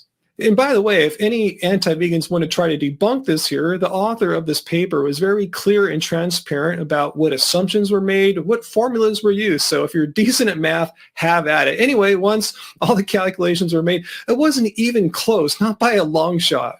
So of the 8 food categories calculated in this paper, the top 5 are animal products, with chicken being number 1. And no surprise, the bottom 3 categories are plants, vegetables, fruits, and grains. But the gold part of the graph represents the numbers of animals that are killed during the harvest. And again, it's much higher when we're talking about the 5 categories of animal products. This paper was written by an ethically challenged animal rights activist by the name of Mark Middleton, who went to certain lengths to misrepresent this paper as actual scientific research. Now, if you think this paper is a published, peer-reviewed piece of honest research, I think you'd be quite wrong. Mark, the animal rights activist, apparently published this paper on his personal website in 2009. But beyond that, there doesn't appear to be any actual record of legitimacy to the paper. If we go to Google Scholar and search for the paper's title, we find a single link to a PDF file that's published on semanticscholar.org. If you're not familiar with semanticscholar.org, it's a website that proclaims to be an academic search engine for scientific articles, but actually it appears that anyone can sign up for an account, label themselves as a researcher, and proceed to upload anything, no matter how unscientific or biased. Now, anyone who's been around both animal and plant agriculture their entire lives will tell you that by far the biggest number of animal deaths come from the crop protection industry. Vegetable, fruit, and grain farmers are at constant war with the wildlife that are inevitably drawn, like moths to a flame, to the various petroleum-heavy monocrop fields that the vegan kill cult so heavily relies upon. One of the worst things that can happen to an animal in this world is to be labeled a pest by the vegan movement. Slapping the pest label on any given group of sentient beings within the intellectual dishonest lifestyle that is veganism means that animal doesn't matter. It doesn't count, and literally should not be counted. You need to know that this paper does not account for animal deaths and suffering caused by the crop protection industry at all. Without farmers shooting, trapping, poisoning, gassing, drowning, ratting, hogging, and exploding animals, the vegan lifestyle would be almost void of food altogether, as evidenced by the fact that in Australia alone, crop protection products account for more than $20 billion of the total crop production.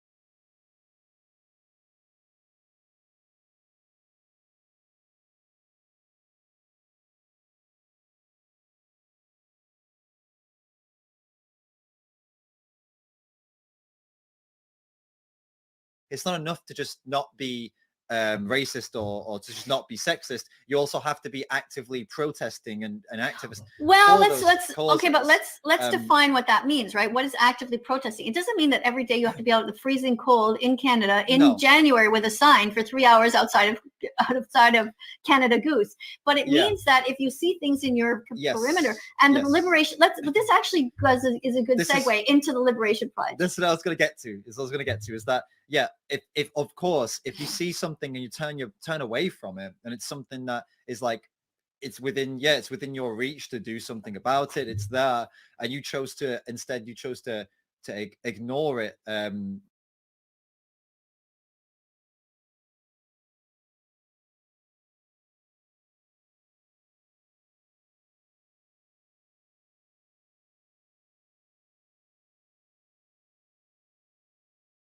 So let's start off really simply and say that yes, animals do die during crop production, but does that mean that vegans are responsible for more animals dying than non-vegans? Well, to start, let's look at Ted's argument in particular, because he's talking about soy and the animals that are killed in the production of soy. Now, there's a big problem with Ted's argument, which is that, well, firstly, about 75 to 80% of all the soy that is produced around the world is given to the animal agriculture industries and used as animal feed.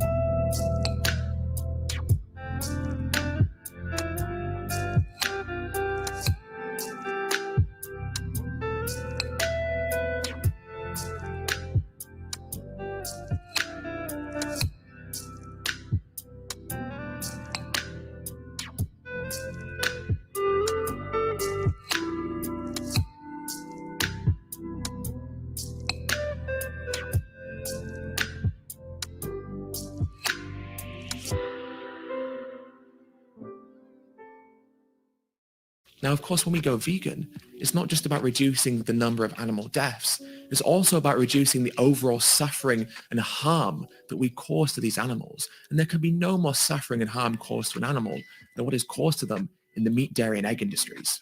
Not to mention that animals killed in crop production have a chance to escape. Not to mention that animals killed in crop production have a chance to escape.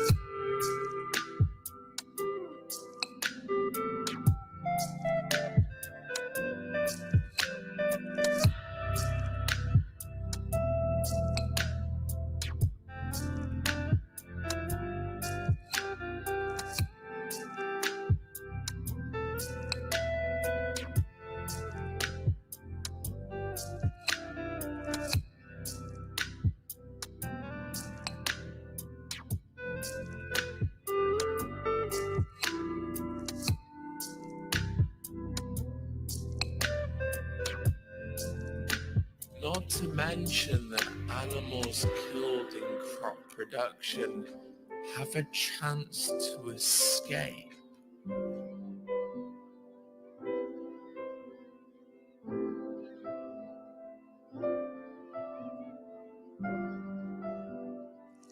Chance to escape.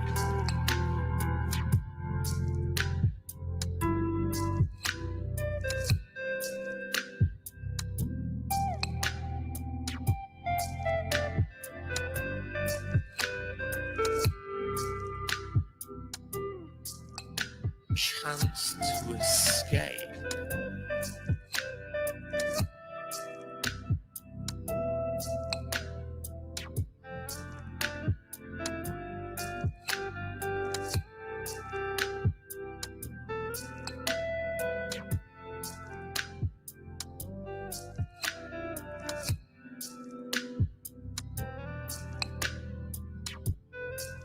chance to escape.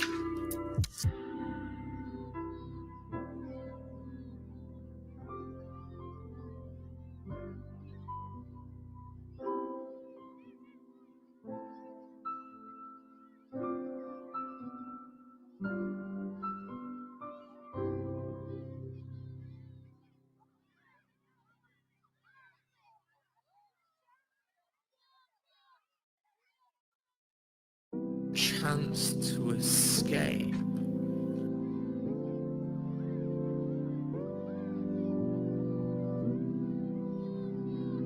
Chance to escape.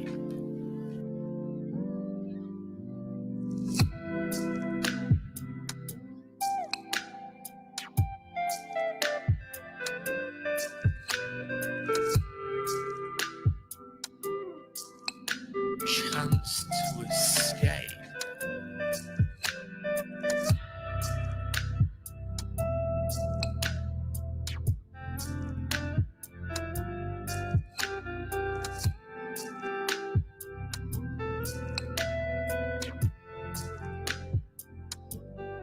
Chance to escape.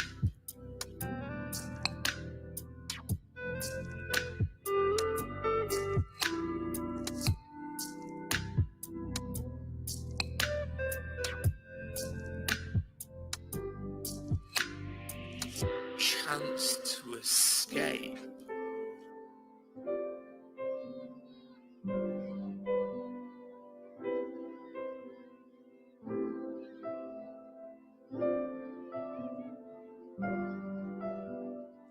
Chance to escape.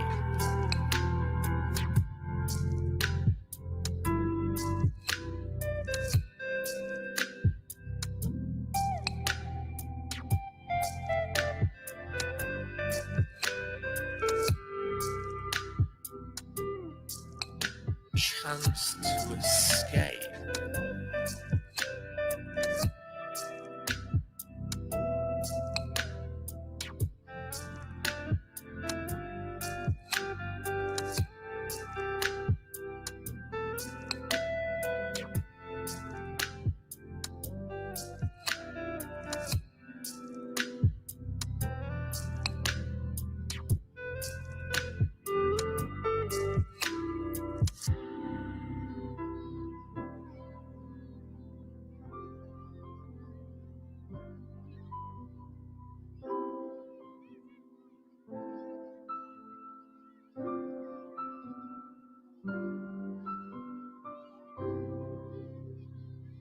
Chance to escape.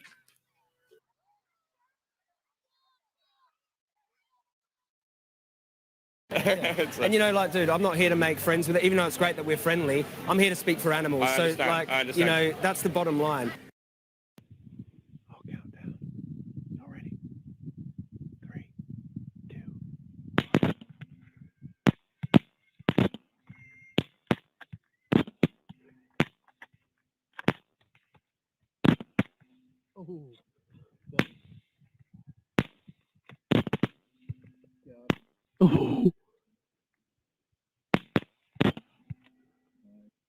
One to the right. Out in. Nice. Is that all of them? I'm here to speak for animals. I So, understand, like, I you understand. know, that's the bottom line. So I started this channel a couple of years ago to talk about two things that interested me, being an ethical vegan and being a fan of video games. I concentrated on the game side to build up my channel with the intention of dropping in the odd vegan video to introduce my audience to another worldview. I have neglected this, so here is some much needed balance. This is my most important video, and there will be more vegan videos to follow. Before becoming vegan, I was vegetarian for over a decade. I was vegetarian not for my health or for the planet, but simply for the animals.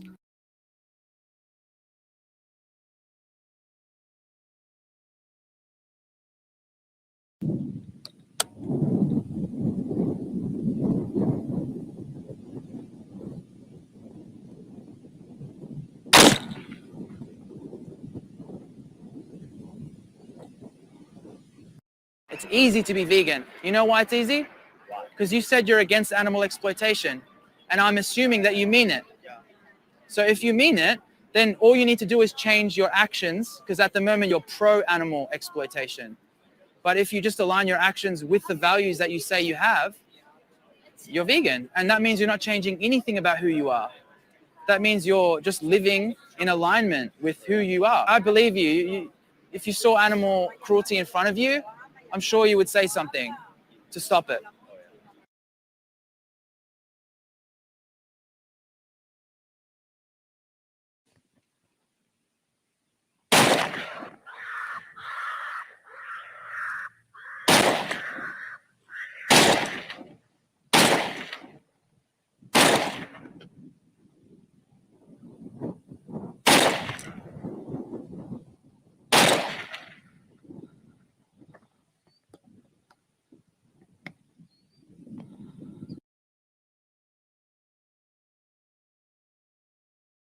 We're going to count the amount of animals that we see abused in this particular video.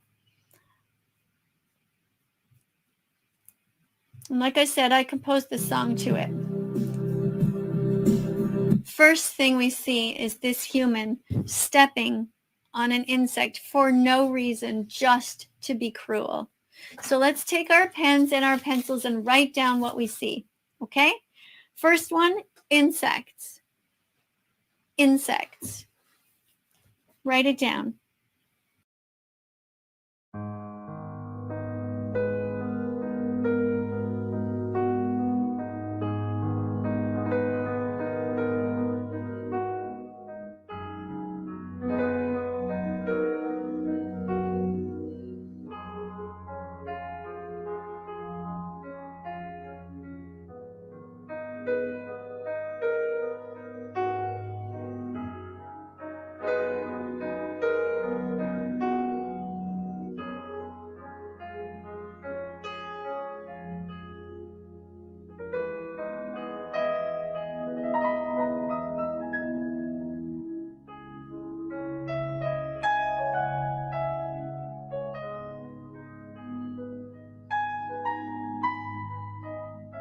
So let's take our pens and our pencils and write down what we see, okay? First one, insects. Insects.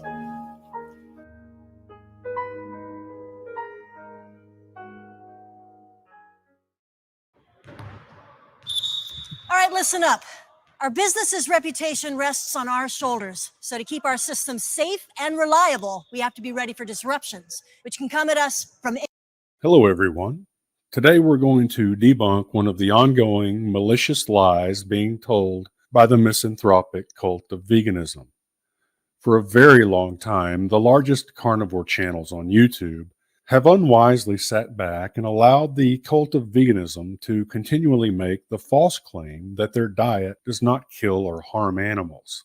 This false claim went virtually unchallenged until the Garland Farms channel came along.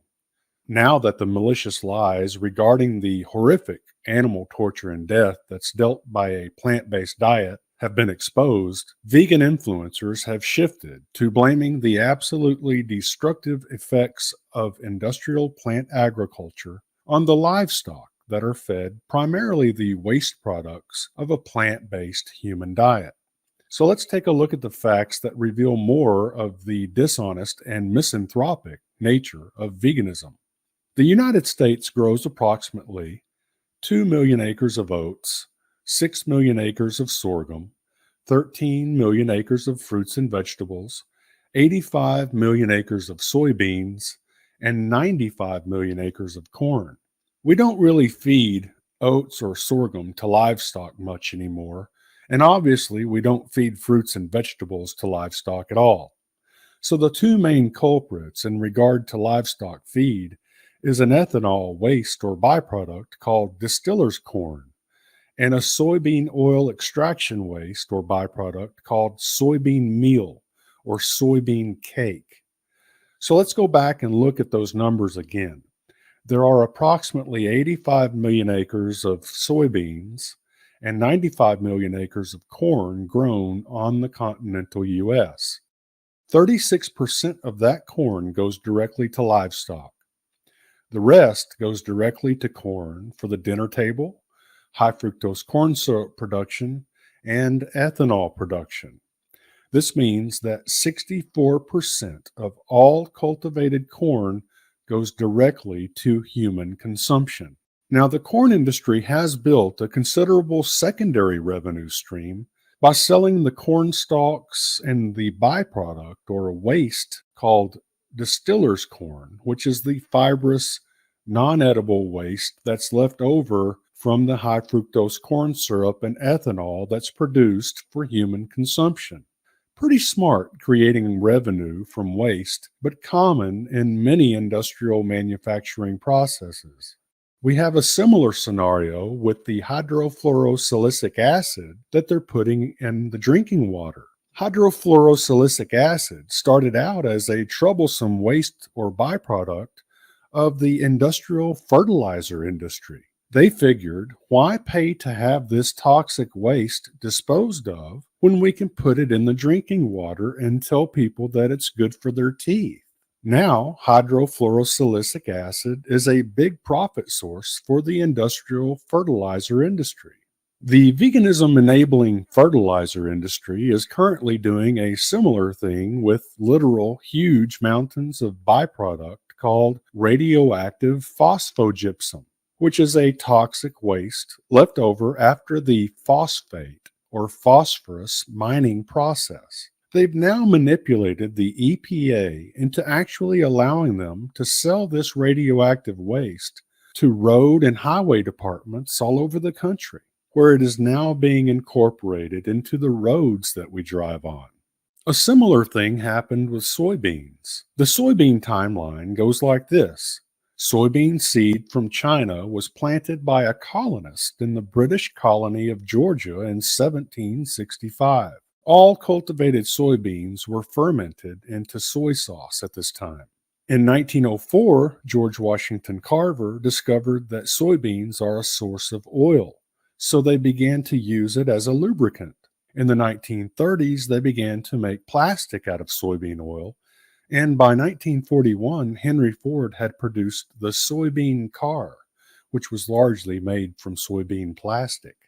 During World War II, soybean production skyrocketed in the United States to feed the domestic and military need for oils, lubricants, and plastics. Up until the 1950s, soybean oil producers would pile up the inedible fibrous waste or byproduct of the soybean oil production and burn it. But in the 1950s, the soybean industry got creative and took the inedible, useless waste left over from soybean oil extraction and marketed this fibrous byproduct as livestock feed. And it has been a secondary revenue stream for the soybean oil producers ever since. Even today, 100% of the soybean oil, the primary soy product that created the secondary soybean meal market, is destined for human consumption. 88% of all soybean oil is used as food, mostly cooking oil, and the remaining 12% is used as an alternative to petroleum, both consumed by humans. So the math goes like this. We have 180 million acres of corn and soybeans in the continental U.S. Approximately 29 million acres of that 180 million acres of corn and soybeans is going first and foremost to livestock. 151 million acres of that 180 million acres is going first and foremost to human consumption. That's 16% going to livestock and 84% going to humans first and foremost. The rest of the material going to livestock is just another toxic waste or byproduct that a corrupt plant agriculture has turned into a considerable revenue stream, just as many industries have done since the dawn of the Industrial Revolution.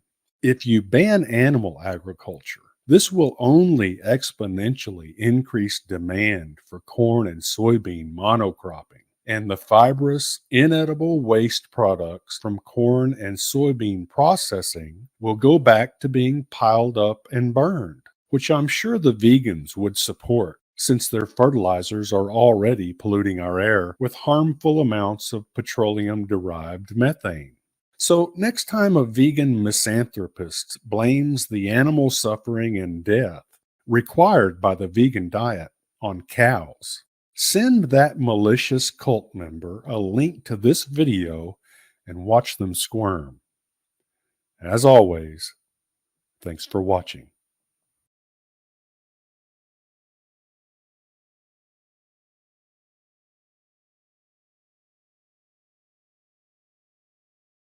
Vegans take millions of lives, so why are we different? You can't be perfect. We just so eat what's the alternative? Okay, so I can't be perfect. Okay, so I can't be perfect. Okay, so I can't be perfect.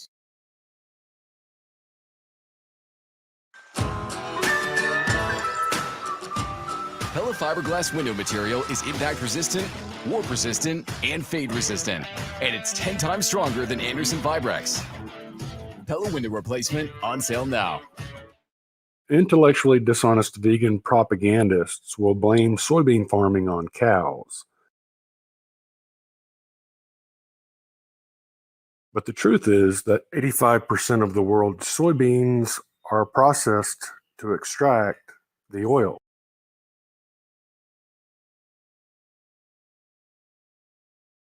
And it's important to note that 100% of that oil goes to human consumption, 88% as a foodstuff, and 12% as a so-called biodiesel. And of course, it's undeniable that the vegan diet is bursting at the seams with tofu, soy curls, and a myriad of various other soy-dependent processed foodstuffs. According to the UN Food and Agriculture Organization, the average American only consumes about 40 grams of soy per year. Meanwhile, a recent estimate of American vegan consumption of soy protein alone is 10 to 12 grams per day, which means that the vegan diet contains at least 4,015 grams of soy protein isolate per year. This translates to the fact that the American vegan diet is, at the very least, 100 times higher in soy than that of the average American.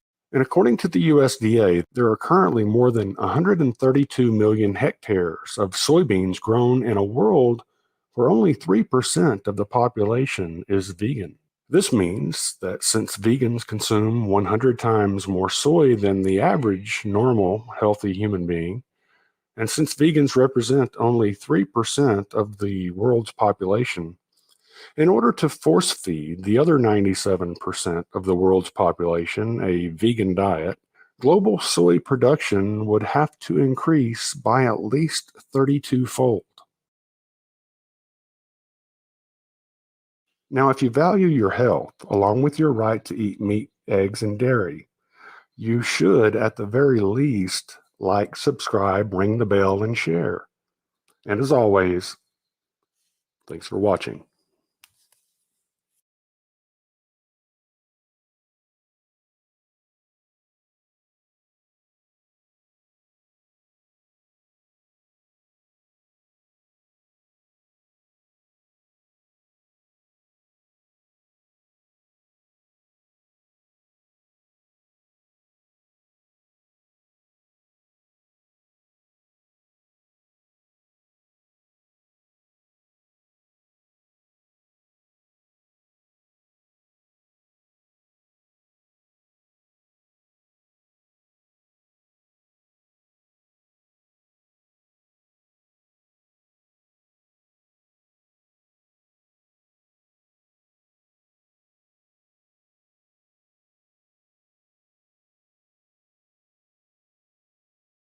Question number 3. Schaus uses top-of-the-line tactical gear, night vision, and thermal imaging to find and kill hogs. Vegans come back and say, look, unintentional killing of animals during food production is unintentional. Seems like every time I turn around, there's a militant vegan farm animal rights activist linking to this so-called scientific paper titled Animal Visuals. I have just 3 questions regarding this paper that these vegans insist on referencing as if it has some kind of objective value. Question 1. Is the author of this literature an animal rights activist? Question 2. Where was that paper published and peer-reviewed? Question number 3. The paper discusses something called harvest deaths, which are only that relatively small number of unintentional animal deaths that occur during the act of machine harvesting. Meanwhile, the $50 billion intentionally lethal crop protection industry does exist and consists of petrochemical poison herbicides, rodenticides, insecticides, shooting, tunnel fumigation, trapping and gassing, choking, exploding, drowning, etc. Vegans, do you have a source that discusses the animals and insects that die intentionally for the vegan menu? You know, a published paper that doesn't omit the entire lethal crop protection industry? I'll be looking for the vegans in the comments section who can answer these questions. I'll also be laughing when no vegan is willing to answer these questions and will instead opt not to comment at all or comment with a weak but long-winded effort to change the subject. As always, thanks for watching.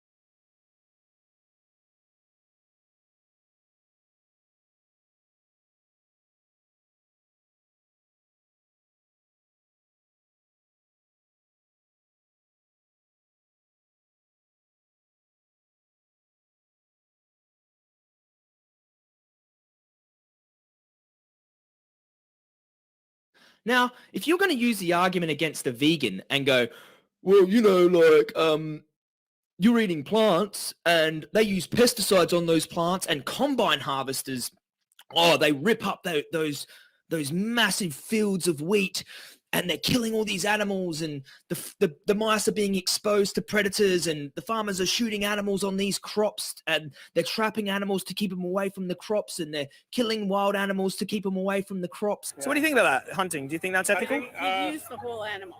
I used to bow hunt, and people go, "Oh, wow, that's very, that's brutal, more sporting." Yeah, it's actually way more brutal. Bow hunting, and yeah. I would never do it again. I wouldn't do it again. But I've shot why wouldn't you do it again? Because the animals suffer. Yeah. A bullet will kill an animal. Yeah. Painlessly, shock. So you're okay killing them painlessly, yeah? Yeah. Okay. See, myself, I wouldn't want to be shot painlessly.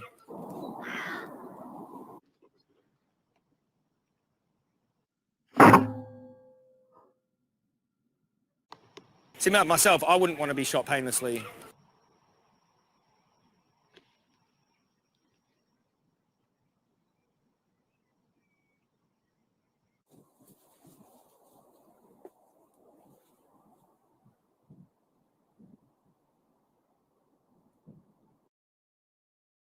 Most thinking people, and even some vegans, believe that Joey Carbstrong's so-called sheep rescue video was a staged event, propaganda aimed at helping usher in the next great Holodomor.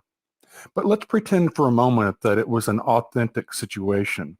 According to Joey, he stole the lamb from its mother and left the mother there to die because he had some junk in the back of his car, and therefore didn't have enough room to load up the mother sheep, and therefore left her there to die in the freezing rain. One of the obvious questions that arises here is, has Joey exposed himself as speciesist?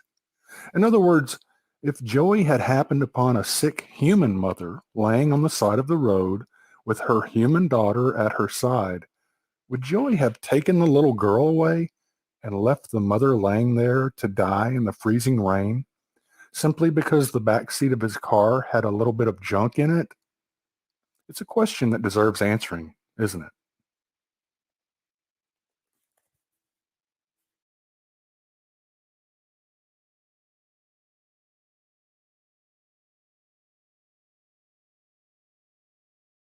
Basically, you're going to put your money into the fishing industry, yeah? Yeah. And what happens in the fishing industry? They kill the fish. Yeah. They don't just kill them. They cause immense suffering to the fish first, and then they die. The farmers feel compelled to continue to apply these deadly and destructive synthetic industrial fertilizers. Because tilled soil is hydrophobic, and these industrial fertilizers contain large amounts of synthetic nitrogen, heavy rains cause agricultural runoff into waterways that end up flooded with synthetic nitrogen, which results in the formation of massive and toxic algae and bacterial blooms that threaten drinking water, kill aquatic life, and pose dangers to children, pets, and livestock. The most common and visible algae bloom in fresh water are the cyanobacteria, sometimes called blue-green algae. Cyanobacteria are single-celled organisms that produce the liver toxin microcystine, and they naturally exist in fresh or salt waters. But when vegan-supported fertilizers are washed into the water, the bacteria population grows unnaturally fast. This is called a harmful algal bloom, and it forms a visible film on the surface of the water, which blocks out the sunlight from other organisms such as coral and aquatic plants, which depletes oxygen levels in the water. Once the algal bloom runs out of resources and dies, it sinks to the bottom where bacteria go to work on it. This decomposition process removes even more oxygen from the water, which kills trillions and trillions more fish and other aquatic life. The problem is so severe that it has resulted in cities having to cut off water to residents, states having to close fisheries, and has caused massive oceanic dead zones that cannot support aquatic life. They don't just kill them. They cause immense suffering to the fish first, and then they die.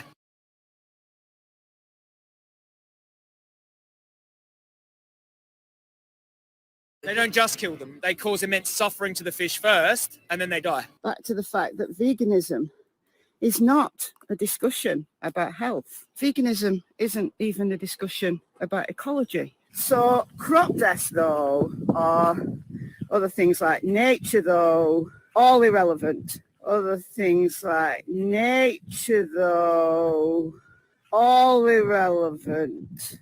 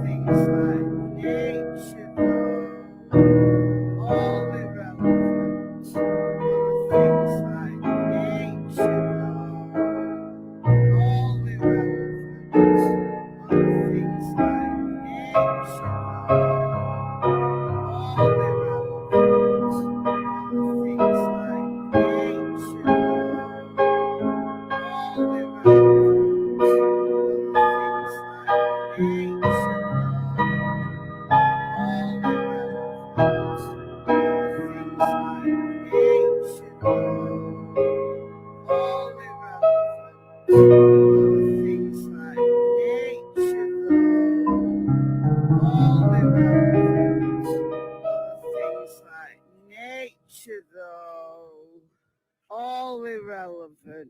They don't just kill them. They cause immense suffering to the fish first, and then they die.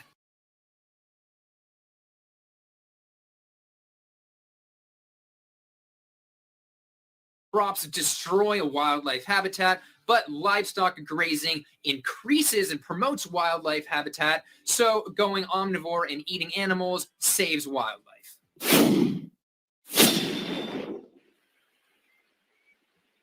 Everyone loves rivers, but how healthy are they?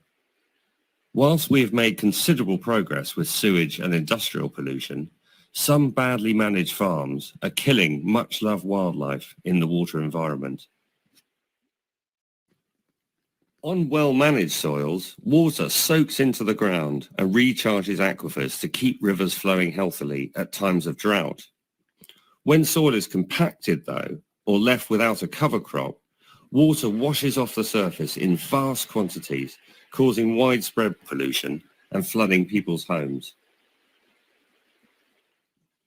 If we get heavy rain, especially in the winter, huge amounts of soil, slurry, fertilizer, and pesticides run off agricultural land.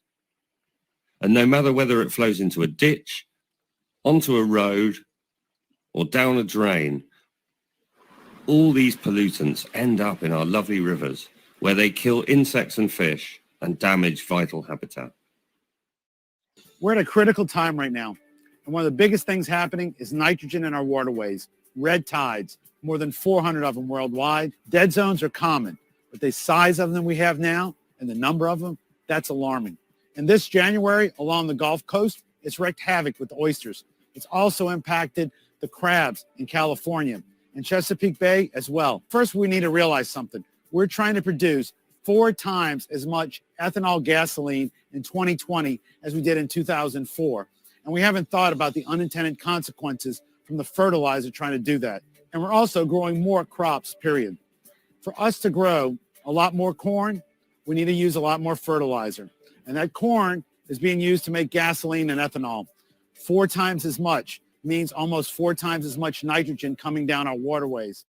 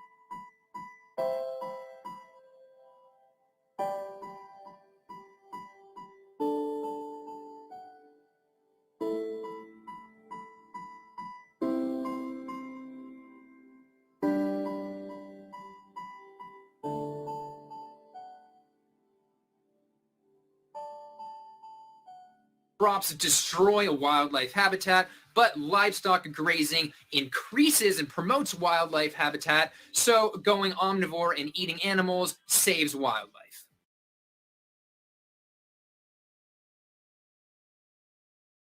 So obviously this is the fruits and vegetables section, and we pretty well know that everything here is vegan. If you don't know fruits and vegetables are vegan, I don't know what to tell you. You should know that. Truth be known, veganism is an absolute bloodbath and torture train.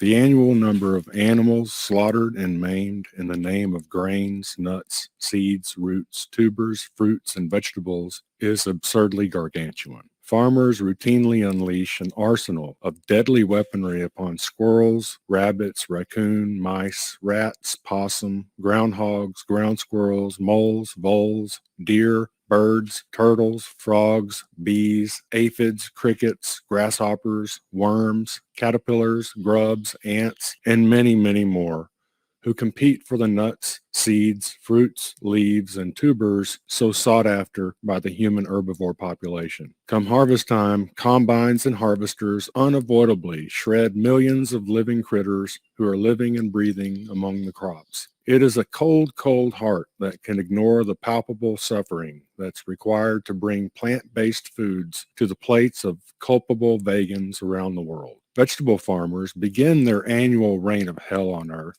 by tilling the soil. Tillage kills all sorts of soil life and completely disrupts a healthy soil horizon profile. Each time a farmer tills a field, massive carbon emissions are released from the soil, downgrading soil carbon and quality each and every time. This is the real driving force of global desertification. Then, to keep the vegetable and fruit heathens supplied with their fix, the farmers wage war against nature with the sides. Side is a suffix that means to kill, and boy do they.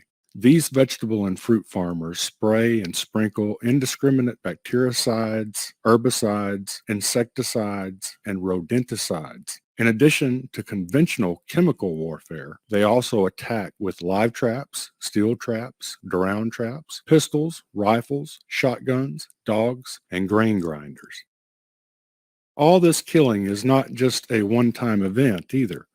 This is an annual cycle of schizophrenic annual cruelty that repeats itself year in and year out, dealing out misery, bloodshed, and environmental havoc and chaos in the name of veganism. Meanwhile, one pasture-raised grass-fed cow can feed one human being for 3.5 years, while not sabotaging human health with the inflammatory excess of omega-6s, toxins, and anti-nutrients that plant foods bring to the table. It's pretty clear that vegans do not love animals. Vegans do not love people. They know that more animals are killed and maimed through veganism than any other way of eating, and yet they push harder because their ultimate schizophrenic goal is to plow, pesticide, and genocide this planet into a sterile and lifeless has-been. Thanks for watching. It's time to lose the weight for good. Try Golo. No subscriptions, just real results that last. I've lost 70 pounds, 58 pounds, 22 pounds, 128 pounds. 138 pounds in 9 months. Crazy, right? It's time to put dieting behind.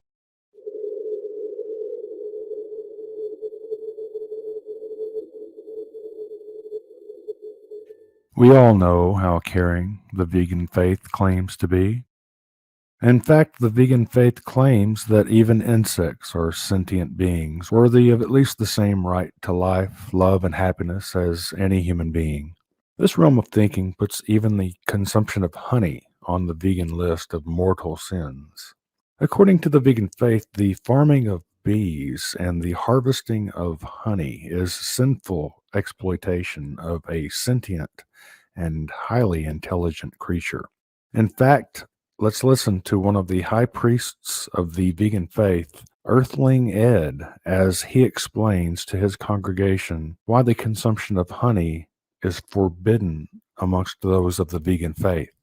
Of all the animal products that vegans don't consume, honey is the one that seems the most confusing. So why is it that vegans don't consume honey? From an ethical perspective, bees have a brain and nervous system and have been shown to demonstrate emotions and even exhibit pessimism, which is a significant sign of intelligence. Meanwhile, in the real world, we know that the cocktail of poison pesticides used by mainstream crop-based agriculture kills virtually all insects that live within and near the spray radius of these intentionally applied chemical poisons. So we know the vegan or crop-based menu kills millions of species of animals, and these are animals that the vegan faith considers sentient and intelligent.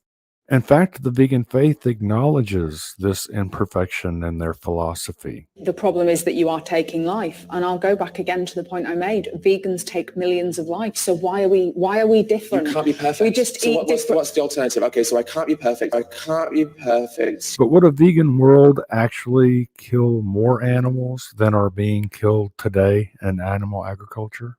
Well, let's consider that there's an average of 400 million insects per acre of land. Keep in mind that the vegan faith considers these insects to be sentient and highly intelligent. And according to this vegan literature, it would take 179.1 million acres to feed every single person in the United States a vegan or crop-based diet, which is an odd prediction, given that the Department of Agricultural and Consumer Economics at the University of Illinois has recently and thoroughly illustrated that for the United States, principal crop acreage is already over 300 million acres and rising. But for the sake of argument, let's use the vegans' unsupported prediction of 179.1 million acres required to feed the entire United States a vegan or crop-based diet and compare a portion of the intentional animal deaths associated with that with the number of animals killed in animal agriculture today. So this vegan resource claims that currently more than 55 billion land and sea animals die annually to support the U.S. meat supply. So 55 billion. We're not going to count the animals that are shot and killed for threatening the vegan or crop-based menu today. Instead, with the vegan faith's position on honey in mind, we're only going to count the killing of insects occurring from the intentional application of poisonous pesticides intended to protect the vegan or crop-based menu. If we multiply 179.1 million times 400 million, we get this, which translates to this, which is nearly 72 quadrillion animals that would have to die to feed the entire United States a vegan or crop-based diet. There are 1,000 trillions in 1 quadrillion, so that's 72,000 trillion animals that would have to die to feed every human being in the United States a vegan or crop-based diet. There are 100 billions in 1 trillion, so the number of land and sea animals that die annually to support the U.S. food supply today equates to 0.55 trillion.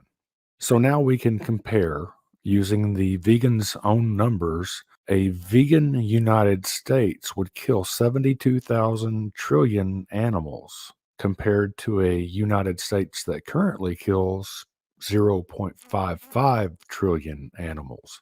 in animal agriculture today. If we ignore the fact that these deadly poisons, these pesticides, are usually sprayed multiple times throughout the year, this would mean that a vegan United States would kill at least 131,000 times more animals annually than animal agriculture kills today in the United States. Don't forget to like and subscribe, and thanks for watching.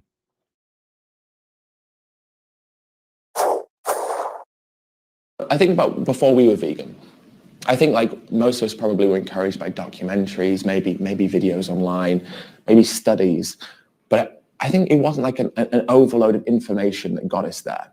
I think often it's the subtleties in what we hear or what we see that encourage us to change. Just the most obvious stuff, not the complexities of science that encourages us. It's sometimes the most basic stuff. And so people will often justify things by saying, well, you know, humane slaughter is a great example, right? Well, you know, I think it's okay to kill an animal if it's done in a humane way. And so we could say, well, you know what, that's not true because no, an animal doesn't have to die. And I think it's cruel then to do that. But maybe a more effective thing to say would be like, well, what does humane mean to you? Because again, we use these terms and these words and we use them so broadly. And we have to get people to define what they mean by these words. So ask, well, what does the word humane mean to you? And then they'll probably say something like, oh, you know, killing the animal without pain or something. And you say, well, what about like an objective form, like an objective definition? You know, what would the synonyms be? What would, you know, if we opened a thesaurus and we looked for the word humane, what other words would be there alongside it? Okay, well, compassion, benevolence are of course in there. And you go, okay, well then, you know, can we kill an animal in a compassionate or benevolent way if they don't have to die and if they don't want to die? I don't think anyone could say that we could do that compassionately. And you go, well, if it can't be compassionate, can it be humane? And it's this kind of like cycle of questioning that hopefully you get someone to be like, well, no. But then they've realized that within themselves. And what I really like about this is people can't get angry at you then, right? Because you're merely asking them and they're answering how they feel. Well, they can't get angry at you because they've expressed how they feel. And I think a lot of the time that anger and frustration people feel at vegans is when they feel like they're being judged, firstly. And also when they feel like they're being told what to do. And they're being told that they're bad people or told that they're living in an immoral way.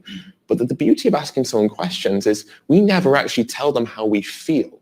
Now, of course, in some conversations, we're going to express ourselves a little bit. And it's okay to say something that's a little bit more factual based or fact-based.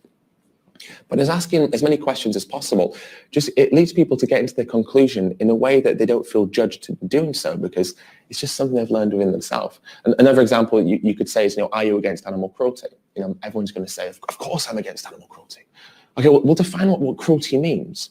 You know, I think most people will say, well, you know, it's inflicting harm unnecessarily. You know, that word unnecessarily is important.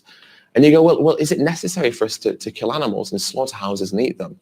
I think we can all agree that it isn't. Most people will say no. Some people might say, yeah, protein or iron. And then you say, well, can you get protein from plants? And nearly everyone's going to say yes. And you go, well, if it's not a necessity then surely to take the life of an animal for food is unnecessary, as you've stipulated, which therefore in your vision of the word cruelty means that it is an act of cruelty, which means that you're against animal cruelty, but by your own admission, you perpetuate systems that you define as being cruel to animals. And that's obviously some people are like, oh yeah, of course, right, because that's my definition of cruelty, and you've just applied that back to me.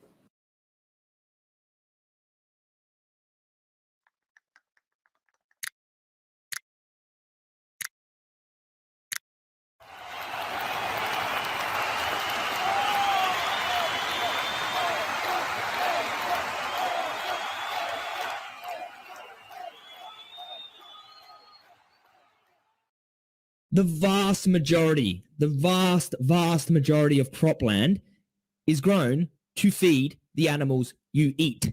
So any crop death, any pesticide harm, any predator shooting, any of that is magnified by huge amounts when you eat animal products. It never fails. Every time I tell a militant vegan about the death and damage exacted upon animals and the earth by the fertilizer and crop protection industries, the militant vegan will always pull the "but the cows though" fallacy. The "but the cows though" fallacy says that whatever amounts of lethal crop protection measures and fertilizers are currently required for a crop, such as soybeans, can be blamed on livestock because, for instance, by weight, a higher percentage of each soybean is fed to livestock than is consumed by humans. However, we also know that humans are consuming 100% of the oil from 90% of the world's soybeans. So a vegan blaming destructive soybean agriculture on cows is a bit like a cannibal blaming his murderous diet on the vultures because he only eats the heads. But now I've found evidence that reveals that veganism is, in fact, the absolute darling of the industrial fertilizer industry.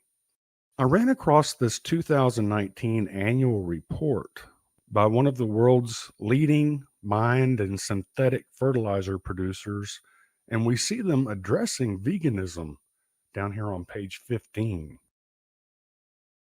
The growth of veganism in the developed world will go some way towards balancing this trend. However, while the rate of increase may appear impressive, those identifying as vegan still only account for a small proportion of the total population. The actual increase was from 1% to 6% of the population. All this means that veganism needs to progress much more to have a really meaningful impact on global production. This proves beyond a shadow of a doubt, despite what prominent vegan activists like to tell their followers. The industries that are polluting our drinking water, causing oceanic dead zones, killing wildlife in untold numbers, as well as causing disease in human beings, are expecting to considerably increase production in the coming years while we watch them stomp out regenerative animal agriculture and implement a potentially genocidal global vegan mandate. Like it, and thanks for watching. Hello, friends. Are we ready to stomp out more vegan propaganda today? Good. Today we're going to look at Earthling Ed's latest keystone argument against having any concern for what the vegans refer to mockingly as crop deaths, which is not just the animals that are unintentionally run over, dismembered, and disemboweled by farm equipment, but also those animals that are intentionally killed by crop protection gunmen and poison petrochemical applicators. And of course, we can't leave out those non-target animals that we know are being genocided by the poisons of mainstream plant agriculture. Now, let's listen carefully to Earthling Ed's complete failure.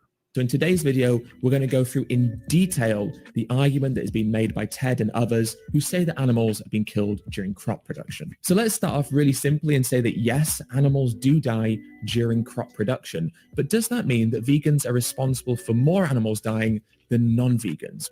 So notice here that Earthling Ed is striking back at a straw man. No one is saying that vegans are responsible for all the untold environmental destruction and animal torture and death associated with mainstream plant agriculture. Everyone can agree that mainstream plant agriculture is responsible for this environmental destruction and massive amount of animal torture and death. However, it's a fact that mainstream veganism does rely upon mainstream plant agriculture. So yeah, vegans are responsible for their share of the animal torture and death associated with the vegan menu, despite their unwillingness to acknowledge said destruction, torture, and death. Let's continue. Well, to start, let's look at Ted's argument in particular because he's talking about soy and the animals that are killed in the production of soy. Now, there's a big problem with Ted's argument, which is that, well, firstly, about 75 to 80% of all the soy that is produced around the world is given to the animal agriculture industries and used as animal feed. Okay, so here Earthling Ed is trying to leave you with the impression that first the rainforests are cut down, then the soy is cultivated, then 75 to 80% of that soy is given directly to animal agriculture to grow the cows, the pigs, and the chickens. Earthling Ed is taking advantage of the fact that most people don't know that about 90% of all the soybeans grown in all the world are processed to squeeze out the oil. Earthling Ed also isn't telling you that 100% of that processed soybean oil is already being consumed by humans, even without a fascist vegan mandate in place. After the oil is removed, what's left over, the byproduct, which represents about 80% of each soybean by weight, is not fit for human consumption. And so it's fed to livestock as soy meal. Next clip. In fact, only around 6% is used directly for human consumption. Okay, so here he's saying that humans are directly eating only a tiny 6% of all cultivated soybeans. Of course, we know he's talking about products such as tofu, soy milk, tempeh, and edamame.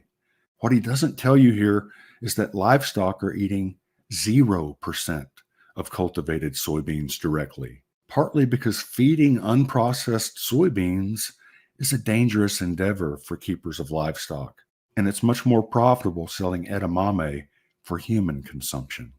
Again, he carefully doesn't tell you that about 90% of all the world's soybeans are processed FODAT oil, and humans are consuming 100% of that soybean oil.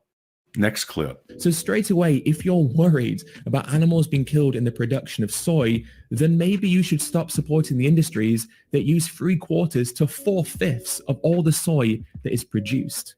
See how he's portraying a falsehood here? He's still trying to convince you that soy is being grown specifically for livestock and fed directly raw and whole to livestock without any processing whatsoever. When, as I've repeatedly proven, almost 90% of all soybeans are processed FODAT oil, and 100% of that oil is going to human consumption. Sorry, Earthling Ed, the facts on the ground don't match those claims made by you and your agenda. I suggest you stand down from the idiocy. Everyone else, please stay tuned for future videos where I'll be surgically removing even more vegan propaganda from the visceral cavity of truth. And please like and subscribe. And as always, thanks for watching.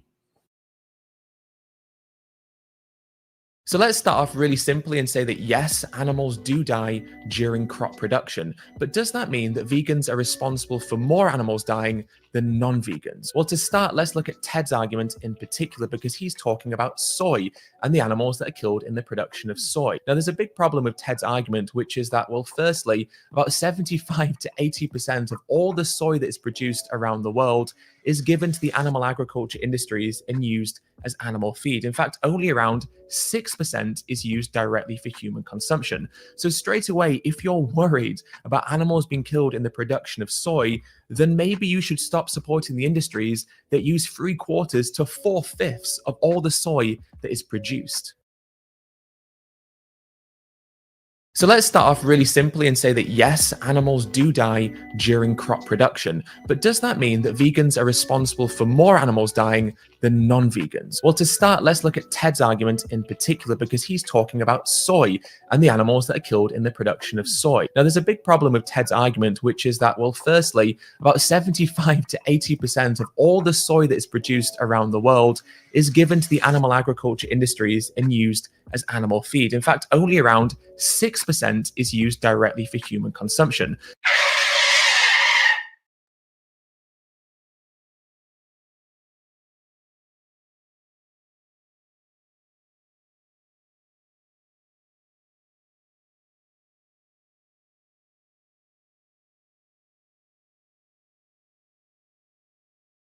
So let's start off really simply and say that yes, animals do die during crop production, but does that mean that vegans are responsible for more animals dying than non-vegans? Well, to start, let's look at Ted's argument in particular, because he's talking about soy and the animals that are killed in the production of soy. Now, there's a big problem with Ted's argument, which is that, well, firstly, about 75 to 80% of all the soy that is produced around the world is given to the animal agriculture industries and used as animal feed. In fact, only around 6% is used directly for human consumption.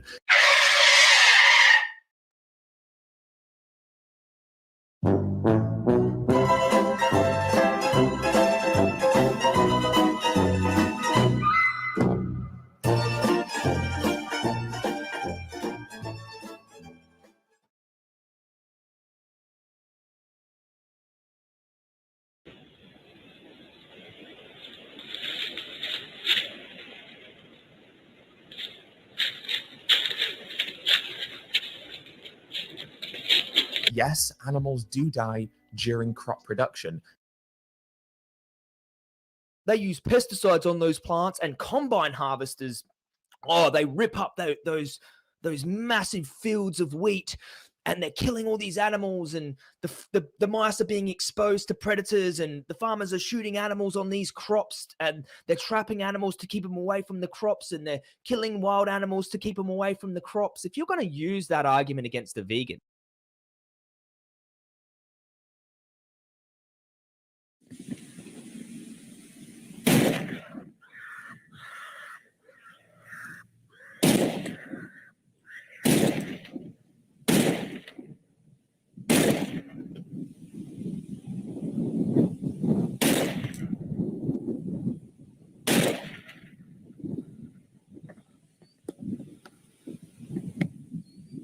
yes, animals do die during crop production. So why is it that vegans don't consume honey? From an ethical perspective, bees have a brain and nervous system and have been shown to demonstrate emotions and even exhibit pessimism, which is a significant sign of intelligence. In the commercial honey industry, however, there are several unethical practices that are carried out on bees. We've got this vegan bacon. I was sent this vegan bacon by a vegan cartel. We've heard good reports about this stuff, so we're going to cook it up and do a taste test.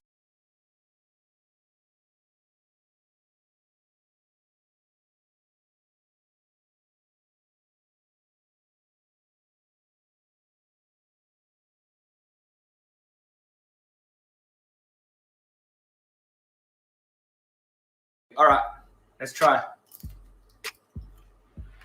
Oh my. It's really, really good. Good stuff.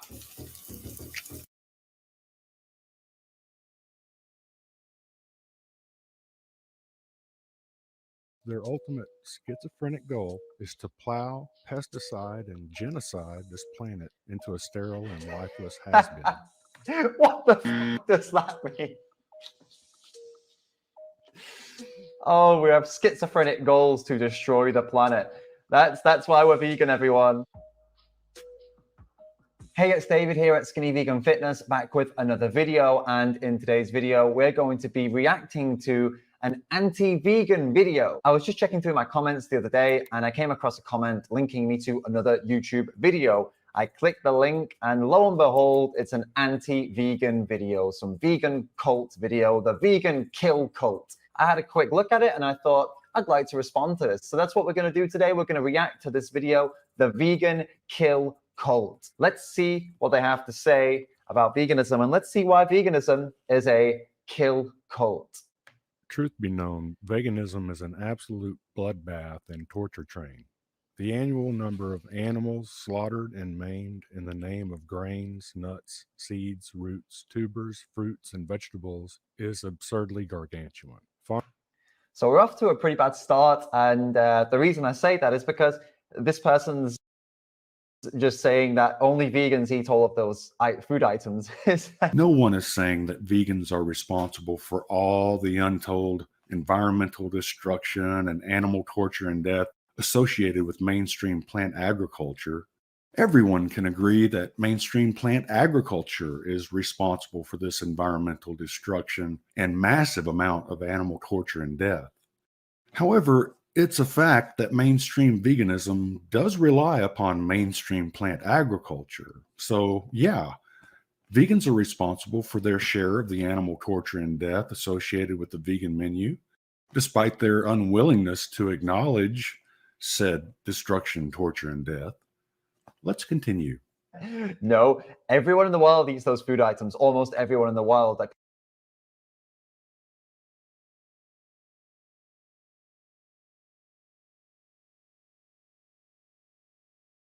people aren't just consuming animal products alone. There are some people that believe that it's all you should eat, and they are definitely in the minority of the population of the planet. Most of the planet eats a diet that includes both animal and plant-based products. So we're off to a pretty bad start if we're going to say vegans are responsible for every single vegetable and nut and seed grown on the earth. It's just not true.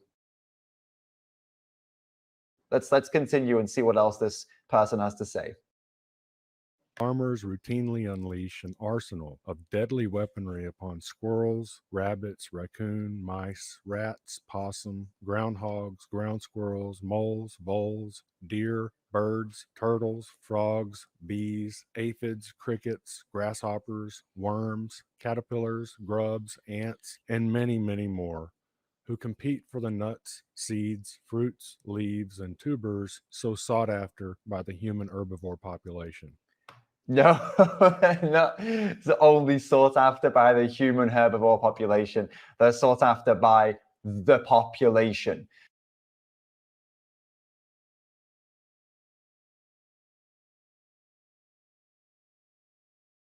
So although this person is correct in that a lot of these animals, unfortunately, do die due to the agriculture system of a plant-based agricultural systems, it's true that this happens. I mean, you can't argue with that. It's not only for vegans. All right, New York City, here's the deal. The voluntary phase is over. And one thing we do have to consider at this point is that the majority of plant food grown on Earth is grown to feed animals in the animal agriculture industries.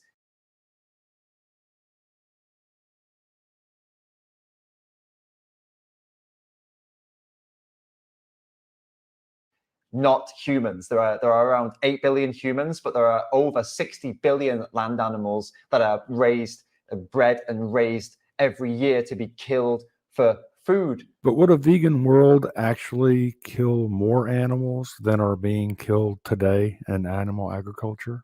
Well, let's consider that there's an average of 400 million insects per acre of land. Keep in mind that the vegan faith considers these insects to be sentient and highly intelligent.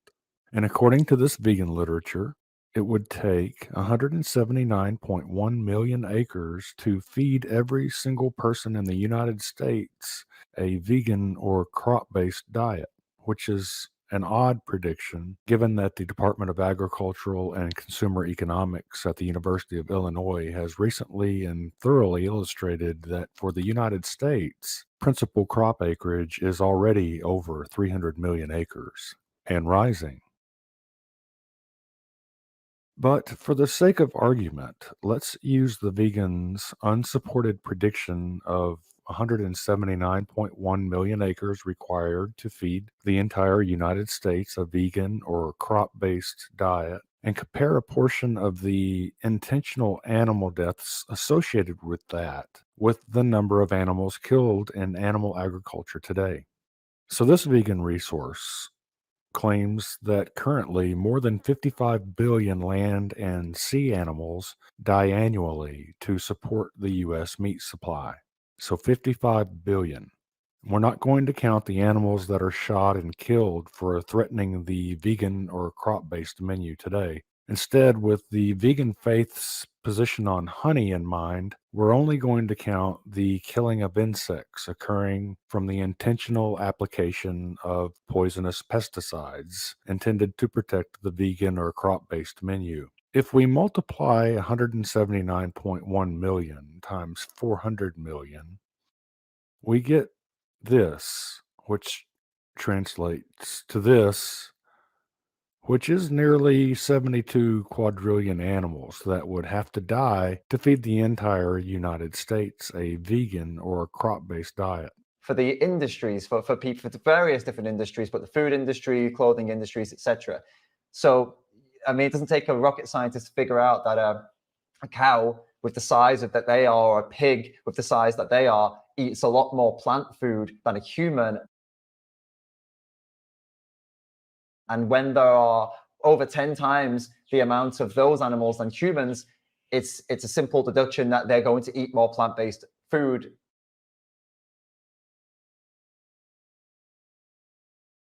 than humans. They're going to eat more of that, and that's the majority of the food we're growing is for those animals. About 90% of all the soybeans grown in all the world are processed to squeeze out the oil. 100% of that processed soybean oil is already being consumed by humans, even without a fascist vegan mandate in place. So again, although this happens and although it's definitely bad, the main cause of it is eating animal products.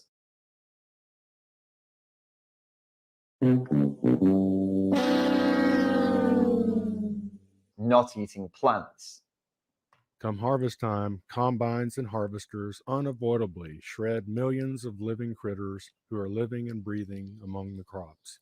That has been largely debunked, and I can provide the study to that. It's in the description. You want to check it out. But it's been largely debunked because these combine harvesters, they're noisy. It's like an earthquake. And I don't know about you if you've ever dealt with or been close to wild rabbits or wild insects or wild animals, but they run away pretty quickly, right? And a combine harvester is a big, slow, heavy machine. These machines are like very, very heavy, all right? They're big, they're noisy, and they're slow. Animals run away from them. Yes, some of them get caught up, and some of them may, unfortunately, die in that way, and that's really sad. But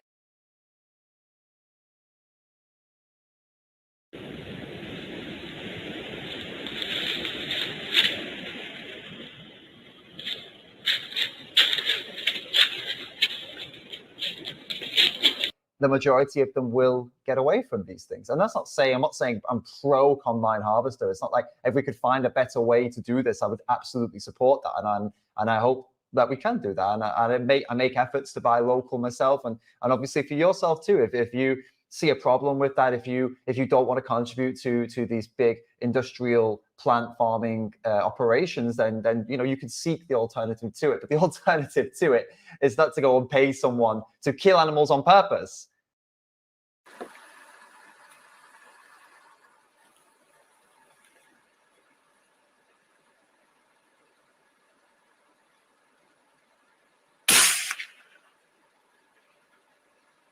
So to give you a comparison of these two things side by side, or why it's a false equivalency to say, okay, plant farming kills animals, so therefore we shouldn't eat plants, so we should just go and eat animal products.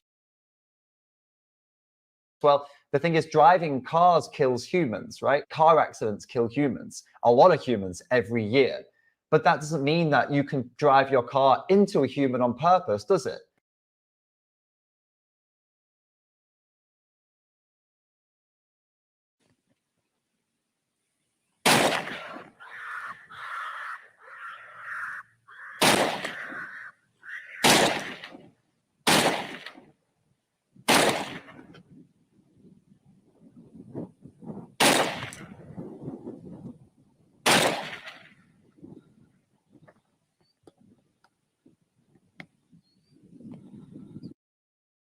Because then that has intent. You intend to kill. But we don't ban cars because they kill humans by accident. These combine harvesters, they're not killing animals on purpose. It's accidental. I'll count down. Already. 3, 2.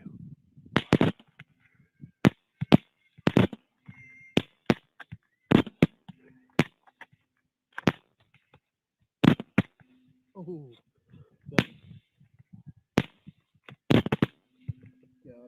Oh. One to the right. Out in. Nice. Is that all of them?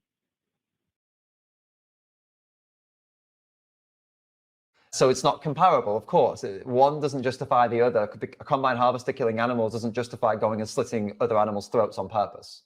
You know, there's a good reason why we come out and shoot pigeons. I mean, at the end of the day, it's to help keep the food prices down. I mean, it's the farmer that gets hurt the most.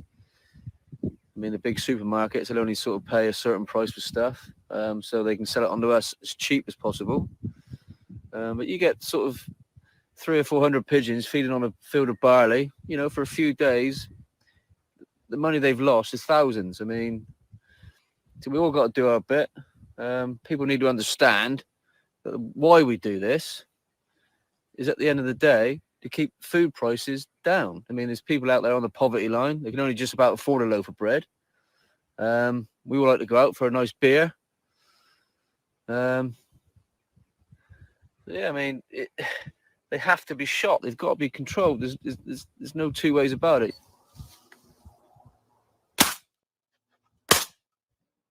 It is a cold, cold heart that can ignore the palpable suffering that's required to bring plant-based foods to the plates of culpable vegans around the world. It's not only for vegans.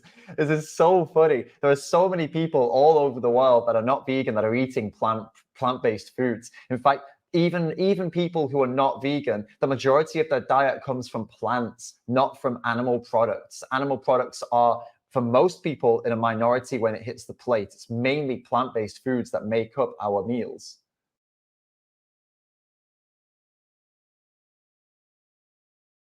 Vegetable farmers begin their annual reign of hell on earth by tilling the soil.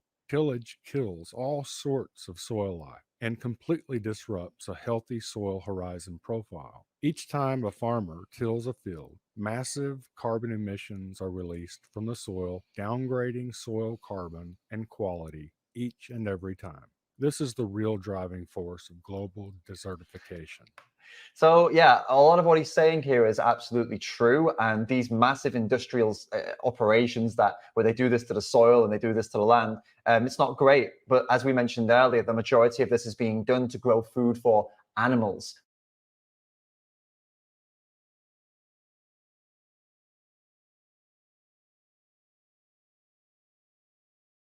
For animal feed, for these animals in the industries, that's what the majority of this food is going for, not for human consumption. So although this person's making a valid point here, they're making a valid point against themselves. It's not against veganism or the plant-based diet, it's against animal agriculture and that industry.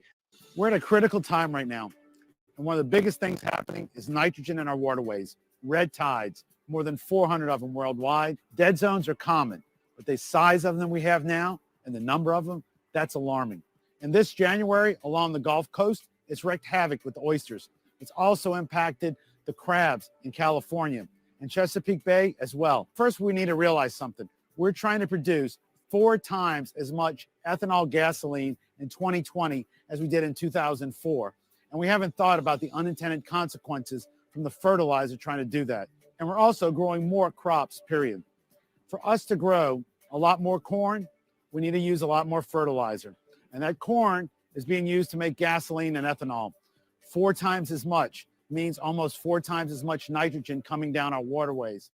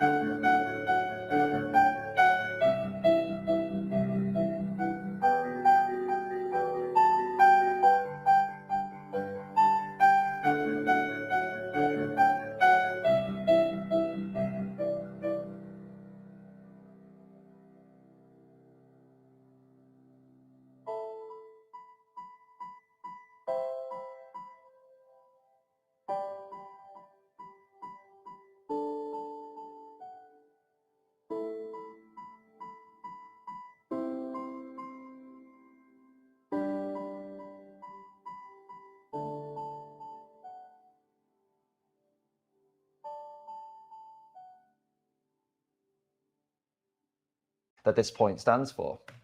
Then, to keep the vegetable and fruit heathens supplied with their fix, the farmers wage war against nature with the sides. Side is a suffix that means to kill, and boy do they.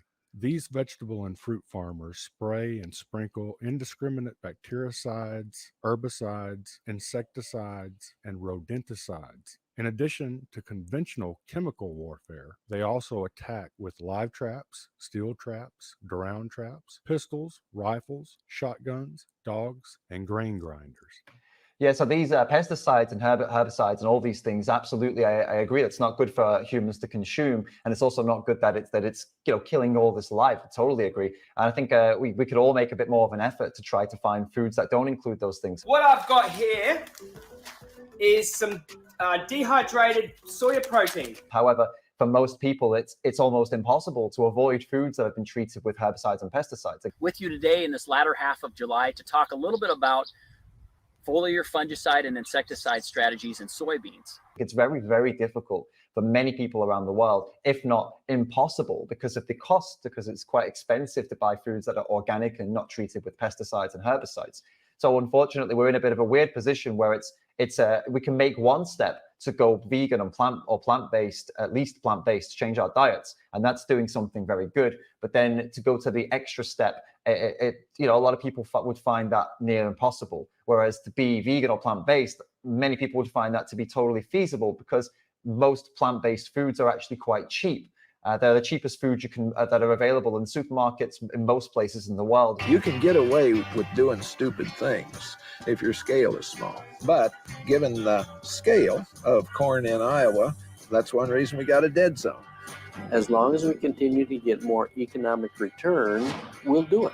Whereas organic vegetables, organic plant-based foods is a bit expensive and a bit out of reach for most people. So it's a problem for sure, and it's something that we can address moving forward as a community, as a society. We can demand foods that are organic, that haven't been treated with these pesticides, herbicides, etc., and the chemicals that he was talking about. Hey guys, so today obviously I'm talking about organic and when organic is not vegan. The organic thing, that is something that you can choose to avoid. I'd avoid most organic produce. Also, regarding how farmers kill animals that try to infringe on the land, infringe on the produce. Well, absolutely, animal-based farmers do that also. Animal farmers do that also, of course. They kill foxes. They kill any animal that comes anywhere near the animals that they are rearing.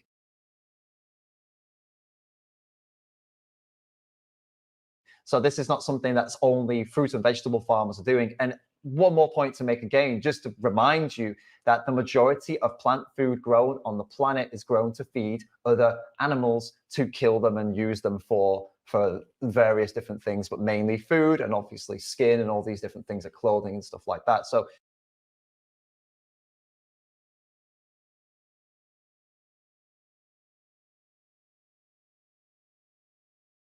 So if this is a problem that this person wants to stop, then the best thing they could do is to go vegan, because then they won't be contributing to the majority of this, because the majority of this is done for animal feed, not for food that humans would consume.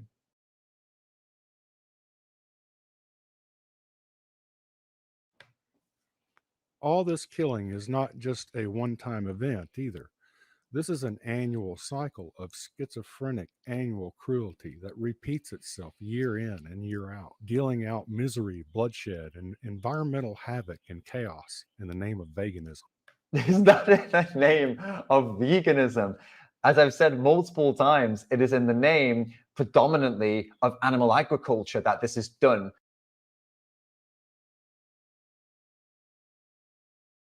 Because it's animal feed that is the majority of plant food on the planet is grown to feed animals for animal feed, not for human consumption.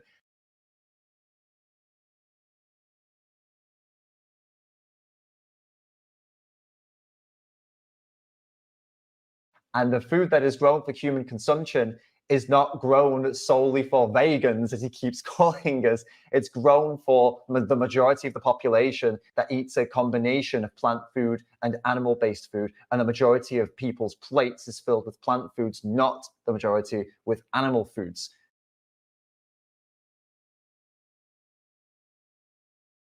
So again, it's a strange, real strange video with a real strange message that just doesn't make any sense so far. But let's see if we can make some more sense. Meanwhile, one pasture-raised grass-fed cow can feed one human being for 3.5 years while not sabotaging human health with the inflammatory excess of omega-6s, toxins, and anti-nutrients. Yeah, maybe not this claim. We're not going to get into the science of this. I have the science that I'm reading, the science that I've been reading up on a lot, and the people I listen to, and the doctors and the nutritionists, etc., I listen to, would absolutely disagree with this, and they would say that animal protein is directly linked to a higher risk of diabetes, heart disease, and cancer. In fact, even people who are not vegan, the majority of their diet comes from plants, not from animal products. Animal products are, for most people, in a minority when it hits the plate. It's mainly plant-based foods that make up our meals. But let's put that aside for a second. Let's imagine that that's not the case, and that it's not infringing on human health to eat that cow. But it is infringing on the cow's health, isn't it? It's infringing on their life.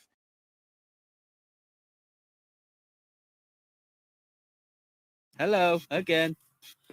Out pigeon shooting, again. On a rape field, again. Protecting wheat behind me, again.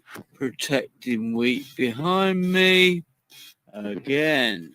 Something can be nutritionally rich for us, or it can help us increase our well-being. But that doesn't make it moral to do just because it increases our well-being. So today, a Lee County grand jury indicted Ryan Patrick O'Leary and Sheila O'Leary for first-degree murder, aggravated child abuse, aggravated manslaughter, child abuse, and 2 counts of child neglect. The evidence in this case is horrendous. With this indictment, the O'Learys are formally charged with the neglect, torture, and murder of an 18-month-old child due to starvation and extreme lack of care. Like, for example, if we're going to talk about the history of the human race, the big advances we've made have been largely based on human slavery. Like, right all the way back to ancient times, the biggest, most amazing things that humans have created or established on our planet have been mainly products of human slavery.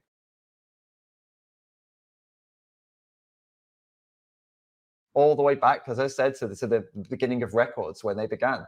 So the argument could be made that human slavery increases the well-being of some humans, therefore it's valid and it's moral. But it's not, it's immoral.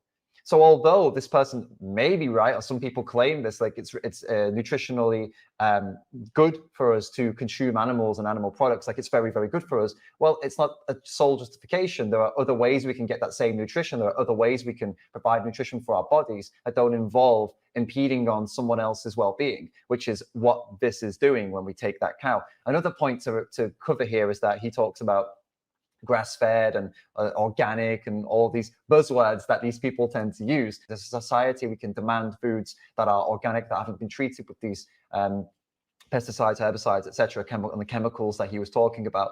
Well, even if it were true, that let's imagine in a perfect world, the cow doesn't have all the things that we know they have, like consciousness, self-awareness, pain, families, friends. They don't have sentience. That the cow is just the same as a plant. Let's imagine like they're the same as a plant.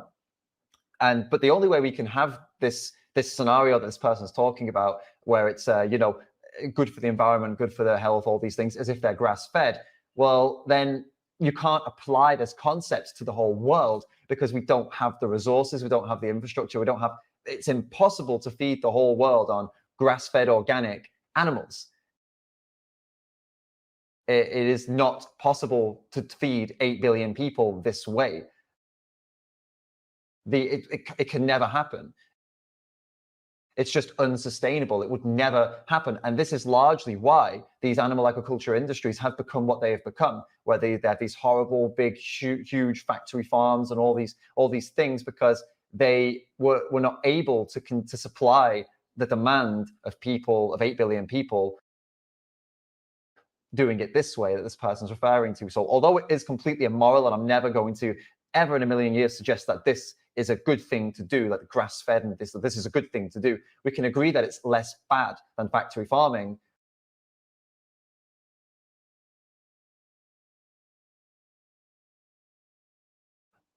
But it's still not viable for the world population of 8 billion people.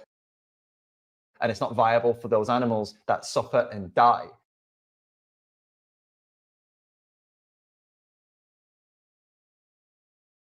It is still immoral, no matter how you rear the animal, no matter what you do with them and give them a perfect, beautiful life before you slit their throat.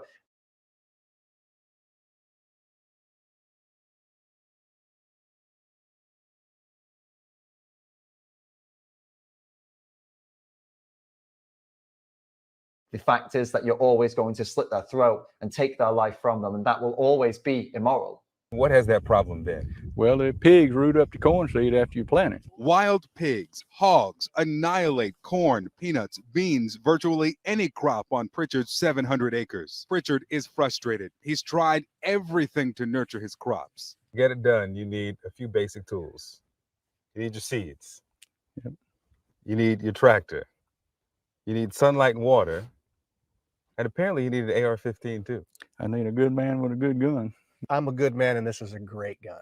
Hal works for 16 farmers covering nearly 100,000 acres. We don't discriminate. We kill them all.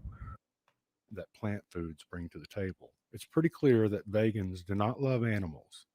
It's pretty, what kind of, what is that? How is that a conclusion? It's pretty clear that vegans do not love animals. Like how do we go from that to that? How do we go from what he was just been saying to this? It's such a propaganda video. I don't even know how else to describe it, but it's good entertainment. There's no denying that. What worries me is that some people watch this and it just, it gives them this bullshit that they can then throw at vegans and feel like they've done something, they've learned something new, that this is all really good and scientific. And it's like, no, it's just a YouTube video. And that's it, basically. It's a YouTube video by someone who clearly has a problem with the vegans. And yeah, and it fits a lot of people's agendas that they hate vegans. They're looking for some more reasons to get back at vegans.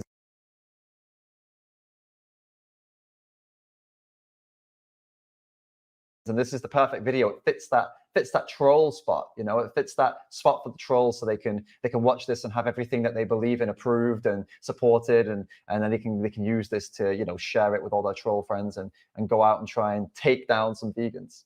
Vegans do not love people. They know that more animals are killed and maimed through veganism than any other way of eating. No, that's not true. As I've said a few times now, it's not true. Vegans don't know this because this isn't true. The majority of plant foods are grown to feed other animals, not to feed humans.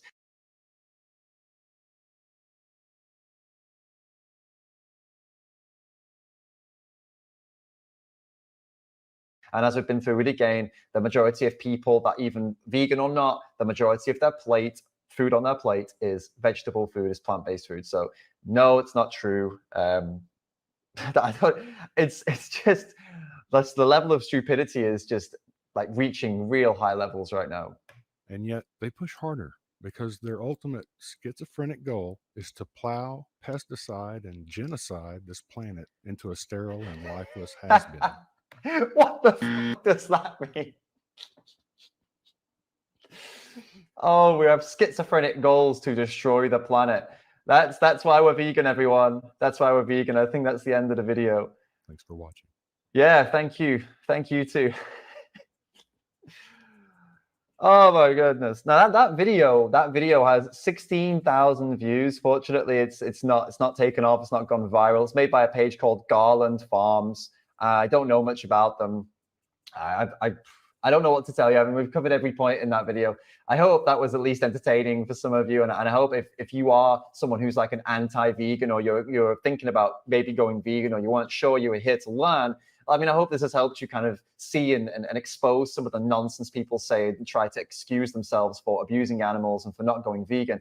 This is the level that people will go to defend their abusive habits against others who are just trying to help the animals and, make people see them as individual, unique beings, like sentient beings that are deserving of life, just like you and me. We don't discriminate. We kill them all. And the food that is grown for human consumption is not grown solely for vegans, as he keeps calling us. It's grown for the majority of the population that eats a combination of plant food and animal-based food, and the majority of people's plates is filled with plant foods, not the majority with animal foods.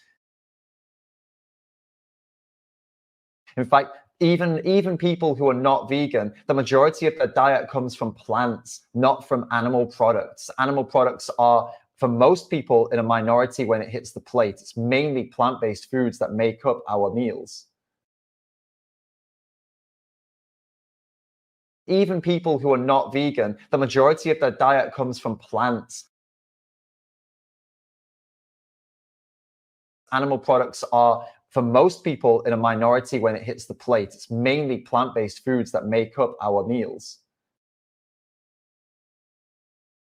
The majority of people's plates is filled with plant foods, not the majority with animal foods. Even people who are not vegan, the majority of their diet comes from plants. Animal products are, for most people, in a minority when it hits the plate. It's mainly plant-based foods that make up our meals. The majority of people's plates is filled with plant foods, not the majority with animal foods. Even people who are not vegan, the majority of their diet comes from plants. Animal products are, for most people, in a minority when it hits the plate.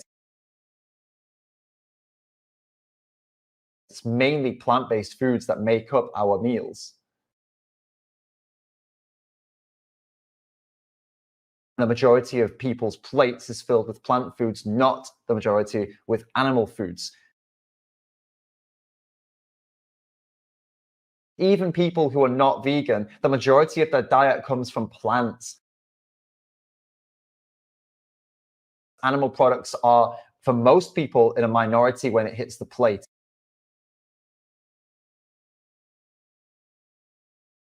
It's mainly plant-based foods that make up our meals.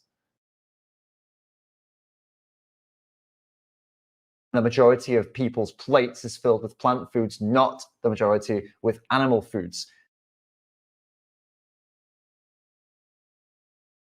Even people who are not vegan, the majority of their diet comes from plants. Animal products are, for most people, in a minority when it hits the plate. The majority of people's plates is filled with plant foods, not the majority with animal foods. It's mainly plant-based foods that make up our meals.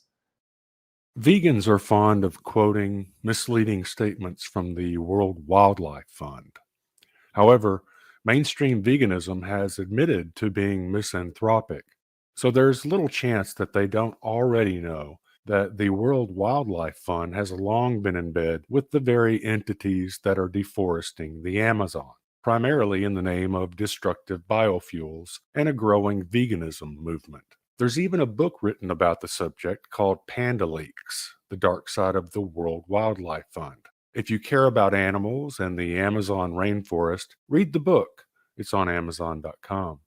Suffice to say, quoting the World Wildlife Fund is like quoting the Jeffrey Dahmer or the Ted Bundy of environmental groups. Not a good look, to say the least.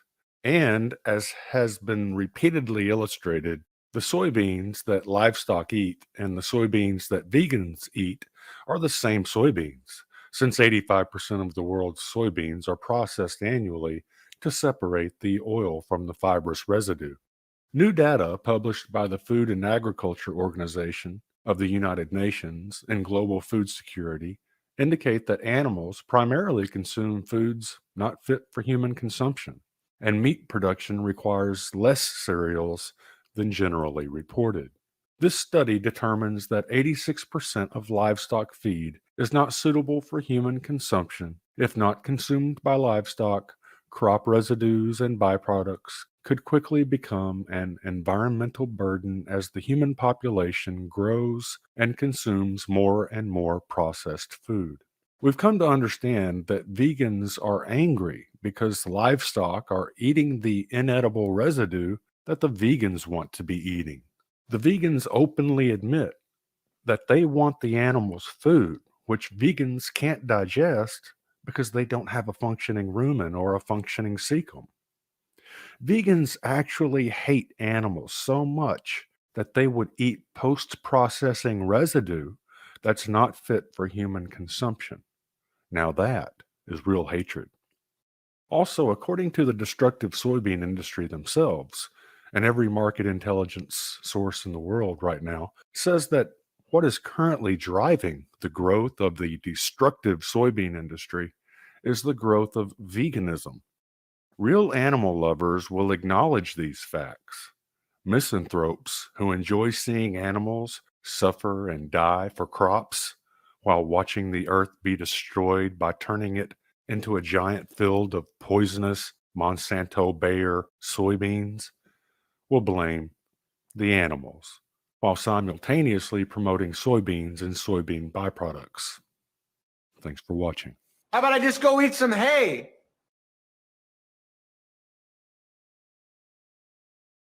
Today we're chatting vegan pets with Professor Andrew Knight, who holds several professional positions, including that of Professor of Animal Welfare and Ethics at the Royal College of Veterinary Surgeons. He's been honoured with 11 awards for his work in animal welfare and academia, so I think it's fair to assume that he knows a thing or two. The topic of vegan pets can be a very contentious one, so I'm extremely grateful that he's taken the time to be with us today. Professor, welcome to the channel. Good morning. Great. Okay, so a follow-up question then. Some people accuse vegans of animal abuse because of feeding, particularly cats, this complete vegan food. Given that all the studies to date have either found a wash or benefits in terms of health to the complete vegan food, is it a stretch to say that, if anything, it's likely better to use the vegan food? Yeah, well, the animal abuse question is an interesting one. If you're supplying a diet which results in health outcomes which are just as good, then I suppose the only other way that it could be animal abuse would be if the animals were unhappy, they were being psychologically harmed, or their behaviour was being affected. They basically were showing signs of unhappiness.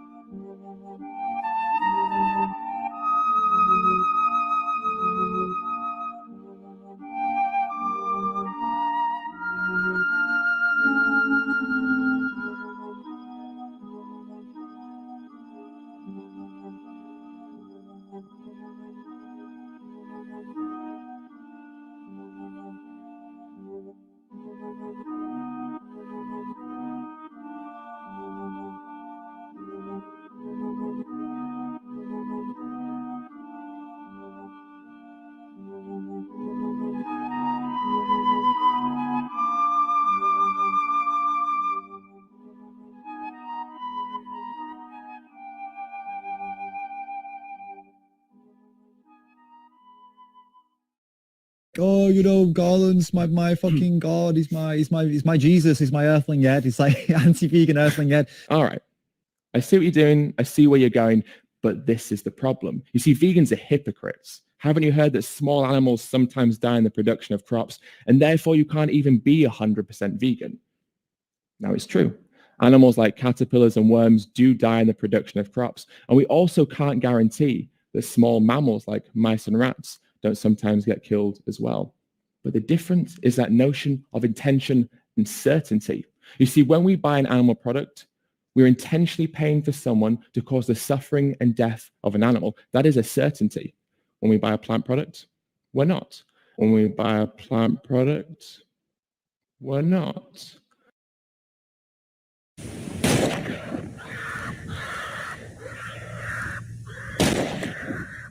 When we buy a plant product, we're not.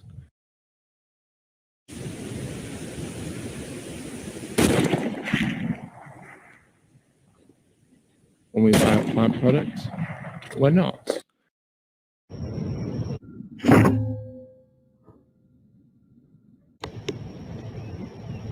When we buy a plant product, we're not. When we buy a plant product, we're not. When we buy a plant product, we're not.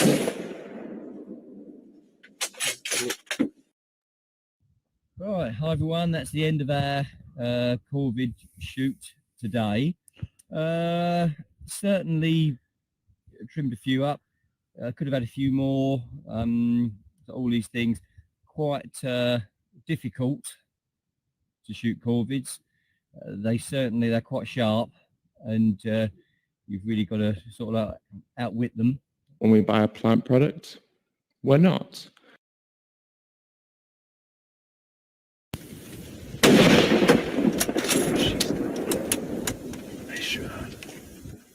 When we buy a plant product, we're not.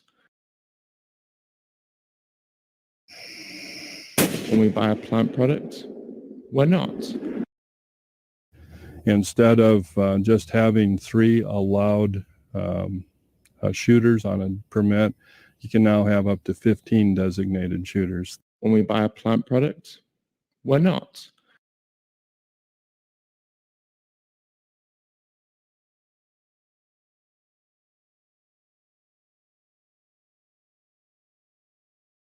When we buy a plant product, we're not.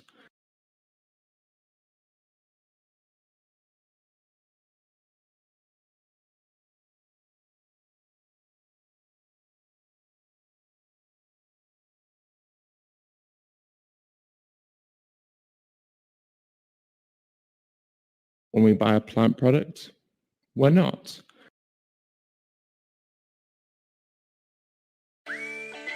No one does fall travel like Amtrak. Whether you're going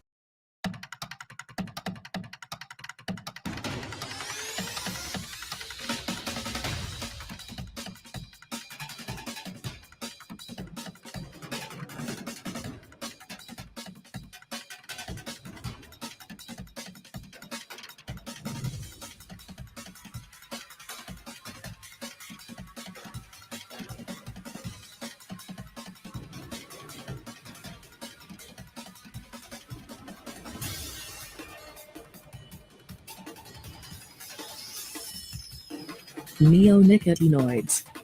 So the professional West Ham football player Kurt Zouma has been exposed as an animal abuser due to a piece of footage that was released online showing him kicking, slapping, and throwing things at his cat.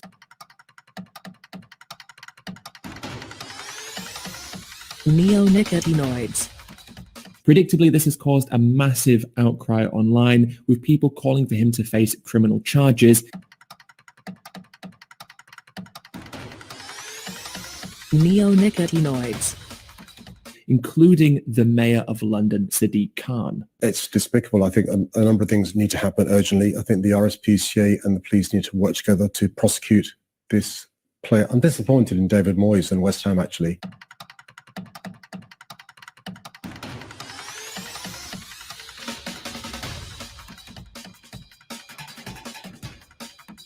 Neonicotinoids. But to be honest, this just feels very extreme. I mean, what gives these people the right to force their views down Kurt Zouma's throat? Neonicotinoids.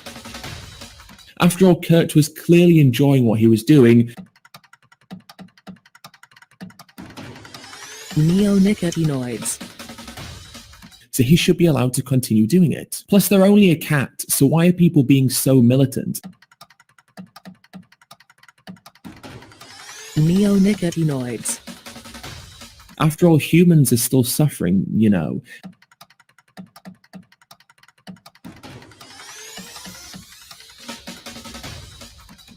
Neonicotinoids. And not to mention that animals have been dominated by humans for thousands of years. We are the most superior species, of course. Neonicotinoids. And I'm sure these people criticizing Kurt Zouma probably own phones and drive cars anyway, so they're just a bunch of hypocrites.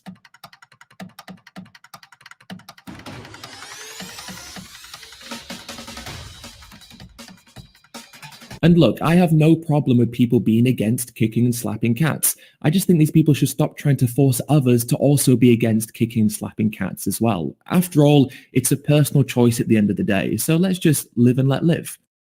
Starting with a blank page can be overwhelming. Grammarly gives you a head start. Simply type a prompt to instantly generate an outline or brainstorm ideas. Download it for free at Grammarly.com.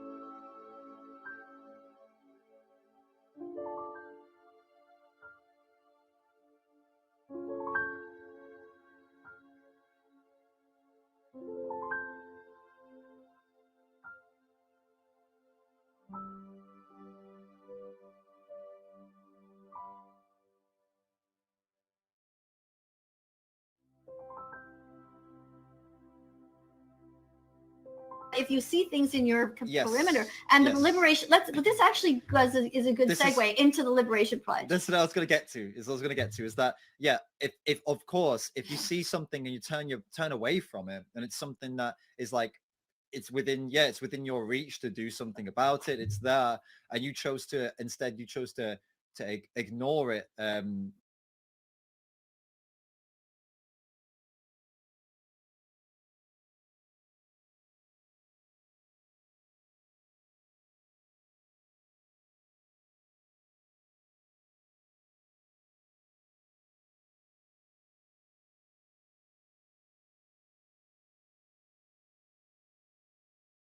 Step into Wix Studio, the new web creation platform built for agencies, where creative freedom and absolute efficiency always click, and exceptional websites are delivered at any scale. Step into your studio.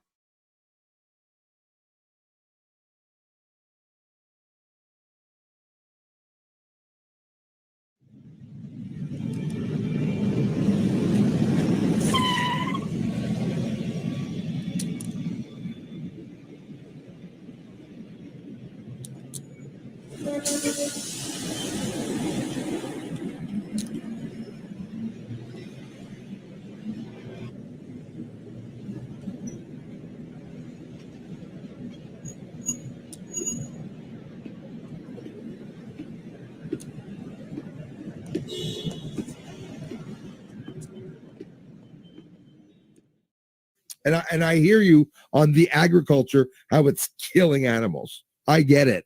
But I think both. Yeah, because if you looked at that deer, man, it was like, oh my God, it was literally melting. But was that deer? That was absolutely horrifying. You guys, are you sure that wasn't a shot? That's really the chemicals that was doing that to the back, or is that a friggin' a hunter that shot the shit out of it? That was a deer that was bedded up in a field that was run over by a combine harvester. So when you're eating cereal and you're telling yourself, I'm such a virtuous person, and you think about and that's just a large animal that was maimed. There's millions and millions of smaller rodents and moles and voles, birds, possums, a whole bunch of quail and dove that are bedded up in there. Wild turkeys. Okay, but it's an out of sight, out of mind situation. Out of sight, out of mind. It leads to this incredible virtue signaling where plant eaters or people who are vegetarian and vegan pointing their fingers at meat eaters saying you're a bad person because your diet kills animals. And they're just they're so ignorant of agriculture, and they're really not even willing to learn. They won't even sit and listen quietly to the truth about the animals that are being killed. You must their agree. diet. Yeah, Just you one must second. agree with- Go ahead. Just Bruce, what I'll do is Pat, Bruce, and back to JD. Sorry for cutting off, because or else there's too much talking and it's hard to understand. Pat, my question to you is, do you acknowledge that even if you go completely plant-based, that to a certain extent, we still have blood on our hands? Do you acknowledge that, or after seeing the whole, issue, what JD's been saying about, the harvesting, shooting, and stuff like that, do you acknowledge that to a certain extent, even plant-based agriculture, everyone still has blood on their hands? They won't. I'm gonna say two things. Okay, I'm with your first point. I'm going to agree. I do agree that no one's hands are clean in this story. Okay. But my second point is going to be that if anybody wants to stop personally, like you were kind of like attacking the vegans and right. I forgot your name and I can't say. Jason, you should put the names back on so I can. All right. So we're kind of like attacking them.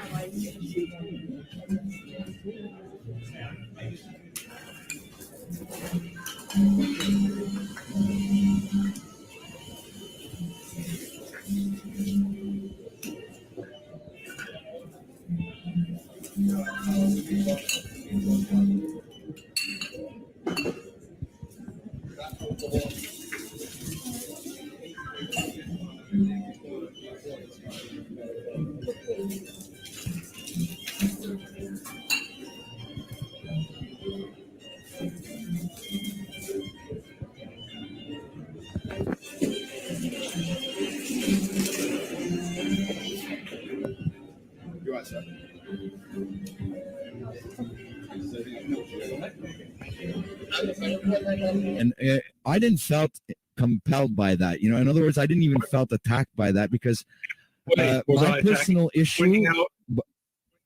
But I don't know. But wait, let me finish. What I was trying to say is, in other words, if I'm not eating meat, it's because I want to get closer to God. So it has nothing to do with like everything that you guys are talking about, right? Like the farmers shooting with killing other animals. I get it. I have no idea. Okay. Yeah, I understand. I didn't even know about it before you spoke about it. But in other words, I think it's just a personal choice, and that no one should impose their personal beliefs on others. So my personal belief is that I will never, ever try to convince you, dude, brother, to not eat meat. If I'm not eating meat, it's because I want to get closer to God. That's your thing, man. You understand? You do the research you want to do. He had a good point. And this Garland Farms had a good point. He had a good friggin' controversial point. Like you want to say that meat's bad. I like that he brought that up. It's like, it sort of brought us on our guards, but you're innocent. But that would be the salad. He doesn't want to kill animals. I get it. But so does the rabbit. No, but that's not the point. Wants to eat salad too. That's why it catches a bullet. Yeah. And so whenever he's saying my food is not killing animals, I want to be closer to God. Here's what should happen. Do you remember those sunglasses that the guy wore in the movie They Live, where he could put the glasses on and he could see the propaganda and it would say obey or consume or reproduce? Imagine if we had glasses for people like Pat, where he could put the glasses on. Wait, JD. Yeah, but I could say the same thing for you, buddy. I could seriously say the same thing for you, and there's no reason for you to insult me. So it has nothing to do with like everything that you guys are talking about, right? Like the farmers shooting with killing other animals. I get it. I have no idea. Okay. Yeah, I understand. I didn't even know about it before you spoke about it, but I'm going to defend Patrick. First of all, Patrick is not a vegan activist. He has that's it. Get that out of your head. If I'm not eating meat, it's because I want to get closer to God. It's because he's trying to make. Wait. Bruce knows what I'm trying to say. Bruce knows that I've got a point. JD, just 1 second, guys, just stop. Pat's not an activist. Pat has a spiritual belief about meat, which is mine. So he's definitely not an activist. He has never pushed veganism. It's his personal choice. If I'm not eating meat, it's because I want to get closer to God. So when we talk about it, this is not, don't think of him as an activist. And my brother is definitely not a vegetarian. So go after the vegans, go after the ideology, but don't go after Pat. Exactly. But don't attack my personal integrity. So it has nothing to do with like everything that you guys are talking about, right? Like the farmers shooting with killing other animals. I get it. I have no idea. Okay. Yeah, I understand. I didn't even know about it before you spoke about it, but no. That's why I stopped it. He doesn't know. Well, here's the thing, Pat. The thing, Pat, is that I could say that you're attacking my integrity because you said the reason you're not eating meat is because you want to be closer to God. I agree with Pat. You're basically telling me that by eating meat, I'm going to be further away from God. So that is an attack on my integrity. You're telling me that I am far from God because I eat meat, and you're closer to God because you don't eat meat. And if I'm not eating meat, it's because I want to get closer to God. What I was trying to say is that if you had a pair of glasses, I said it was my personal choice. Seeing an apple on the plate, you saw all the animals that had to die so that you could have that apple on the plate, then you wouldn't be ignorant. That's the same thing for the meat. How many animals had to die for you to have a plate of meat on the table? It's the same thing.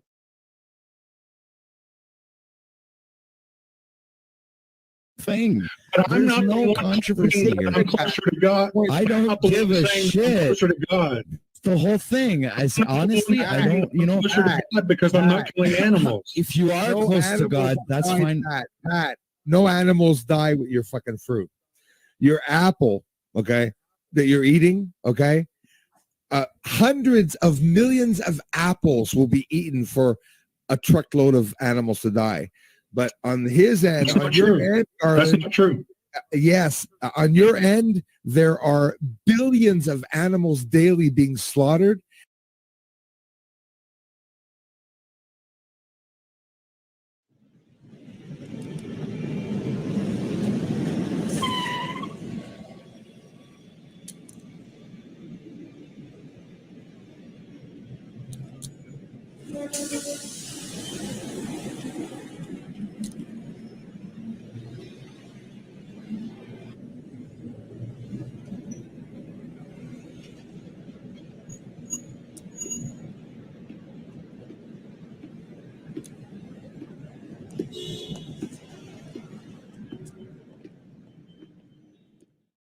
Battery Junction is the premier online retailer of batteries and flashlights on the East Coast. Here, you can. Hello, this is a public service announcement to vegans worldwide. Just to let you know that Earthling Ed is accepting considerable financial support from a major umbrella corporation called Blue Horizon. Blue Horizon is a major stakeholder in a company called Ag Biome. Ag Biome profits very handsomely from selling deadly crop protection pesticides that cause death and suffering both to wild animals and humans. Here are just 7 of the harmful crop protection pesticides that help fund Earthling Ed's harmful activism. I will include links in the video description below so that you can learn more about the deadly pesticides that help finance Earthling Ed's harmful activism.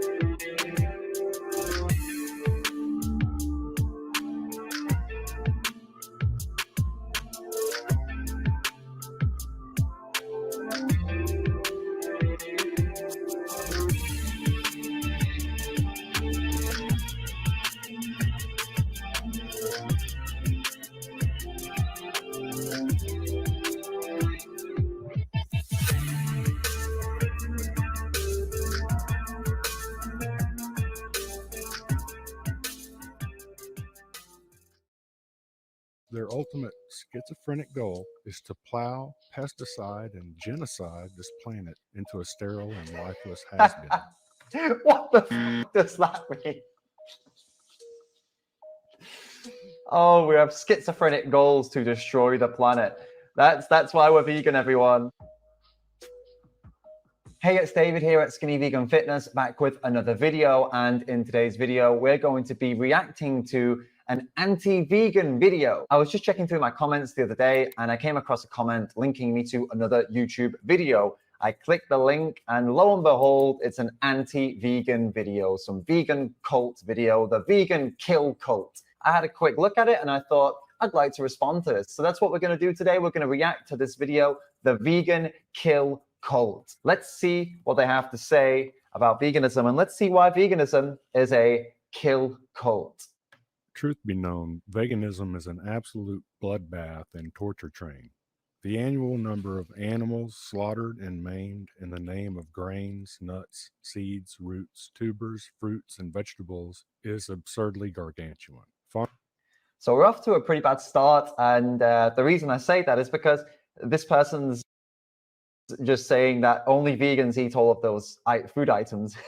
No one is saying that vegans are responsible for all the untold environmental destruction and animal torture and death associated with mainstream plant agriculture.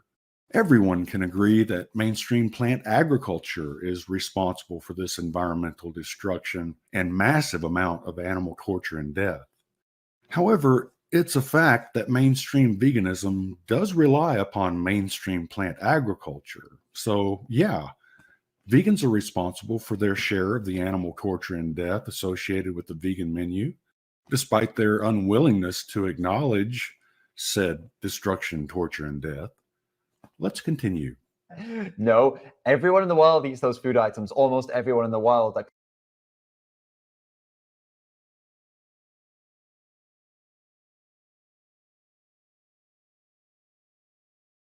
people aren't just consuming animal products alone. There are some people that believe that it's all you should eat, and they are definitely in the minority of the population of the planet. Most of the planet eats a diet that includes both animal and plant-based products. So we're off to a pretty bad start if we're going to say vegans are responsible for every single vegetable and nut and seed grown on the earth. It's just not true. Let's continue and see what else this person has to say. Farmers routinely unleash an arsenal of deadly weaponry upon squirrels, rabbits, raccoon, mice, rats, possum, groundhogs, ground squirrels, moles, voles, deer, birds, turtles, frogs, bees, aphids, crickets, grasshoppers, worms, caterpillars, grubs, ants, and many, many more, who compete for the nuts, seeds, fruits, leaves, and tubers so sought after by the human herbivore population. No, no, it's only sought after by the human herbivore population. They're sought after by the population.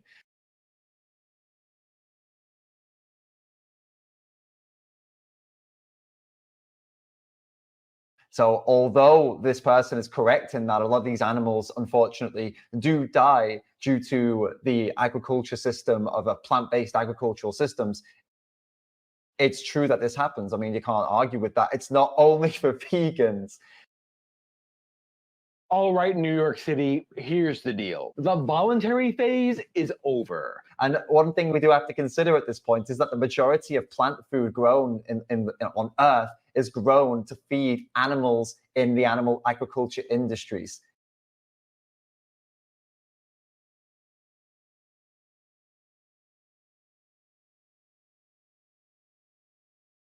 Not humans. There are around 8 billion humans, but there are over 60 billion land animals that are bred and raised every year to be killed for food. But would a vegan world actually kill more animals than are being killed today in animal agriculture? Well, let's consider that there's an average of 400 million insects per acre of land. Keep in mind that the vegan faith considers these insects to be sentient and highly intelligent. And according to this vegan literature, it would take 179.1 million acres to feed every single person in the United States a vegan or crop-based diet, which is an odd prediction given that the Department of Agricultural and Consumer Economics at the University of Illinois has recently and thoroughly illustrated that for the United States, principal crop acreage is already over 300 million acres and rising.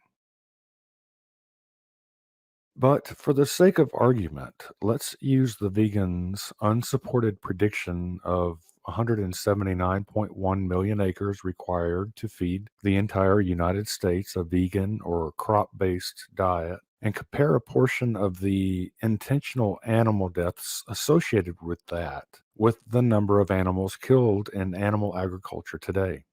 So this vegan resource claims that currently more than 55 billion land and sea animals die annually to support the U.S. meat supply. So 55 billion. We're not going to count the animals that are shot and killed for threatening the vegan or crop-based menu today. Instead, with the vegan faith's position on honey in mind, we're only going to count the killing of insects occurring from the intentional application of poisonous pesticides intended to protect the vegan or crop-based menu. If we multiply 179.1 million times 400 million, we get this, which translates to this, which is nearly 72 quadrillion animals that would have to die to feed the entire United States a vegan or crop-based diet. For the industries, for people, for various different industries, but the food industry, clothing industries, etc. So, I mean, it doesn't take a rocket scientist to figure out that a cow with the size of that they are, or a pig with the size that they are, eats a lot more plant food than a human. And when there are over 10 times the amount of those animals than humans, it's a simple deduction that they're going to eat more plant-based food.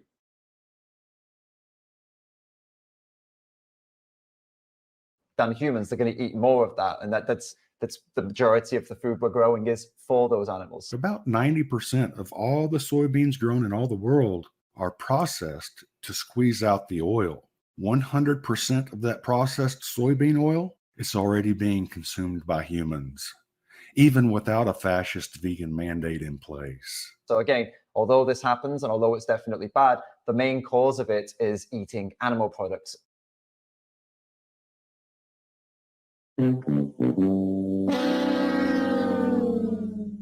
Not eating plants.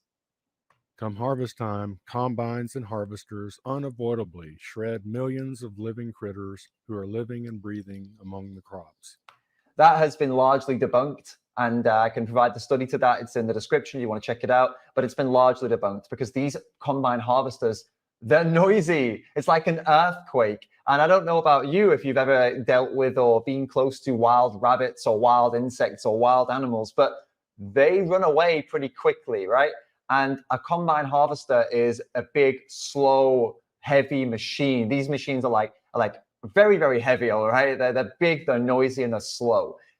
Animals run away from them. Yes, some of them get caught up, and some of them may, unfortunately, die in that way, and that's really sad. But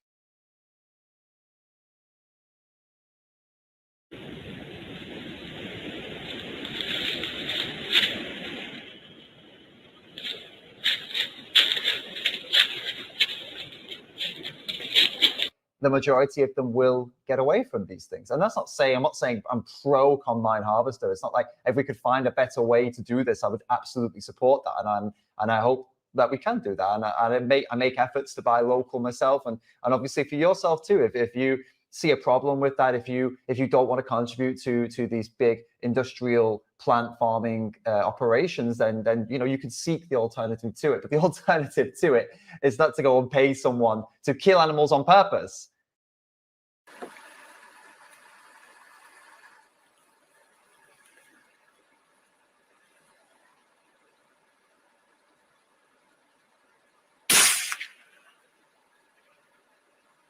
So to give you a comparison of these two things side by side, or why it's a false equivalency to say, okay, plant farming kills animals, so therefore we shouldn't eat plants, so we should just go and eat animal products. Well, the thing is, driving cars kills humans, right? Car accidents kill humans, a lot of humans every year. But that doesn't mean that you can drive your car into a human on purpose, does it?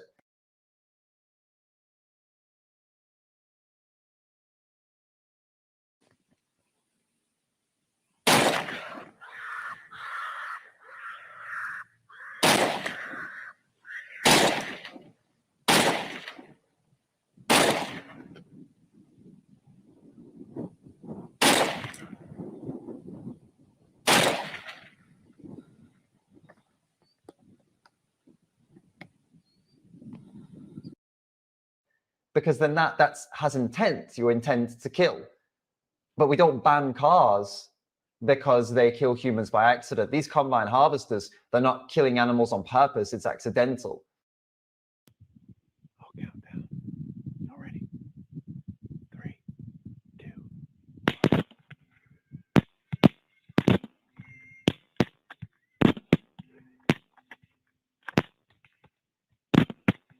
Oh.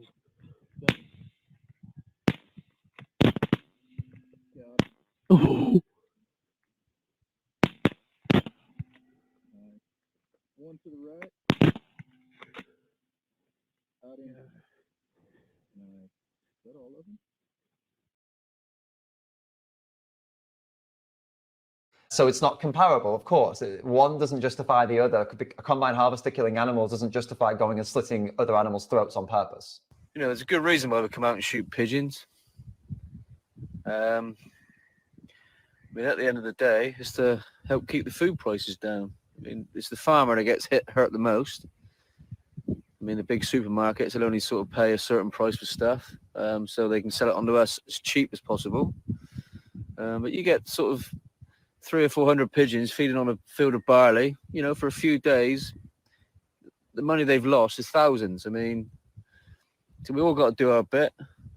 People need to understand that why we do this is at the end of the day to keep food prices down. I mean, there's people out there on the poverty line. They can only just about afford a loaf of bread. We all like to go out for a nice beer. Yeah, I mean, they have to be shot. They've got to be controlled. There's no two ways about it.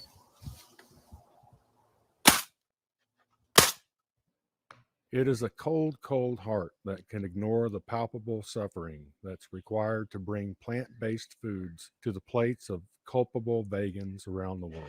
It's not only for vegans. This is so funny. There are so many people all over the world that are not vegan that are eating plant-based foods. In fact, even people who are not vegan, the majority of their diet comes from plants, not from animal products. Animal products are, for most people, in a minority when it hits the plate. It's mainly plant-based foods that make up our meals.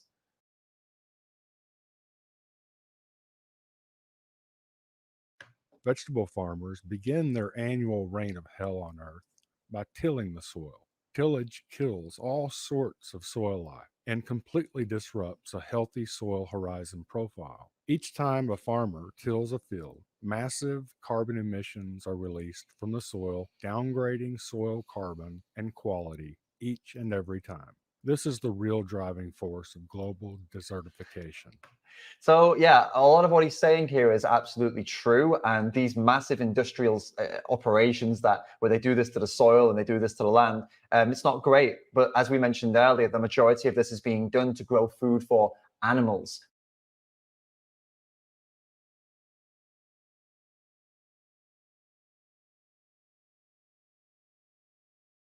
For animal feed. For these animals in the industries, that's what the majority of this food is going for, not for human consumption. So although this person's making a valid point here, they're making a valid point against themselves. It's not against veganism or the plant-based diet. It's against animal agriculture and that industry. We're at a critical time right now. And one of the biggest things happening is nitrogen in our waterways, red tides, more than 400 of them worldwide. Dead zones are common, but the size of them we have now and the number of them, that's alarming. And this January, along the Gulf Coast, it's wreaked havoc with the oysters.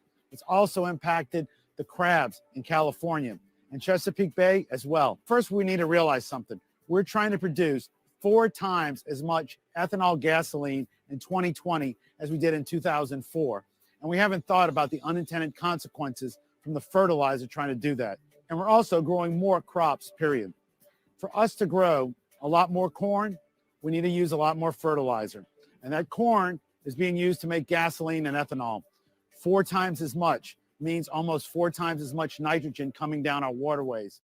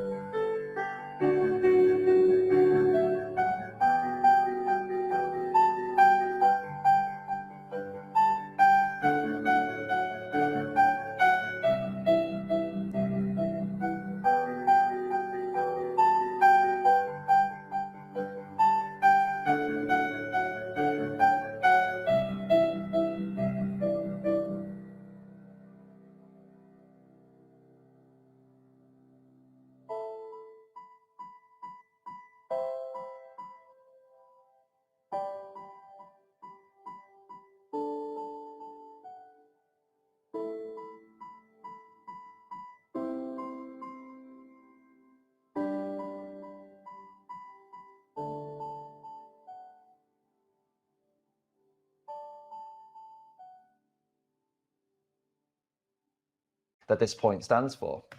Then, to keep the vegetable and fruit heathens supplied with their fix, the farmers wage war against nature with the sides. Side is a suffix that means to kill, and boy do they. These vegetable and fruit farmers spray and sprinkle indiscriminate bactericides, herbicides, insecticides, and rodenticides. In addition to conventional chemical warfare, they also attack with live traps, steel traps, ground traps, pistols, rifles, shotguns, dogs, and grain grinders. Yeah, so these pesticides and herbicides and all these things, absolutely, I agree. It's not good for humans to consume, and it's also not good that it's killing all this life. I totally agree, and I think we could all make a bit more of an effort to try to find foods that don't include those things. What I've got here is some dehydrated soya protein. However, for most people, it's almost impossible to avoid foods that have been treated with herbicides and pesticides. With you today in this latter half of July to talk a little bit about foliar fungicide and insecticide strategies in soybeans. It's very, very